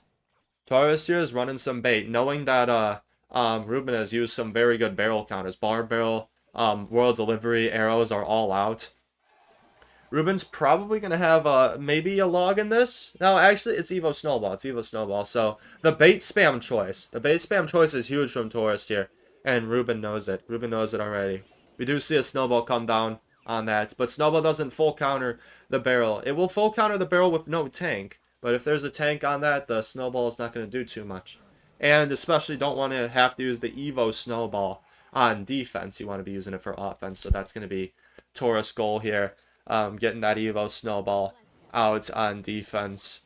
Taurus with the regular Snowball himself. And no Evo Tesla. I wonder what the last card could be. Maybe Evo Knight or something? I wonder what the last Evo could be. Evo Knight, Evo Valk, some sort of tank? Because Taurus has no tank, so... I'd be surprised if it wasn't a tank at this point. Do see a drill. Yeah, Reuben with the drill. Evo Snowball. Who saw that coming? Yes, we do see an Evo Valk. It was either going to be Evo Knight or Evo Valk. And Evo Valk will definitely can help out. Evo Valk can make some crazy plays with the Tornado ability. Evo Dark Goblin does come down on that Valkyrie. He's going to be able to poison it down with the Poison Trail. Okay, never mind. Dark Goblin does get 2 shots. The poison wasn't too strong for that Dark Goblin. So good response, regular old Dark Goblin from Taurus. Tesla does pick up that Princess. Reuben not ready to with anything hovered. If you are busy, you can like always technically always catch the Princess now. But it's weird because if you're hovering something for the Princess, you're not going to be able to react fast enough to other plays. So a lot of times, even at the highest level, you're not going to just be constantly hovering for a Princess because that just takes so much. That just takes like so much energy and time out of you. If it doesn't happen, then like that's not going to get you anywhere. So Princess predictions, predicting the Princess can actually like alleviate the load of that you having to have your finger on like a Princess block 24/7. Evo Barrel does come down, being tanked for the Valk and the Goblin Gang on the right. Gets huge damage for Taurus on both sides. Yeah, again, just to reiterate, huge, massive pick from Taurus, especially having Valk in the drill here. Taurus and his analyst here. Shout out Sanchez. No, wait, I don't know if Taurus. No, I forgot who Sanchez is. I'm going to stop talking. But Taurus and his analyst, whoever that is, are cooking crazy. Got perfect, almost perfect decks every time. Taurus with barely any damage right now. Another drill is coming down from Reuben. Do we see just a regular little snowball with that? That lets a Goblin on for 2 stabs, but a Goblin Barrel is allowed for 2 stabs as well. For Taurus, and just takes all that damage back. Takes all that damage back for low price of 3 elixir. Yeah, I would be shocked. I would be shocked if Reuben somehow came back from this. So yeah, Evo Valk, split lane barrel push here. Snowball does come down on the Dark Goblin. Pretty well defended, except that Evo Valk gets through for a shot. Reuben playing Clash of Clans now, just setting up Teslas. Is able to take out the Princess, but another Princess to back. Princess the Bridge, like Bridge spam, isn't very common. They can get so much more value and elixir out if people just Princess the back. In single elixir, like Princess the Bridge is a pretty good play, but once it gets into double and triple, just cycling Princesses in the back is usually the play. Always depends on the matchup, but you'll see that's how a lot of players do it. 104 HP on that left-hand tower. Taurus isn't able to completely get it down, having only Snowball as a spell. One more Snowball will put the nail in the coffin here. GG's. Taurus takes that one. It looked a little closer than it was, but that's just because Taurus was in spell cycling at that point, able to take a little bit of damage. And Taurus takes the first set 3-1. This is going to move on to the bracket reset. So now it is even Steven here. They're competing, and the game's not over yet. Competing for the grand prize of $7,500. You know, should I? No, actually. Yeah, I'd be scared too. Easiest thing in the world is sniping Taurus. I mean, Taurus has gotten so many good matchups. Taurus has gotten so many good matchups. I don't know. Am I allowed to talk about like you? Am I allowed to talk about like you? Because I can to like provide some background context. If not, that's good. If not, that's good there. Probably shouldn't. Alright, yeah, sure. I mean, it kind of doesn't make sense that you know all this, you know, though. What I did yesterday? I don't even know what you did yesterday. I don't even know what you're referring to, so it wasn't that bad.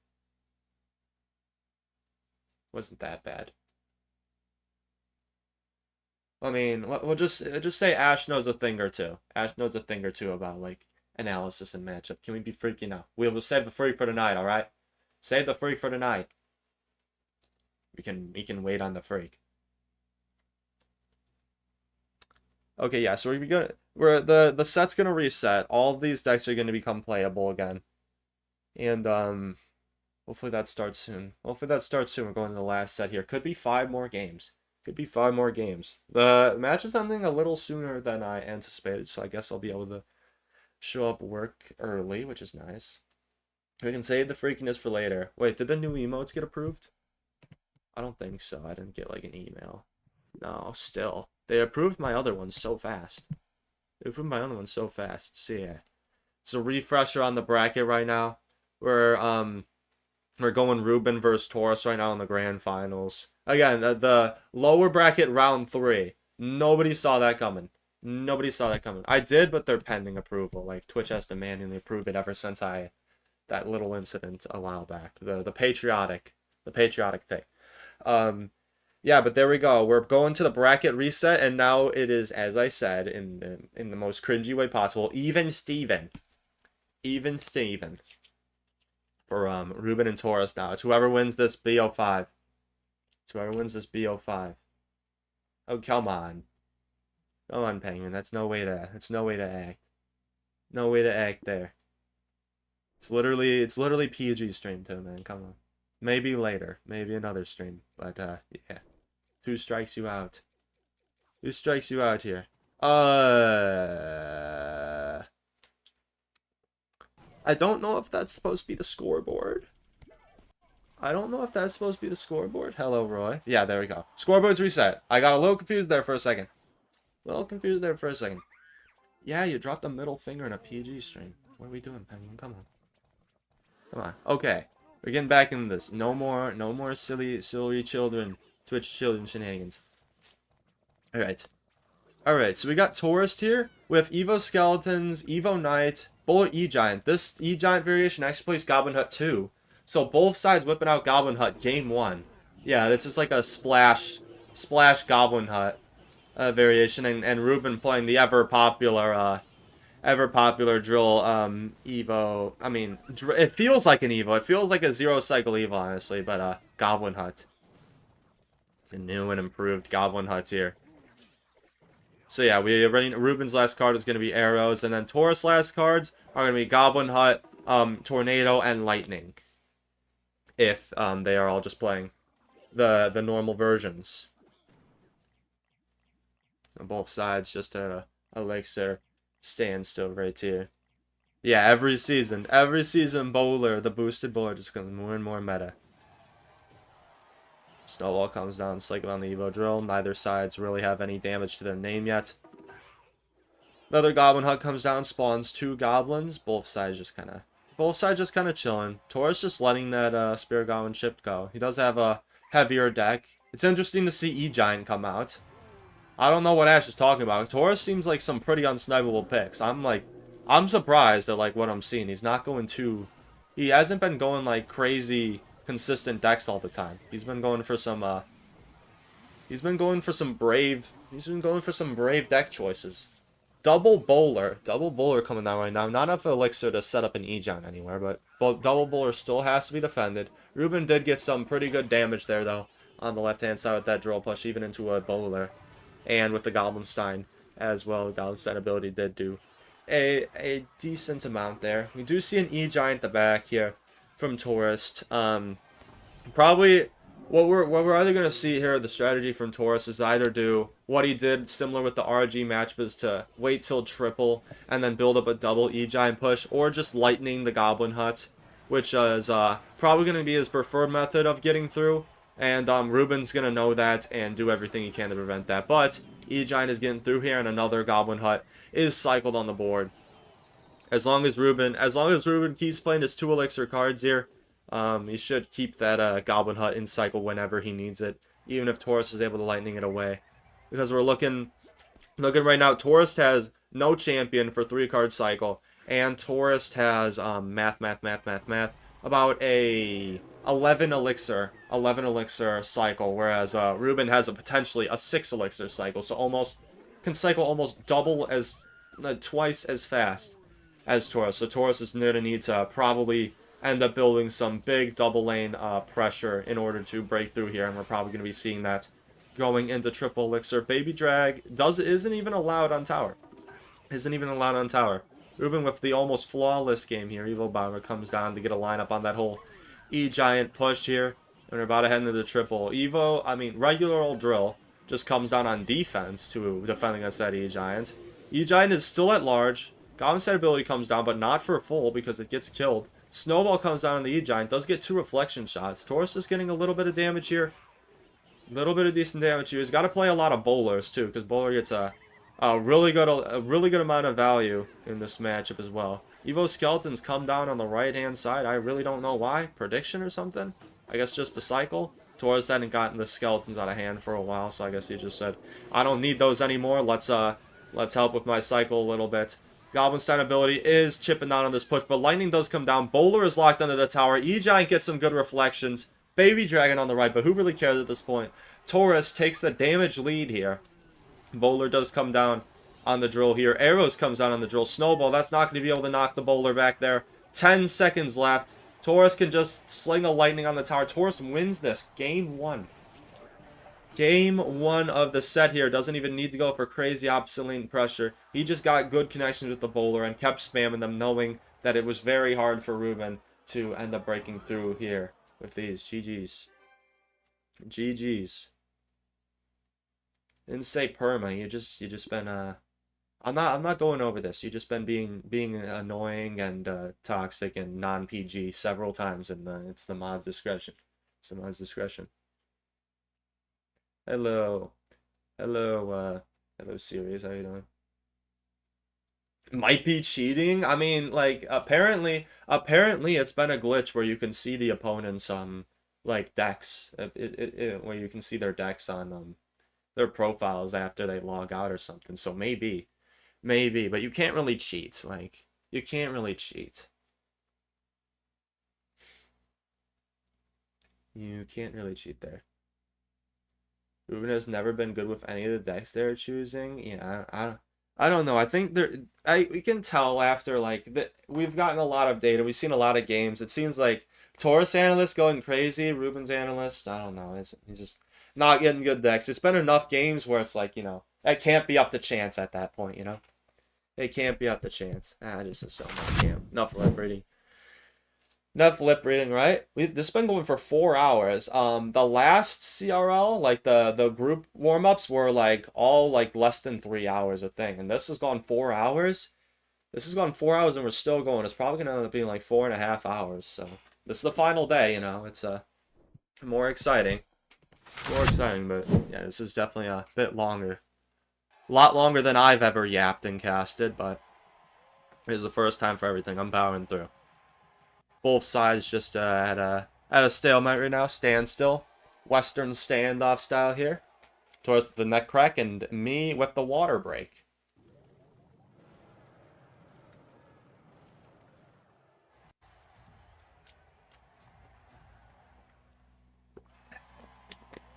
Taurus just drops an EQ. Reuben too scared to respond with anything right now. Must be in a bad cycle. Do see Skeleton King and Tombstone. Do see Skeleton King and Tombstone so far. Looking like it could be RG or maybe something with Evil Witch. Most likely RG if I had to guess. Taurus just running a classic good old Pigs EQ cycle here. Lug is going to be able to get rid of all of those. Yes, we know. We know. We know. You come cuddle after CRL. I got you, bro. After I'm done with this, I got you for sure.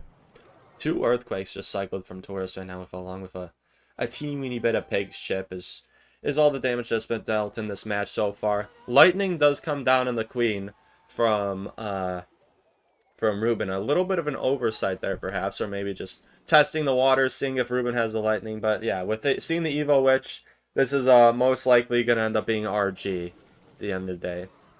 Hopefully Taurus is able to recognize that. At least I was able to recognize that.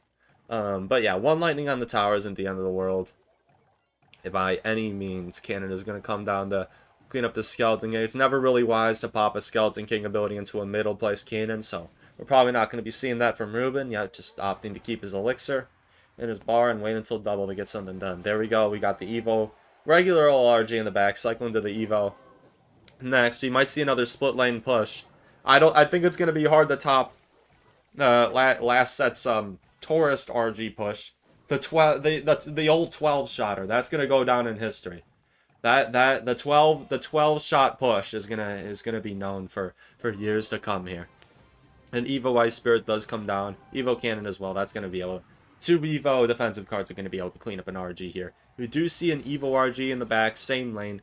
A little bit of a heavier RG deck here, so you're just gonna be opting to build a single lane push more than double lane, until it gets to triple, which will be a lot more possible.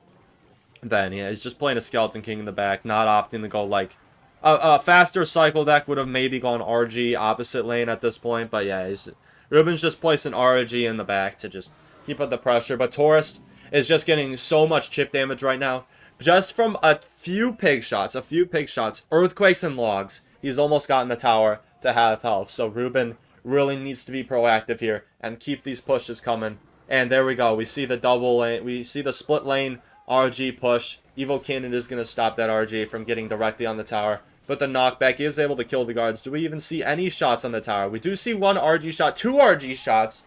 2 RG shots from Reuben. But Taurus even gets a recruit stab there. And Taurus is still maintaining 1,000 damage lead. Ability comes down.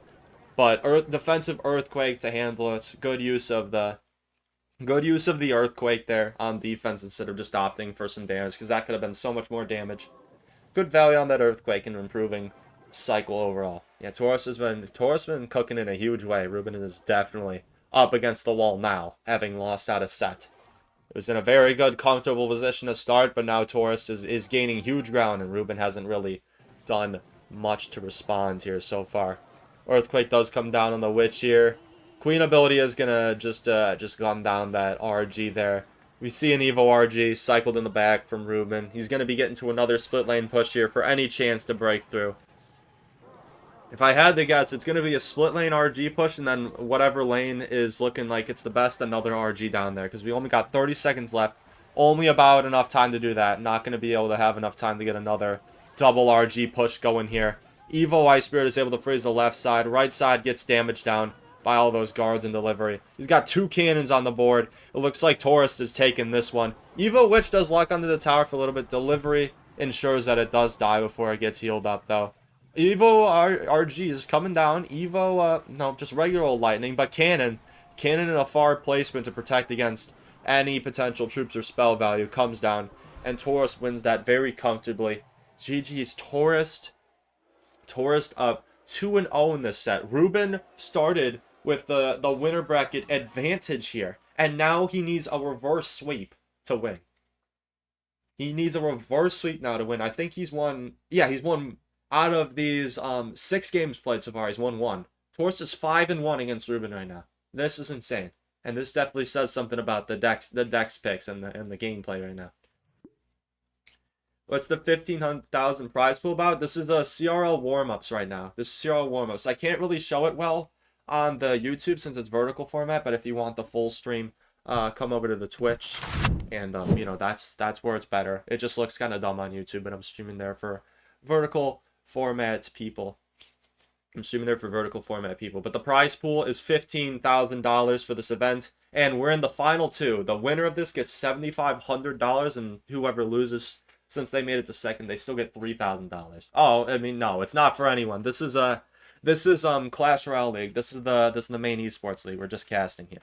Yeah, this is the main esports league. Unless you're good at the game and you know, you work your way up. Anyone can do it. The format this year is like lets the community, but like, I don't know, if you haven't even been top 1K in your life, I'd honestly forget about it. It's a community, it's a tournament for the best of the best. Best of the best here. Yeah, Nightbot needs to chill, for real. Nightbot's the most riled up person in here. Yeah, Taurus coach is cooking, for real. Taurus coach. I mean, RG Monk, like, RG Monk is very popular, but, like, RG Ramrider is still popular. He's leaving that option open, I guess. RG Ramrider is still open for Reuben here. He just lose 5 in a row? Yeah, you're right. Reuben won the first game. He's on a 5 in a row loss streak. My God. That is no good. That is no good. Yeah, that is crazy. What are the odds? Who bet on Reuben here? Let me see what the. It's almost even. Yeah, Reuben 59, Taurus 41. Okay, got sort of even odds. And here we are in game 3. Taurus with the Tombstone, Reuben with Ice Spirit. Oh my! We see lava from Taurus. Taurus has been playing a lot of lava, being having it be one of his best decks. So let's play it again. And Reuben with the Evo Executioner. Ooh, okay, looks like Reuben finally got a matchup going in his favor. Depends what Taurus cards are. Miner and oh. Sorry to divert from the game. That lava's dead, by the way. Sorry to divert from the gameplay. I think it's happening. We're gonna see it. If you know, you know. If you know, you know. Okay, wait, Evo Val? Maybe. Oh, the disappointment. It might not be. It actually might not be. If it is, honestly, in this match, we'll never see it. It is? Wait, it is? Played this in quals? I mean, you never know. You can always mix it up, but even if it is, Reuben's got nothing for it to get value against. Yeah, an Evo Executioner. NATO comes down from Reuben and get that on the tower for one swing. It's going to get out there for more. Okay, so Taurus was still moving, but the broadcast was lagging? How does that happen? Alright, I won't question it. Also, now I'm just noticing, why is the right side of the arena so much bigger than the left side? I'm gonna stop asking questions. Here. We do see Evo Valk from Reuben, of course, Nada. I mean, Loon. Loon last card. My bad. I'm a little flustered here, jeez. Whole lot of weird stuff happening here. Yeah, Taurus, I guess I'll just say it now, if you don't know, he's probably playing Lava Hound Curse. Pretty popular deck that's, like, exploded out of nowhere. Never expected to see it coming. It's been popular on ladder. Not too much competitive. Good NATO to get rid of that, flying machine, being a nuisance there. Inferno Dragon towards the tower is able to snipe that Lava Hound. Evo Zap is going to be able to make it retarget onto the Evo Valk there. That Inferno Tower doesn't completely take out the Lava Hound. But now we got the nail in the coffin here, known as the Executioner. Executioner, I think, maybe besides Inferno Dragon and Tower. Inferno Tower, Executioner, I'll just say are in the top 3 lava counters. Top 3 lava counters right there. So Reuben was definitely anticipating a possible lava pick right here. Thinking Taurus would be a little bit comfortable at this point. Play a comfort deck, see if he can get a free win, and Reuben got a good pick here, especially with the Evo XC. Doing 50% more damage up close and knockback. Yeah, this is gonna be a blowout game. It's almost not even worth it to waste my breath on this. Like to save my oxygen here at this point. Yeah, Miner is picked up by the Inferno Tower. Zap comes down, but like Inferno Tower is still gonna be alive. Evo XC, it's close range attack. Literally evaporates the pups. You couldn't even see the pups. You'd think that Lava Hound got a nerf and doesn't even spawn pups anymore. The way that Evil Icy just got rid of it. It is crazy. It is crazy. Crazy unfortunate matchup for Taurus. But hey, that keeps the game going. Instead of a Taurus win would have ended it, but hey, we're still in this. He tried though. Oh, and there we go. The curse in all its glory. Unfortunately, the damage amplification wasn't going to be enough there. Reuben with barely any damage on his towers there. And GG. GG's. Yeah, somebody did a bad job crapping, huh? Or maybe that's just how the iPad is. I don't know. That would be kind of weird for it to be like that on an iPad, but I don't know. I don't know. Yes, I did know that the curse does damage amplification. I do know about the damage amplification. Indeed. How do I check where I'm at the leaderboard? It's the 3 lines menu, and then there's a leaderboard option. It's a leaderboard option. 9,000 trophies. I mean, not to lie, you know, not to discredit you or anything, 9,000 trophies is big, but like, anybody can get 9,000 trophies if you have level 15 cards. That's, you know, 9,000 trophies isn't definitely not enough to be competitive. You need to qualify for like how to qualify for CRL is you need to finish top 1,000 on Path of Legends, and not even I've been able to do that with all the experience I have. I've been close, but I haven't been able to do that, and yeah, it's not an easy task there. It's not an easy task. Yeah, 9K trophies is big, but like he's talking in terms of like playing competitively. Like 9K trophies isn't gonna get you into CRL. That's what I'm saying. It's not going to get you into CRL. For sure. And I guess we're just waiting for the next set. Here. I'll add anyone as long as you're just like frequent in the stream. If I see you around more often, you know, I got limited spots, but if I see you around more often, I got you. There's a chance I'll stream tonight too. I usually stream Saturday, Sunday nights, and then just like scattered throughout the weekend. Usually nights. I'm only doing morning right now because CRL is going on right now. He plays just level 12 mini P.E.K.K.A in Arena 3. What? Yeah. Wild cards might have been a mistake, huh? Wild cards might have been a mistake. Shout out the pay to win players. You've been here like 10 times? Oh, shoot, that's my bad. That's my bad. It's you know, don't take it personally. It's a lot harder to remember people, especially on like the YouTube chat. I got like, yeah, I'd say like on average like 50 people chatting in and out every day. It's hard to remember everyone, but you know, it did seem kind of familiar. I just didn't want to assume anything. Then $100 Seguinadme. Least obvious ad bait. Least obvious ad bait right here. But I mean, I will as long as I have room and we're around. Giant Skilly Witch Loom clone deck. I've done so many deck requests, honestly not. Those are Thunder all the way. Thunder all the way, man. Okay, we got Taurus and Reuben in game 4. Yeah, and Reuben's got to hit a reverse sweep here. He's on pace for it. He's on pace for a reverse sweep, but easier said than done. Taurus with a Heal Spirit and Mega Min. Is this gonna be, if I had to guess, like Giant Prince deck? Giant Prince with Evil Lumberjack? Alright, that's what we're going to be going with here. And Reuben with the Evo Knight, Goblins, Fire Spirit, and Cannon. I wonder what this could be. Log as well. We're just seeing kind of generic cycle cards so far. Yeah, see a Rage as well. There's going to be double Rage, Giant Prince. Giant Prince are probably going to be the last cards here. Oh my goodness, Rage. The Rage Boss Bandit gets onto the tower, takes over 1,000 damage on that. Reuben isn't liking that at all, I'm sure. We can almost assume that. Heal Spirit comes down just at the bridge to cycle. Fire Spirit comes down to soak that. Just a stalemate so far. Next Lumberjack for Taurus is going to be evolved. He's just cycling the Lumberjack to get to that at this point.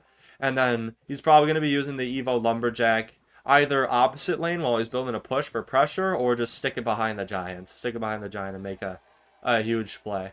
Probably likely going to be saving that going into doubles. Also got Evo Bomber coming up here as well. And we are still yet to know what Reuben is actually playing Could this just be like minor rocket cycle or something? It hasn't played a minor yet. I hope it's not Expo. I hope it's not Expo. Not really sure here. Not really sure. Okay, we do see a Hog. Okay. A little bit of unorthodox support cards for a Hog, but it still makes sense. Rage does come down on defense against the Hog. That Hog is going to do a whole lot of damage. Still doesn't put Reuben in the damage lead here. Evo Bomber does come down on that Knight. You're going to allow it to connect with 2 through shots. Reuben does get the King Tower activated here. But with 431 left on the tower, that's not going to mean too much. Actually, there is no Prince. No Prince from Taurus. Instead, he's got arrows. Instead, he's got arrows and Giant. Opting to have 2 spells here. But Boss Bandit is basically, you know, a souped up champion Prince. So, still going to be able to apply a lot of pressure. A lot of pressure today. Okay, Knight. We see a Knight to tank for the Queen. Taurus having no big spell definitely means that Reuben's going to be spending a lot to protect these Queens and Cannons to be able to DPS down these big Boss Bandit Giant pushes here. We see an Evo Cannon deployed, getting a little bit of chip damage and knockback on both sides of Taurus push here. We see another Hog at the bridge. 1 hit. Only gets 1 hit, but Reuben is starting the Earthquake cycle now. And Taurus needs to break through. He's not going to be able to compete with spell chip damage. Does that Knight get a slap? Knight almost gets a slap, it being Evo, but isn't quite able to make it there. Raged up Lumberjack, that might make it to tower. No, is kited away expertly so that the rage doesn't splash into the tower for damage. Another Hog coming down.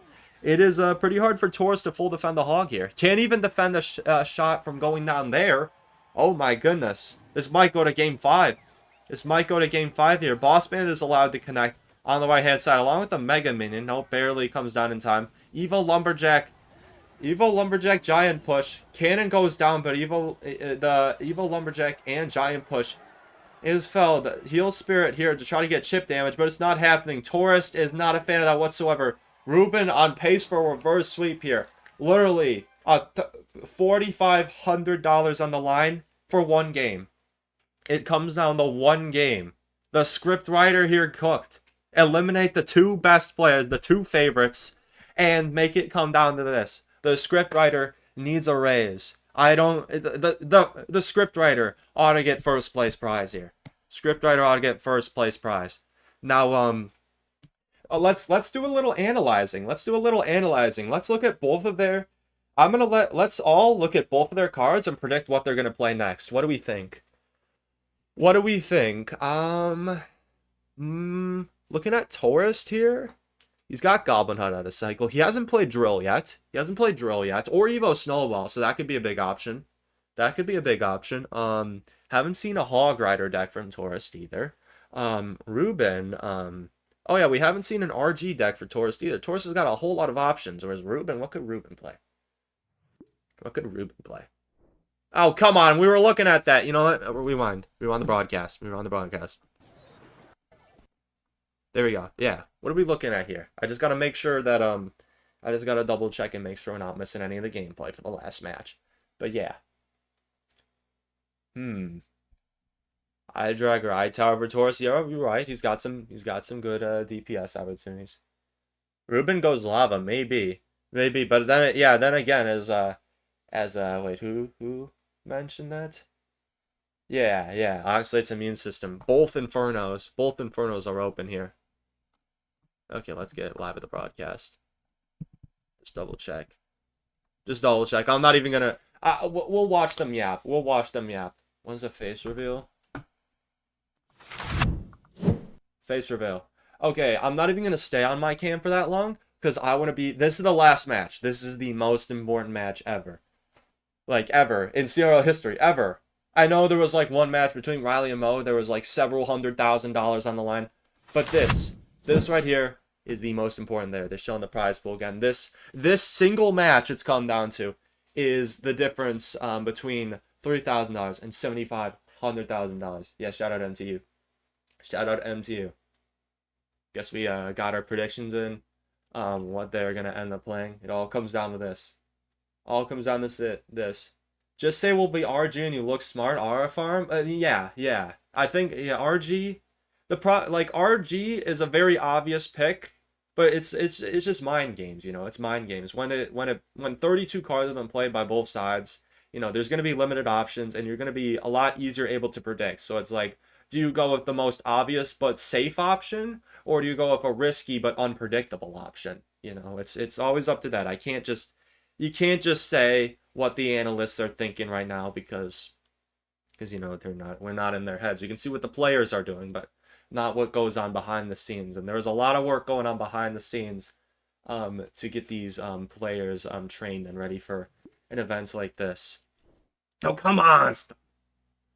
Oh, how long are they going to edge the last game? How long are we going to delay the last game?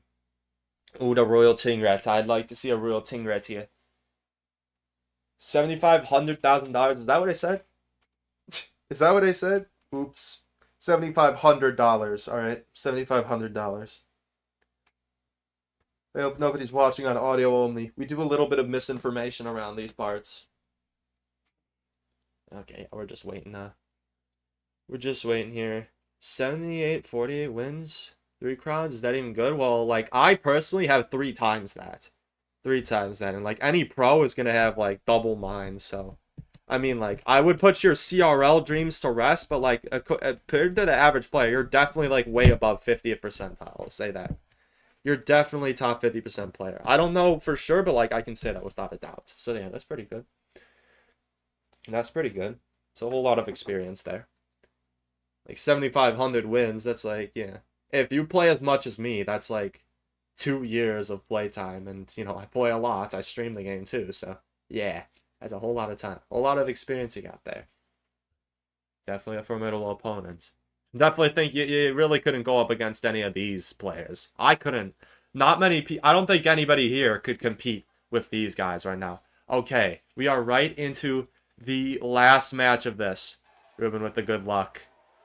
And sending the good luck. Taurus locked in, knowing Reuben had the emote menu open so he could immediately drop at Princess. Reuben does react immediately, though, with the Royal Ghost to take that out. Looks like Taurus is running bait again. What's Reuben got here? Mother Witch. Okay.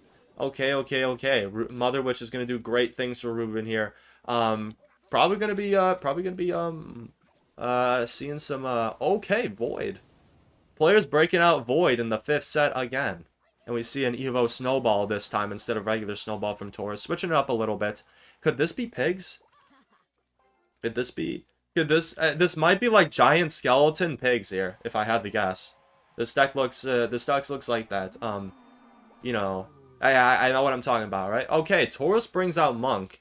Some decks we've seen beforehand, but a little bit of changes. Okay, we see a Monk from Reuben as well. Both players saving their Monk for set 5. And we see this Tesla from Taurus as well. Last card from Taurus is likely going to be something bait spammy, because as is, it doesn't look like he has too much bait cards. Okay, we see a Ram Rider. Okay, that makes sense. No pigs. We see a Ram Rider Monk from Reuben for the last pick. Ram Rider Monk is definitely a rather consistent deck. Void comes down in the Dart Goblin to get it down. Allows a Ram Rider charge on tower. Mother Witch and their little piggy get on the left-hand side tower for Taurus. And bring Reuben to a 700 damage lead right here. This is the last game here. This is the last game. Pressure's high. Double barrel push does come down. The regular barrel being tanked for by the Monk. That is going to be a whole lot of barrel damage there. And this is looking like a lot closer game right now. Because it is. 50 HP differential here. Tesla does pop up to deal with that Royal Ghost. Monk ability does come down, deal a little bit of chip damage. Keep the archers protected here. Void comes down as well as a few archer shots. And get some decent damage on the left side for Reuben. Princeless cycled in the back. Reuben... What could Reuben's last card be? I honestly forgot. 32 cards are out for Reuben. He's got Void. If I had to guess, it's probably another spell. Void only spell would be kind of interesting. Fireball comes down from Reuben. That's going to be nice for the knockback. Monk ability almost came down in time for that Fireball to be reflected. If that Fireball got reflected by the Monk, it just would have been game over at that point. That's so much value reversed on you that you wouldn't be able to recover from that. Evo Snowball comes down. The barrel is allowed to connect for huge damage. Huge damage. The goblins are still going. They're still going. That is just a fireball. That looks like it's just a fireball and a snowball away. I think Taurus just took this one with that Oh my god, yeah, Taurus just took the $7,500 with that huge Evo snowball barrel. That barrel did so much more damage than I thought it would ever. What? What? Call him a sandwich. Call him a sandwich. Well, congrats to Taurus. There's so much confetti, it's tweaking out. Taurus is the 2025 CRL Warmups Grand Champ, running away with $7,500 of the prize pool. Reuben being second place, still got a big chunk of change with the $3,000. But Taurus was just so impressive. The picks were immaculate every time. Like Taurus rarely found himself in just a super bad matchup. He played super well. I have no complaints. I don't think I saw a single mistake from the man himself. Three in matches and quals, and he won the 7,500. I guess he wasn't locked in against he couldn't compete with the Heart Toes. But hey, I mean, this is what it came down to. This is what it came down to. 2 sets and lost both, yeah. Yeah, came up from the losers bracket too. That's a huge upset. That's a huge upset there. Oh, they're not even gonna show who was fourth, but yeah. That's the top 3 there. Yoru, with the runner-up in the losers bracket with the 3rd place prize. Reuben, runner-up winners bracket, and Taurus taking it all there. GG's, that was some insane gameplay.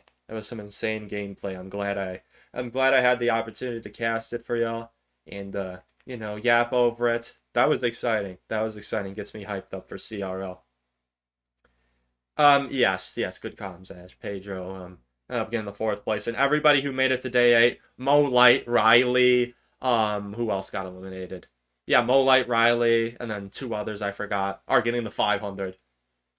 Yeah, RG, Snowball, RG, Evo, RG, Dex, and Evo Snowball Drill were basically seen every single set. Just sweeping the most sweepingly consistent decks across this entire set, and I bet we're gonna be seeing a huge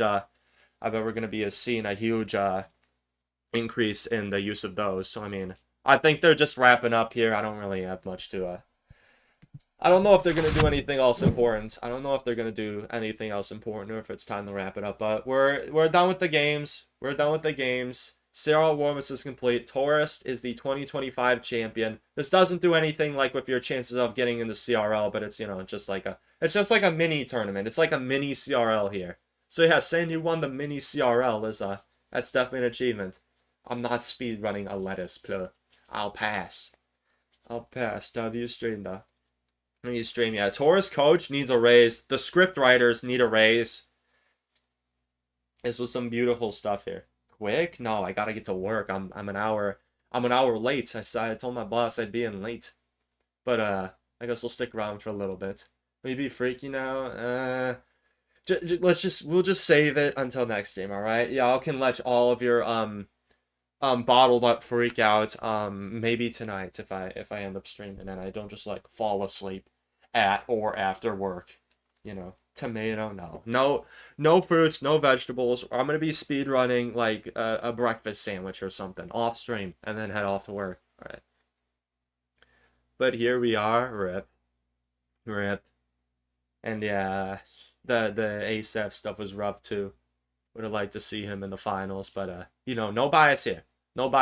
I did my pre-portioned Mo Glaze and we out. Yeah, who else up CRLing? They're warming up their CRL right now. Speedrun a 12-pack of beer, then go to work. I'm gonna say no to that. Well, I'm gonna eventually find somebody to raid on the Twitch. So if you're on YouTube right now, I'm gonna go ahead and end the stream. Come over to the Twitch if you want. ! Twitch. There's a link, and I'll send you to somebody I think is worthy of your time and probably who's playing No